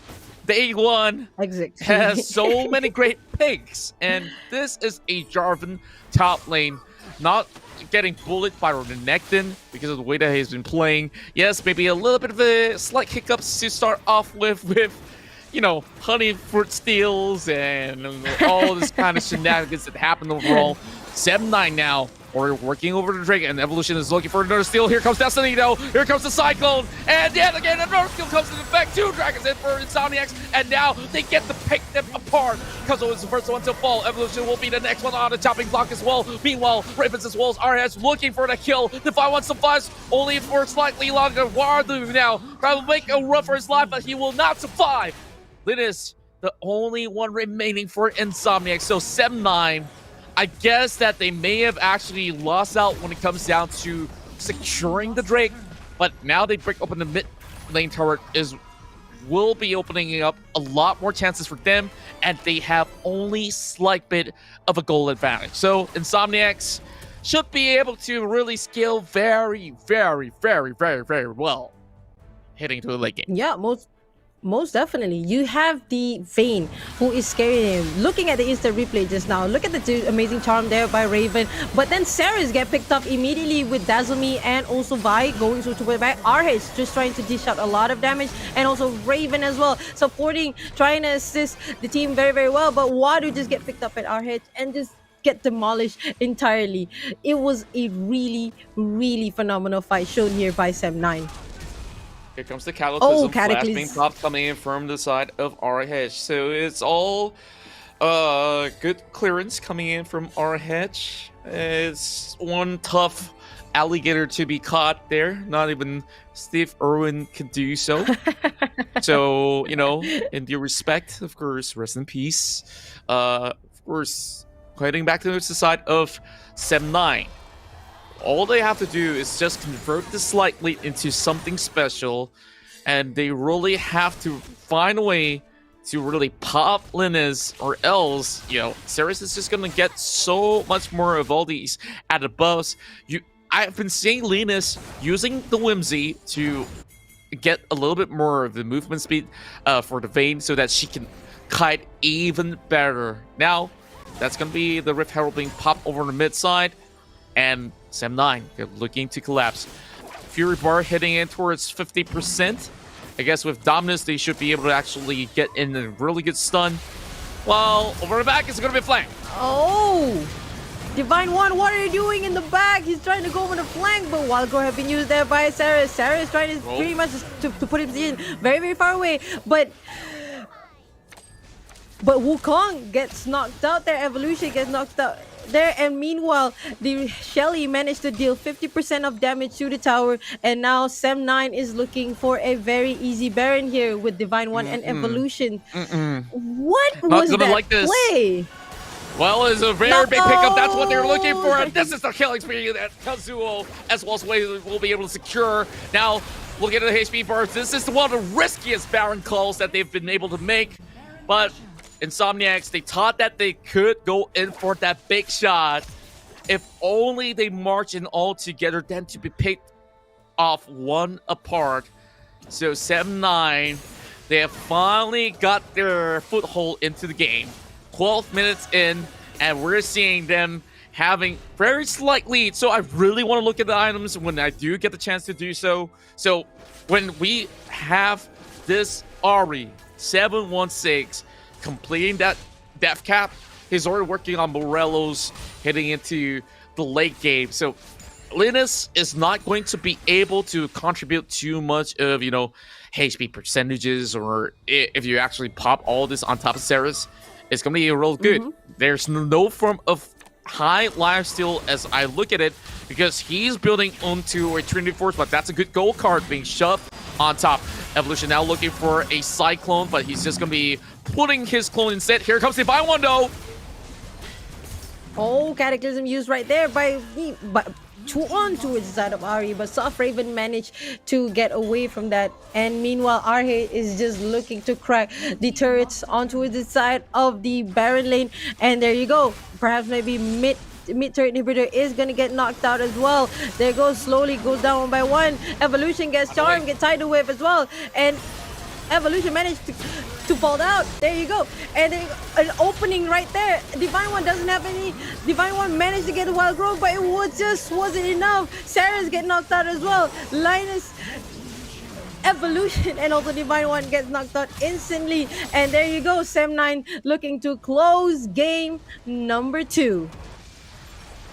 What a beautiful performance coming out of Sem9. I guess remake or no remake, it was Sem9's game to take right here, regardless of the situation. But Insomniax definitely shown us some of all these good team fighting mechanics as well as chemistry. It's more of some of all these fights that didn't really result all too well when Sem9 has Kazuo going in for all these sort of picks, and that's the strength of this composition that Sem9 has been able to feel. So that risky Baron call was literally a 50-50 if only members of the Insomniax could have actually caught them out at Baron. That Baron could have been the likes of the blue side instead. So you see, when it comes down to the score lines, it was looking pretty close overall heading in towards the first half of the game. Second half, it was Ravens here only dropping once, and RH has been able to go in for some massive flank. I think that last team fight wasn't all too smooth sailing for Insomniax, especially when Divine One pops the Cataclysm, not being able to lock anybody inside of the ring, and Evolution also didn't have the Cyclone there to explain all too properly to set things up for the rest to follow. So Ceres, he tried to go in for a little bit more of the heavy artillery kind of build where Trinity Force comes in as the third item, but it's taking a tad way too long, and that's where Dazzle Me finds the edge, and Kaisa is just easy to actually build up, especially just stack a lot of AD at first to activate the Caffeine Rain, and you just see bullets flying all across the rift when Ravens also has been able to land some killer charm right across. So 7-9 here, being a lot more decisive in all these sort of calls, has been able to give them that slight edge, and well, it could have been them actually paying a very heavy price on that Baron, as I reiterate once more. Yep, most definitely. And looking at the way that the Sem9 punishes Insomniax with Ceres on towards the Vayne, they know that this Vayne is a threat. And Vi expending his assault and battery onto Ceres every time was just spot on. Buys them a lot of time for them to deal some damage on towards the front line and moving towards Ceres. I mean, of course, Vayne is pretty strong and scary in the late game, but if you have no protection in the front line, then Vayne just disappears entirely. Look at how the Vayne disappears every single fight. I mean, there was an occasion where the Vayne did manage to stay alive, but it wasn't for long until they decided to just go in and take the Vayne out entirely. Not only that, even with the Lulu as well, with the wild growth, it's especially individual, so it's not exactly as effective as a team where Lulu has to force wild growth onto the Jarvan instead of the Vayne. Yeah, overall, I think this is definitely one strong showing. So far, 3 of the series will be able to actually get the long mile of BO3 as we will be heading in towards the third game. 7-9 now managing to equalize has been able to show us how much of a quality improvement that we are seeing from all of our top 8 team of the Malaysian region. So when we come back within the 4 minutes break, we'll hop directly into game as this is the ESL Mobile Open Sea Icon Series Malaysia Fall Split 2021. Lihat, tunggu Stevie. Boom! Wah, bakar, bro! Ada kali Berjaya mendapatkan triple kill, mencari yang keempat dan kuasa kill.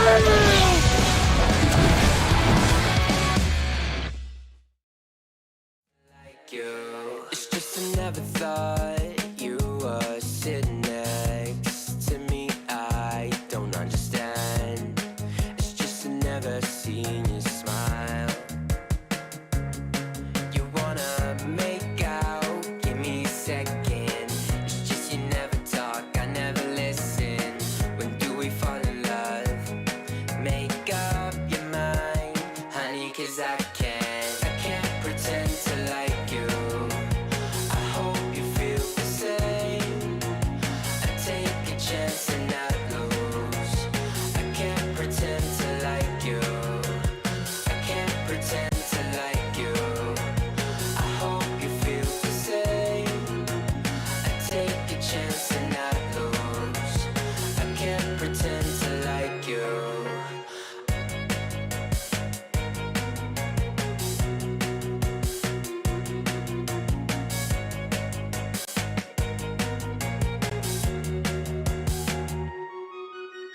You need a friend. I can't help this time. I'm in trouble. It's your eyes, I can't seem to focus. It doesn't matter 'cause you live a lie. You want attention from every guy in the park, but when you call, I give you my heart. You rip it out. I can't pretend to like you. I hope you feel the same. I take a chance and not lose. I can't pretend to like you. I can't pretend to like you.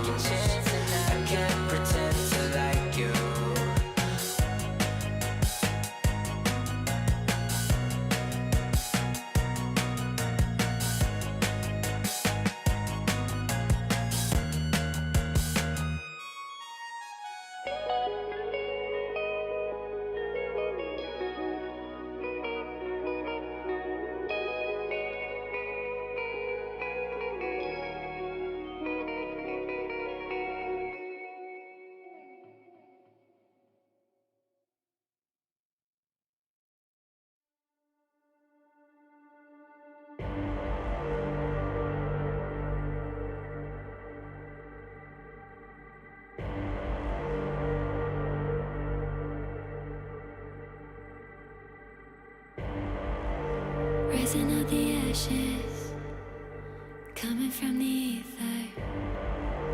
All I hear is static. Breathe a little deeper. Fallen, broken, a million light years away from home. My eyes opened, and now I've come to claim life. Oh, never let it go. These wings carry me. Live this fantasy. Running through the fire, gonna let it burn. Lihat, tunggu Stewie. Wow, wah bakar bro. Itu petaka alamat. Larikan di Berjaya mendapatkan triple kill, mencari yang keempat dan kuasa kill.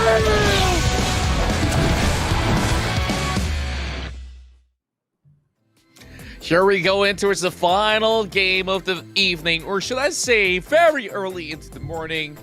It's already about like what, 12:37 on my time watch. So of course this is going to be the final hurrah. Well, not exactly the final hurrah, it's still the group stages, but this is the first meeting between both Insomniax as well as Sem9 here, and they both equalize one piece of point for each side. So now it's really down to how the drafts will actually go to separate the two when it comes down to the power that they can exert going into the long mile. So once again, it is the ESL Mobile Open presented to you.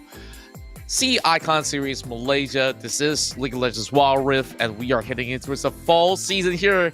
And it's such a great run thus far. Now we head into the Maggie Hot Cup Champion Select. So to kick things off here, Insomniax will start off with a couple of bans.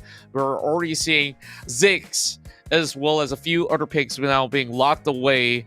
And, well, I believe that's going to be a Braum from the side of Sem9, as well as Camille, Gragas, all being chained off from the final match. No Fiora, so I guess you won't be seeing it in the jungle.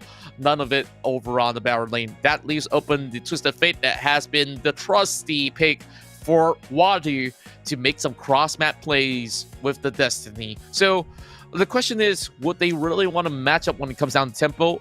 Sem9 is going to be opting to just get the Renekton for our hedge, and I don't think that's going to the jungle, as they have been able to secure the Vi. So what they usually do is to chain that Assault and Battery, and everybody just hop on towards the same sort of target. Insomniax opting to go for that Kai'Sa and to be relying on that Vayne to game 0. So I guess on the third game, this might just be the charm here. Kai'Sa having pretty much good effectiveness coming from Sem9's hand, snatching it away, forcing Sem9 to pick up the Fastian couples in the form of Xayah and Rakan. Xayah, not Xayah. Okay, that's the right way to go, I guess. So, Jarvan coming in. I know, Flicker, there's a lot of all these ideations coming out, but what do you think about the Darius overall for Insomniax? I think it's going to be a really good scaling against a Renekton. You've seen how RH is pretty scary with the Renekton, able to dish out a lot of damage, being tanky as well. But what particularly interests me in Sem9's pick is that they managed to pick up the Vastayan couple, which is Rakan and Xayah, which gives them the utmost importance in terms of lane priority, because by looking at Kai'Sa and also Xayah, in terms of these matchup, Xayah will always outpush a Kai'Sa, and which they enable Sem9 to have a better control over to the neutral objective like the dragon. So of course that is going to be their game plan, and it has already been their game plans ever since the first game. So I'm guessing that with the Orianna picked as well, is going to be a team fighting comp, but probably they're probably gonna hold it on until from in the early games and bring it to the mid until the late game. Well, I do think that is still pretty much a-okay. Kai'Sa can still deal with the Xayah overall, especially when Xayah needs to look for a superior positioning to be able to take good advantage of all the feathers that she can put over on that respective lane. So with all these sort of changes here, Sem9 is looking to still carry on from that past game momentum. So reverse sweep, is this going to be it? Sem9 started off with the very first pointer out there.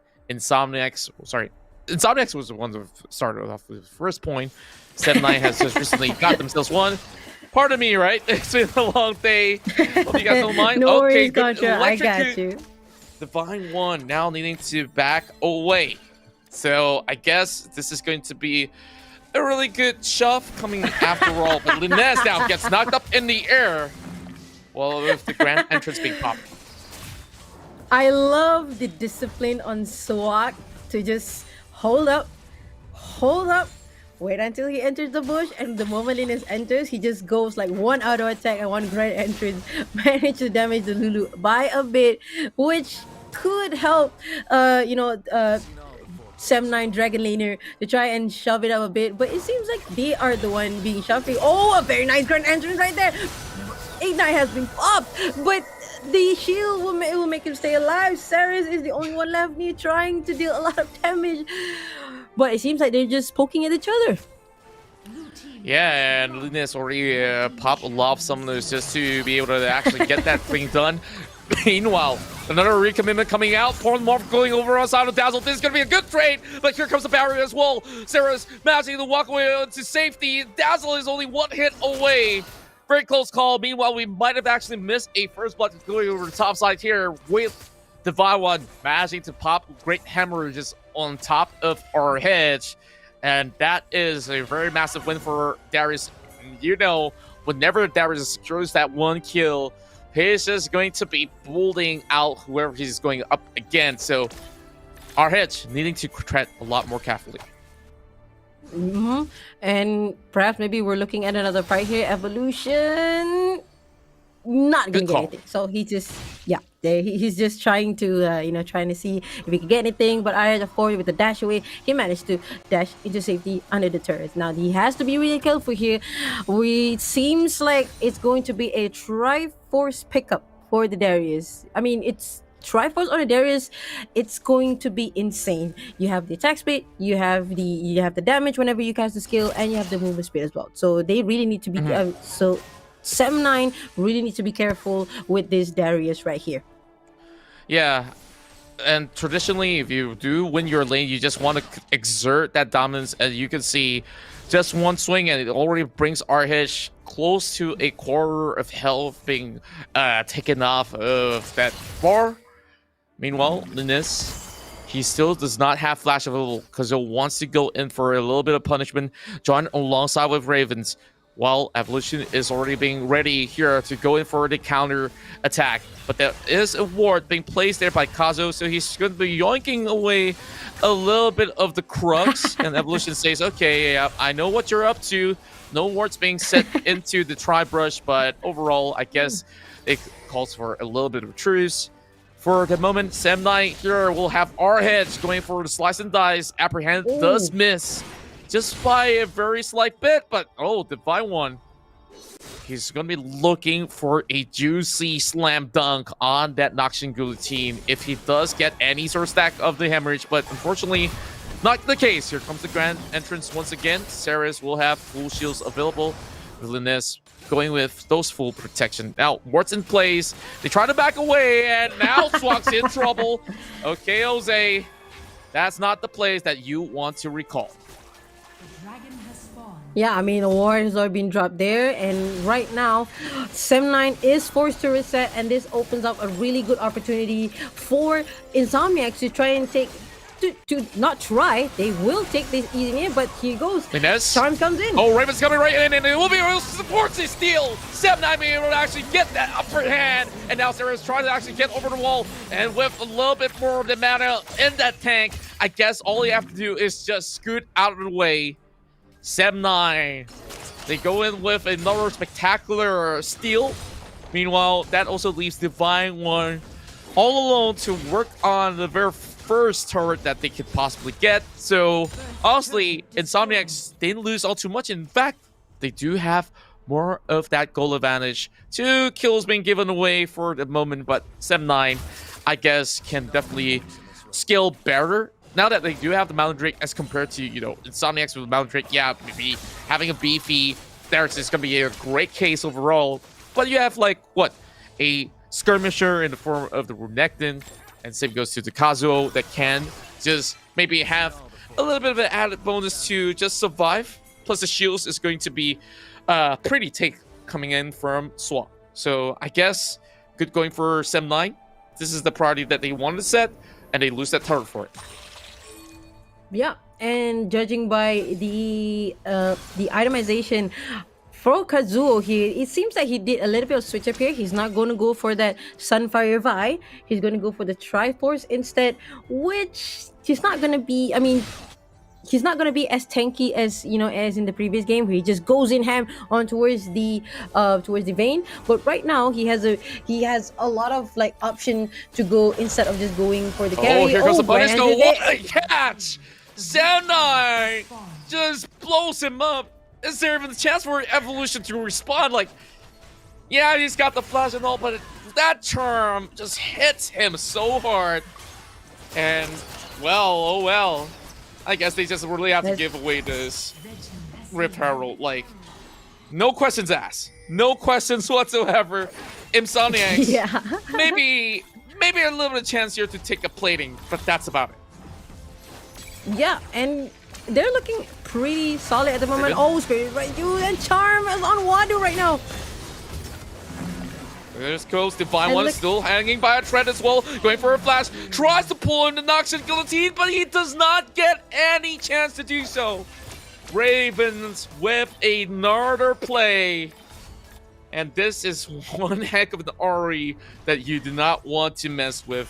To be fair, he was kind of out of sight, out of mind for Insomniax. So they were thinking, okay, I guess I can overstep into the lines here to deal with RH, but RH was not alone. So overall, a little bit of a slip up coming in from Insomniax that now gives a little bit more leeway for Sem9 to just continue to back in more of that goal. Yeah, and looking at the priority right now, I would say, oh, a very nice grand entrance here. And but it seems that they're just they're still poking at each other right now. They're not going to have. I mean, Sem9 knows that which fight they wanted to pick, and they see Evolution coming from a mile away. So they say like, you know what, let's just just poke them up a bit with the grand entrance and then just back up. Because right now, Sem9 is looking pretty solid. Sure, RH did lose a couple, did get beat up by the Darius, but in terms of team fighting, I'm still thinking that RH has a lot more mobility and a lot more crowd control over towards the Darius, and plus with the Zaya as well. I mean, on the late game, this could potentially be a very strong team for Sem9 to win this game. It's still a little bit too early to call. I do think that the macro plays are being juggled with by the likes of Insomniax. Now they need to respond to this challenge over on the Drake pit. 4k on the HP bars for the Cloud Drake. And here comes Divine One as well. They should be able to actually do something right here. Portal pulling all the way back. And here comes the Cataclysm. And this is where Insomniax stashes away that Cloud Drake. And now working with 4 those kills. Now, all they have to do from Sem9 is just to run for their dear lives. That's what me. At least having a few more shields. Oh, repositions with a flash as well. Pulling in the plate callers. And Sarah's now with a Tinkerbell left. Swag tries to move in with a great play. Evolution with the final lance. And oh, wait. The Ignite, actually. Okay. Makes sense. Makes a whole lot of sense. The Ignite. I thought he would be able to survive because Linus is all around. A very awkward ace for Insomniax, but a big win overall. This is what I've been calling on for.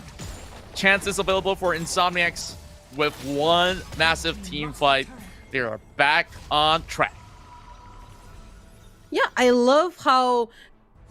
I love the position from Sarah just now. He knows how to position really well in that fight, even though there was a slight misposition when he tried to deal damage to the Vi. But overall, he did a pretty good job in, going in and out, positioning himself very, very well. And yeah, here's the replay. You see the Cataclysm goes in, and look at Sarah. Sarah's just try to deal a lot of damage. He did misposition a bit for a while just now, but see, he managed to he did manage to stay alive, and there you go. Swat managed to drop the ignite before he dies on towards evolution, and there you go. And is that a Rift Herald? Oh, that's a Rift Herald that was popped. I thought it was Rift Herald from the pit. My apologies. Yes, it is the Rift Herald being popped. I know, long day indeed. So, take our sweet time. Oh, Ravens with a crazy flank! Spirit Rush does dash over the walls, but that also has a flash being popped up by Divine One. So going on the opposite direction is all they needed to do. Insomniax now still having a significant good trade by just opening more control over onto the jungle portions of Sem9. So if they can get a little bit more vision done, that's pretty much set. They can start to challenge Sem9 for that Baron eventually. But, might as well go in, make some couple of big purchases. And when I say big purchases, Saris now walks out of that base with the Infinity Edge. As you compare it to the Zaya, it's going to be Stack Shift alongside with the IE, but that's pretty much half an item ahead.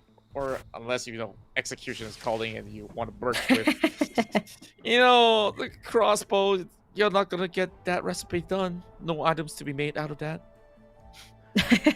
Most definitely.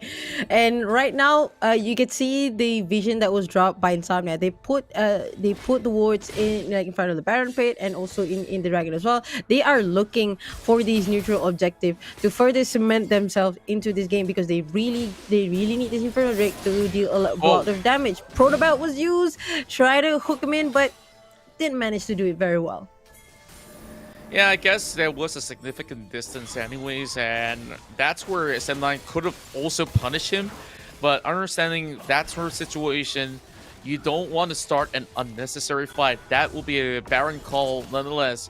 Now, next Drake is going to be hot. Now, when I say hot, it's that 8% of juicy damage coming out from the Infernal Drake. So this is where good setups needs to be done. Insomniax making sure that they stay put.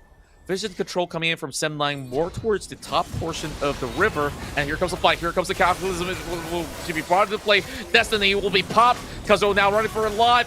And that's where Arhesh getting stuck in the rough position. And here comes the Killer Instinct as well, following it up. But the rest of the capitalism run. Sem9 now punishes the mistake. Insomniacs, they're not really in the right place to even go in for any sort of call. Sem9 now retakes over onto this Dragon Pit.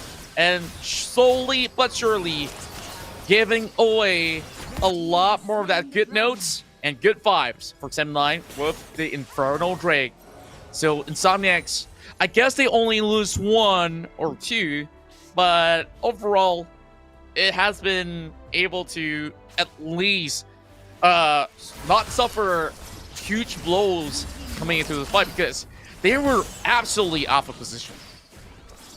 Exactly. And they need to not try to make those kind of mistakes again, because right now they have a better control over on the map. They did manage to take all tier 1 turrets. They have the vision drop down was pretty good as well, so they really need to be careful not to make it the same mistake again, because if they did, they might lose. It might cost them the game, because they did really well in trying to get those, trying to pick those fights. But Saris need to hold your horses there, buddy, because you can't just go in dash in like that when you don't know where the enemy positions are. I'm guessing it kind of says it all. Like, you do want that kill, I get it, but if you don't have if you don't know where the enemies are, you can't just simply go in like that. And if you do it like that again, it's gonna cost you the game. Yeah, like all that sort of back and forth, and you don't really have any sort of vision wards being set into place. So Saris was just taking a little bit of a leap of faith, which didn't really offer much of a result. Understandably why, because you look at Saris, he looks to be one of the strongest members of the side of Insomniacs, and he was hoping to secure that kill on RH, but he also miscalculated for a tad bit because he has the flash, he has the slice and dice. So Swak now has the flank positioning of being set up. Now, with a really good damage being brought out, Water will indefinitely fall, and that was also another team fight being brought into play. Here comes Swag running down the members of Insomniax, having them all charmed up. What a massive play by the Rakan and Sam9. They crushed up all three members. Evolution, Wadu, as well as Cirrus will just stare down on a gray screen, while members of the side of Sam9, this is going to be the Baron for them to lose. And, you know, there's no chance whatsoever for this one to be snacked away by Insomniax. See, this is the kind of mistakes that I talked to you about. Like, they I mean, of course, I understand from Wadu perspective, perhaps maybe they saw that, you know, most of the play from Sem9 was there, but RH was not there. They could have spotted it from the minimap, and Wadu decided to, you know, not back. But then he did try to use Destiny to try and run away, but it didn't work out for him, cost him his life. And look at the vision ward that they have right now. They don't have that much to cover up the entire area. They lost all their T1 turrets, and now the pressure is now on Insomniax instead of Sem9. Sem9 is looking pretty solid right now. Look at the wards that they put. They put in like the blue buff area of Insomniac, so they know where the position of Jarvan are, which allows them to pick these fights. This is the kind of thing that you need to do if you really want to, solidify yourself in the game. Exactly, and of course, that was also after they do win that big trade of 5 versus 5.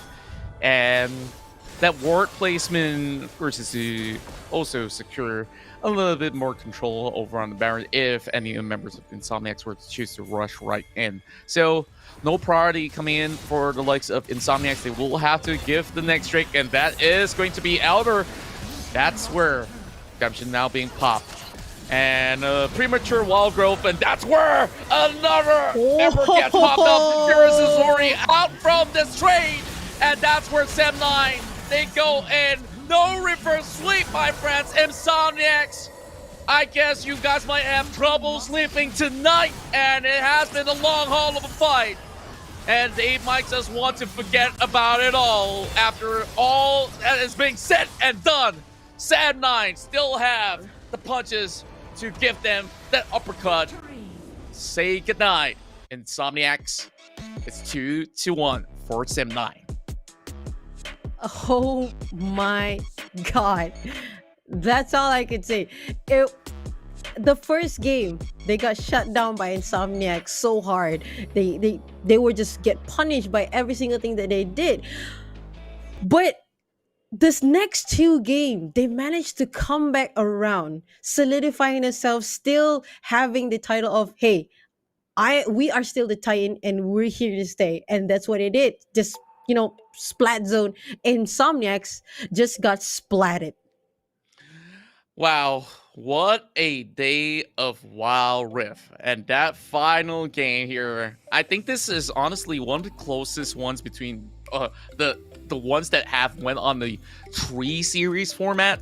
So Sem9, we just really have to see what's the difference maker. And it has been Ravens there that has been going in for some superior judgments on when to actually make the right call to Spirit Rush and charm one respective member. And also give credit to RH securing the MVP this time around, because he's been able to not only go in for split pushes.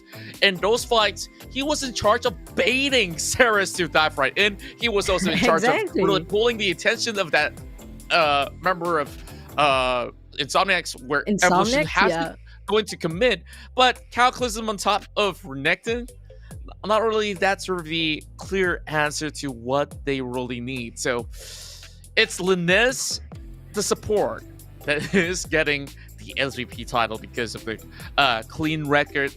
I think it's more of the hastiness that Insomniacs, they want to get things over and done, and they were just making a few wrong moves to really try their very best to kill off all these members of Sem9 that's been dishing out the damage, but that's all that they can actually get out of this best of 3. Final game, close call, but look at one of the fights that resulted in the Baron. Swag pulls off the quickness of a lifetime, running down 4 members, and that's where that team fight was already won, and that got them that Baron. Yeah, most definitely. And this is the kind of thing that, we've seen that Insomniac actually have the chance. They did manage to get all those, tier 1 turrets, at the seventh minute. So it exerted a lot of pressure on Sem9. But they kept making these little mistakes that eventually loses them the grasp that they had, and eventually loses out the game. And SWAT, I would say SWAT with a very nice ultimate on all 4 members was just simply amazing on that last fight.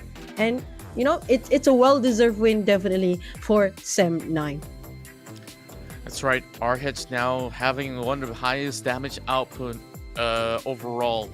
So for Insomniax, I think that one significant play that they did manage to get was to really go in for a couple of all these dragon steals, but Sem9 over on that turret trick, that was the biggest win that they could possibly get, alongside with the next team fight, which Insomniax brute forced their way, but got caught in one of the most awkward position over on towards the edge of the river bit over on the mid lane.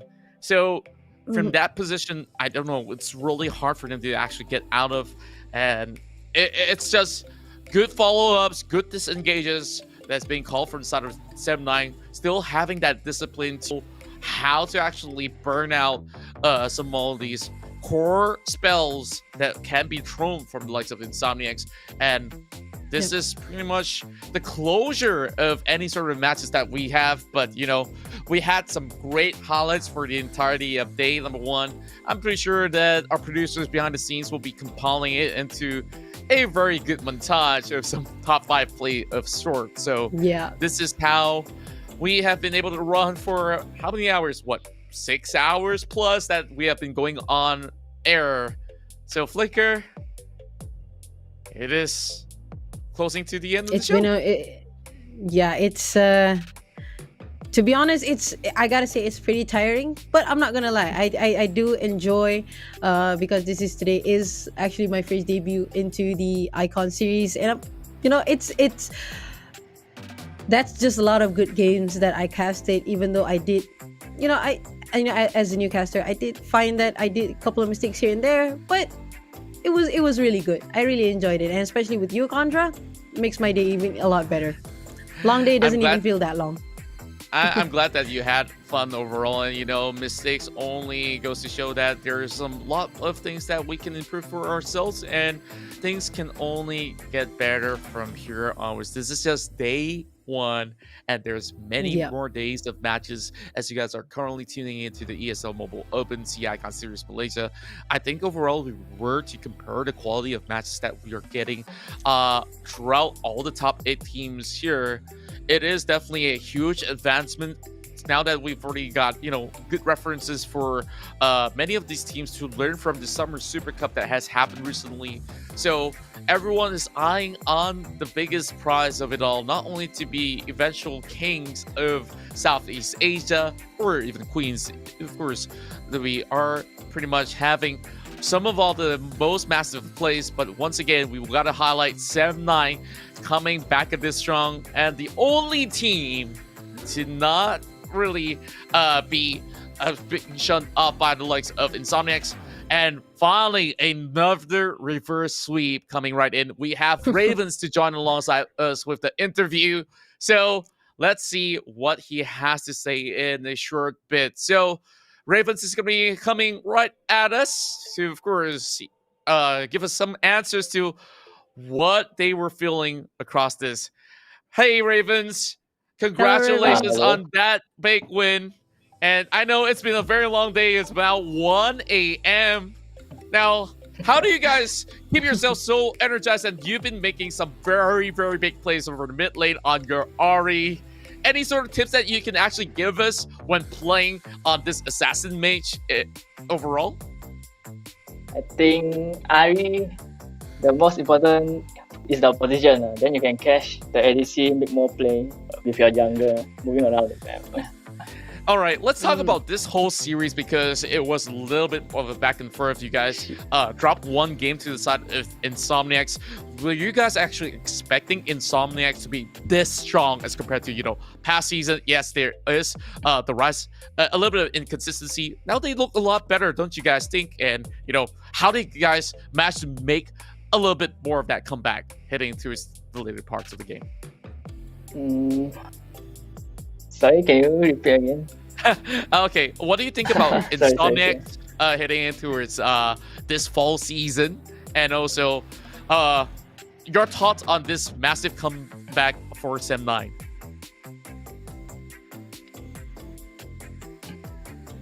I think everyone is keeping the mental good, like not giving up until the end, just fighting. We can win or not giving until the end. All right, another question that I really do have for you guys is that you guys also introduced a new player in the marksman role, of course, Wild Rabbit stepping down right there. So how far has it gone when it comes down to training, and how's the chemistry like for Sem 9? I think the chemistry is going to be better every day, and they will become the best bot lane, maybe. Alrighty. So hopefully, that will be in the works, of course, and eventually, hopefully, Swak also muscles up for a little bit to also put in some pressure on the rest of the bottom laners. So we also do have a few more questions out there. There's 2 questions out for me. So who are you looking forward to meet and, of course, fight in this season? Because there's so many good mid laners in the Icon Series MY for the fall split. And, what do you want to say to that guy in particular if you do meet him in the mid lane? I will be looking forward to play against Chile. Ooh. We want to win BJD. You guys want to win Number one. BJD. Yeah. I guess this is the start of it all, and you guys do have more points for today heading into the group stage. So, of course, any questions from you, Flicker, to actually end the night with Ravens? Of course. So, Raven, I just have one simple question. What is your advice to all new aspiring players out there who actually want to go mid lane? Is there any advice on, what you should play, what you should do? For the new player, I think what you should do is play more, wipe your champion pool as much as possible, play everything, then play coordinate to your team. Play everything, including a Soraka in the mid lane if you can. Just kidding. Well, of course, thank you so much for the tips. Any last words for our fans supporting Sem 9? 2 seasons in a row, they've been the backbone for Sem 9. Any shout out for the fans? For those who supporting us, thank you for supporting us until from pre-season until 4th season. Thank you very much. All right. Thank you very much, Ravens. I know it Thank you has so much, been a Raven. very long night, so we will give you guys a little bit of break. So we hope to see more wins coming out of Sem 9. So I'll catch you guys on the next interview. Okay, bye-bye. Bye. Thank you so much, Ravens. We'll catch you next time. Yeah, that was a very interesting, it was a really nice advice as well. And it was a really a well-deserved win for Sem 9. But still, they got a long way to go. This is only the first day. So, Contra, perhaps maybe what are your thoughts on, Sem 9 going into the group stages? Well, Sem 9 so far are looking a whole lot more solidified heading into its the way that they've been playing. Yeah, maybe today may not be the cleanest record for many of the likes of the teams that were hoping to get 2-0 consecutive wins, but it was our Headsure that has been able to be the player of the match, as he definitely brings in the pain with the Kings of the Sands. Well, of course, you can definitely argue with Nasus coming in, but I always prefer Renekton overall. 100% of kill participation as he goes in for every single one of his team fights, and of course stashing a couple of kills for himself, and still making it out with almost a 20,000 total damage being brought into play. 19.5 is going to be the number. I believe this is the highest average that we are seeing for today, and it has to be the Baron Lane ace of Sem9. Yeah, I was about to ask, and I'm pretty sure that this is the highest number that we see so far. He has been doing really well in, committing to these fights, committing to, all these fights, and keeping the, the key targets, locked down as well with the slice and dice. And it's a pretty much well-deserved MVP or player of the match. I really like how RH plays on the Baron lane. He knows when to goes in. He knows when to what to do in case that if the fight doesn't go well, or maybe things doesn't go their way. He just knows how to complement all the mistakes that their teammate to try and get back ahead again, as shown in the third game. And it has been so far. RH will be meeting alongside even more teams to come, and that's where there can only be more or better games to be played out by Sem9 and also the other 7 teams that are participating in the C Icon Series Malaysia. So far, I think day one here definitely sets the tempo straight, and I hope it also keeps you wanting more to come in the upcoming days that we'll be broadcasting to you live, as we have even more exciting action happening in the group stages. So ESL Mobile Open, it will be first having all of this being shown to you, and we definitely have to thank ESL alongside with Riot Games, and of course big shout out to this official tournament partners, Maggie Hot Cup. Oh boy, I'm already getting hungry. It's already going into midnight already. It's about 1:15 in a couple more minutes. So, I just want to boil some water, get myself a Maggie, and then call it a very good night. So, I don't know about you guys. You guys can also take part if you aspire to become a pro player. How you want to do so? Every Friday, we will be having the Maggie Hot Cup Community Cup going on, so you guys can take part and of course win some good cash prizes along the way. Hopefully you guys will be scouted out by some of these pro players, and you could be the next superstar in Wild Rift. So far, I guess one more thing that I would like to cover is that the Sentinel of Light event is currently happening from the past for the entirety of the week all the way into the middle of August. So make sure you guys participate with your Sentinels being played across the Rift. The more points you get, Riot Games will be donating to a charitable cause on your behalf. So how cool is that? The more you play, the more good things that will happen across the world. I know things have been pretty much difficult with the pandemic, but I hope all of you guys are staying safe. You as well, Flicker. I know I'm going on this really long rant because we are going to be seeing what will be scheduled up for us eventually for the days ahead of us in this tournament of C Icon Series Malaysia. Yeah, most definitely. And I'm pretty excited to see what's going to be the upcoming battle of the, is it going to be a reverse sweep again? Because today it has been 3 reverse sweep, and even happened to the king of reverse sweeper. I'm sorry if I blew that, but they managed to get reverse sweep themselves. And then now I'm just pretty excited to see how it gonna goes. And of course, if you guys just here's just a little bit of PSA. If you guys are staying at home, great job, well done. Just keep staying at home. Make sure you wash your hand regularly. Take a bath. Take a bath regularly, to keep yourself, ensure that keep yourself clean, and of course, sanitize yourself if you are forced or have to go out, in public. And just like my condo, we have a public area, and they even prepare a lot of sanitizers for us to use. And please ensure that you are staying safe from this pandemic. And here you go. Here is the updated leaderboard for today. Woo! Looking pretty solid there, huh, Contra?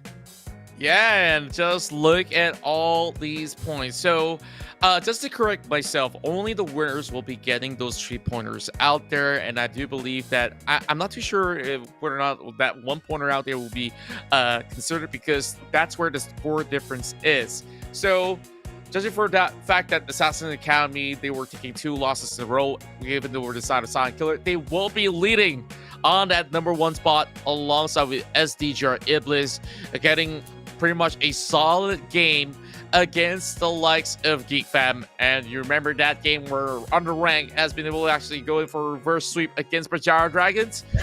Yeah, of course. This is where we saw them taking the 3rd spot.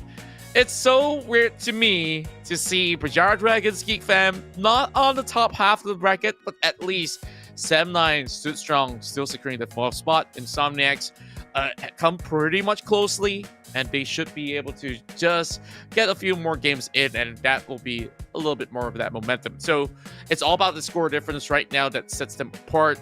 Points can be garnered throughout the rest of the days. So far, it's all about clean series wins to be able to lead the board. And once we get it all the way in towards the playoff stage, only the top 4 will be in the upper brackets. Yeah, and look, to be honest, looking at Berjaya Dragon and Geek Fam on the 5th and 6th spot, it kind of breaks my heart in a bit. But it's only the first day, so they still got a long way to go. And hopefully, we can see a lot more spicier plays. And also, of course, there is still a chance for Assassin Academy to try and, show their true colors. I'm sure that's not all that they have. I'm sure that, they still can do this even without Nash. So hopefully they can, buck it up a little bit and, reassess their situation, take a look back at the games and, probably, get some game plans in and see what you can do to to just win your next couple of games. That's right, and these are your next broadcast matches. We will be seeing Geek Fam taking on Berjaya Dragons, El Clasico for our Malaysian Wild Rift, baby. And, we saw major changes coming from both ends, and I believe it will take time for them to really come into 100% form. But this is where they get trialed and tested. So this is going to be happening real soon. So make sure you guys stay put. Second game is going to be Assassin Academy taking out UndeRank. And UndeRank wants to look for that big lead to head into the number 1 of the standings. But, Silent Killer is going to be taking on 7-9, where we saw both of them getting some big wins today. Meanwhile, SDGR Ebliz will be going against Insomniax for that 3rd series. So make sure on day 2, you guys don't miss any sort of action. So, of course, big thanks to Maggie Hot Cup once again for keeping us competent, and all of it happening on this Thursday, starting from 6 p.m. onward. So, mark your calendars right now, and that's where you'll be able to enjoy even more of the best Wild Rift action here in Malaysia. Yeah, and I'm gonna be honest with you, Contra. Looking at the El Clasico, Geek Fam versus Berjaya Dragon, they have been on each other's throat ever since the summer split, whereby you can see sometimes Berjaya Dragon winning like 3-0, but at some point Geek Fam managed to do a reverse sweep. So I'm pretty excited to see how this is gonna play out. Is it going to be another reverse sweep for a best of 3, or is it going to be Berjaya Dragon just taking on 2-0 into the series? So perhaps maybe you guys have your thoughts on this. Do comment down in the comment section down below to see and let us know who do you think are gonna win in this El Clasico, Geek Fam versus Berjaya Dragons. Yeah, and of course, there's even more than just those matches out there, because I'm looking at all these brand new names, and they're already climbing up the charts. So, half the ship still just about yet for the past, and now we move forward to the present with all of these young bloods now contesting with tooth and nail. So, this ESL Mobile Open C Icon Series Malaysia has been able to provide us action-packed games, and you don't want to miss that big game on Thursday evening. So 6 p.m. Thursday, make sure you tune in to ESL Asia, ESL Malaysia, depending on which language you prefer. You guys can also watch it on Big TV. I believe it's also aired in EGG Network. So that's all from me. I hope you guys stay safe once again, and continue to enjoy more games of Wild Rift as you can celebrate and also try to win yourself some great stuff. Well, not exactly win, gain yourself some good stuff by participating in the Sentinel of Lights event. And once again, big shout out to Riot Games as well as ESL for all of this, alongside with our tournament partners, Maggie, Hot Cup. Any final words, Flicker, before we close off the night? I just would like to say thank you to you, Contra, and also to ESL for the opportunity as well. There's nothing else for me to say. Just make sure you guys stay home and stay safe during these hard times, because we are in this together. And who else are going to take care of ourselves if not ourselves? That's right. So with that being said, we'll see you guys on Thursday for more Wild Rift action. Lots of love. Contra as well as Flicker signing out. Bye-bye. We fight forever.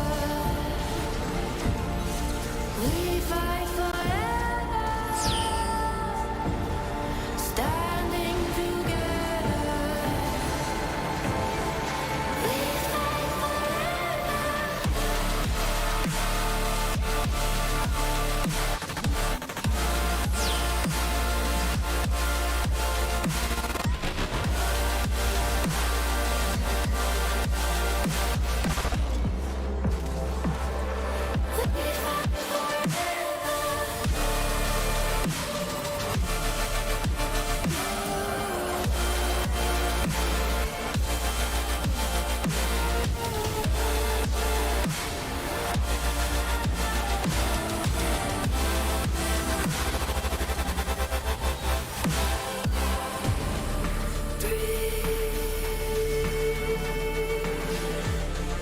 face the storm coming. Ground is shaking.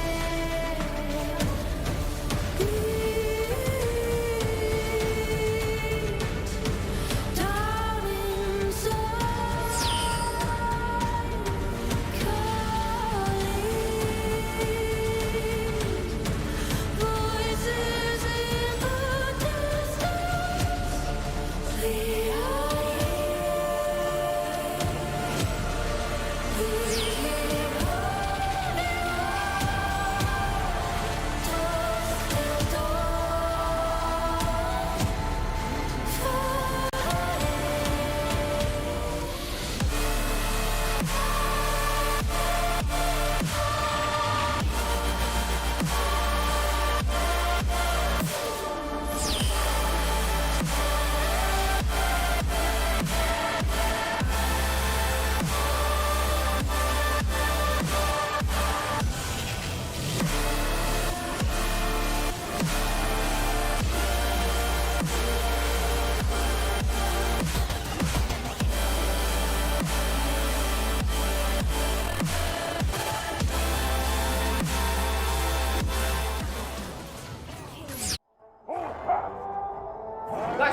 Nice. Alright, go.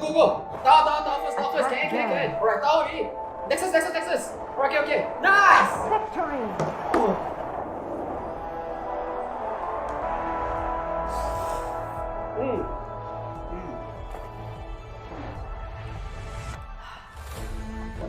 I'll see you in the game.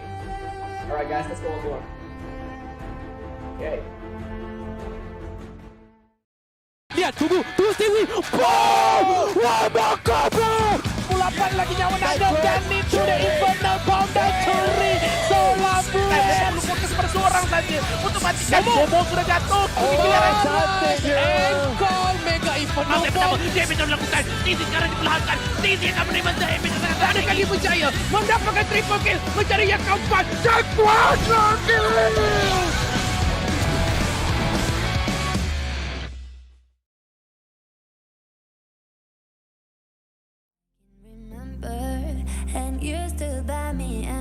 up my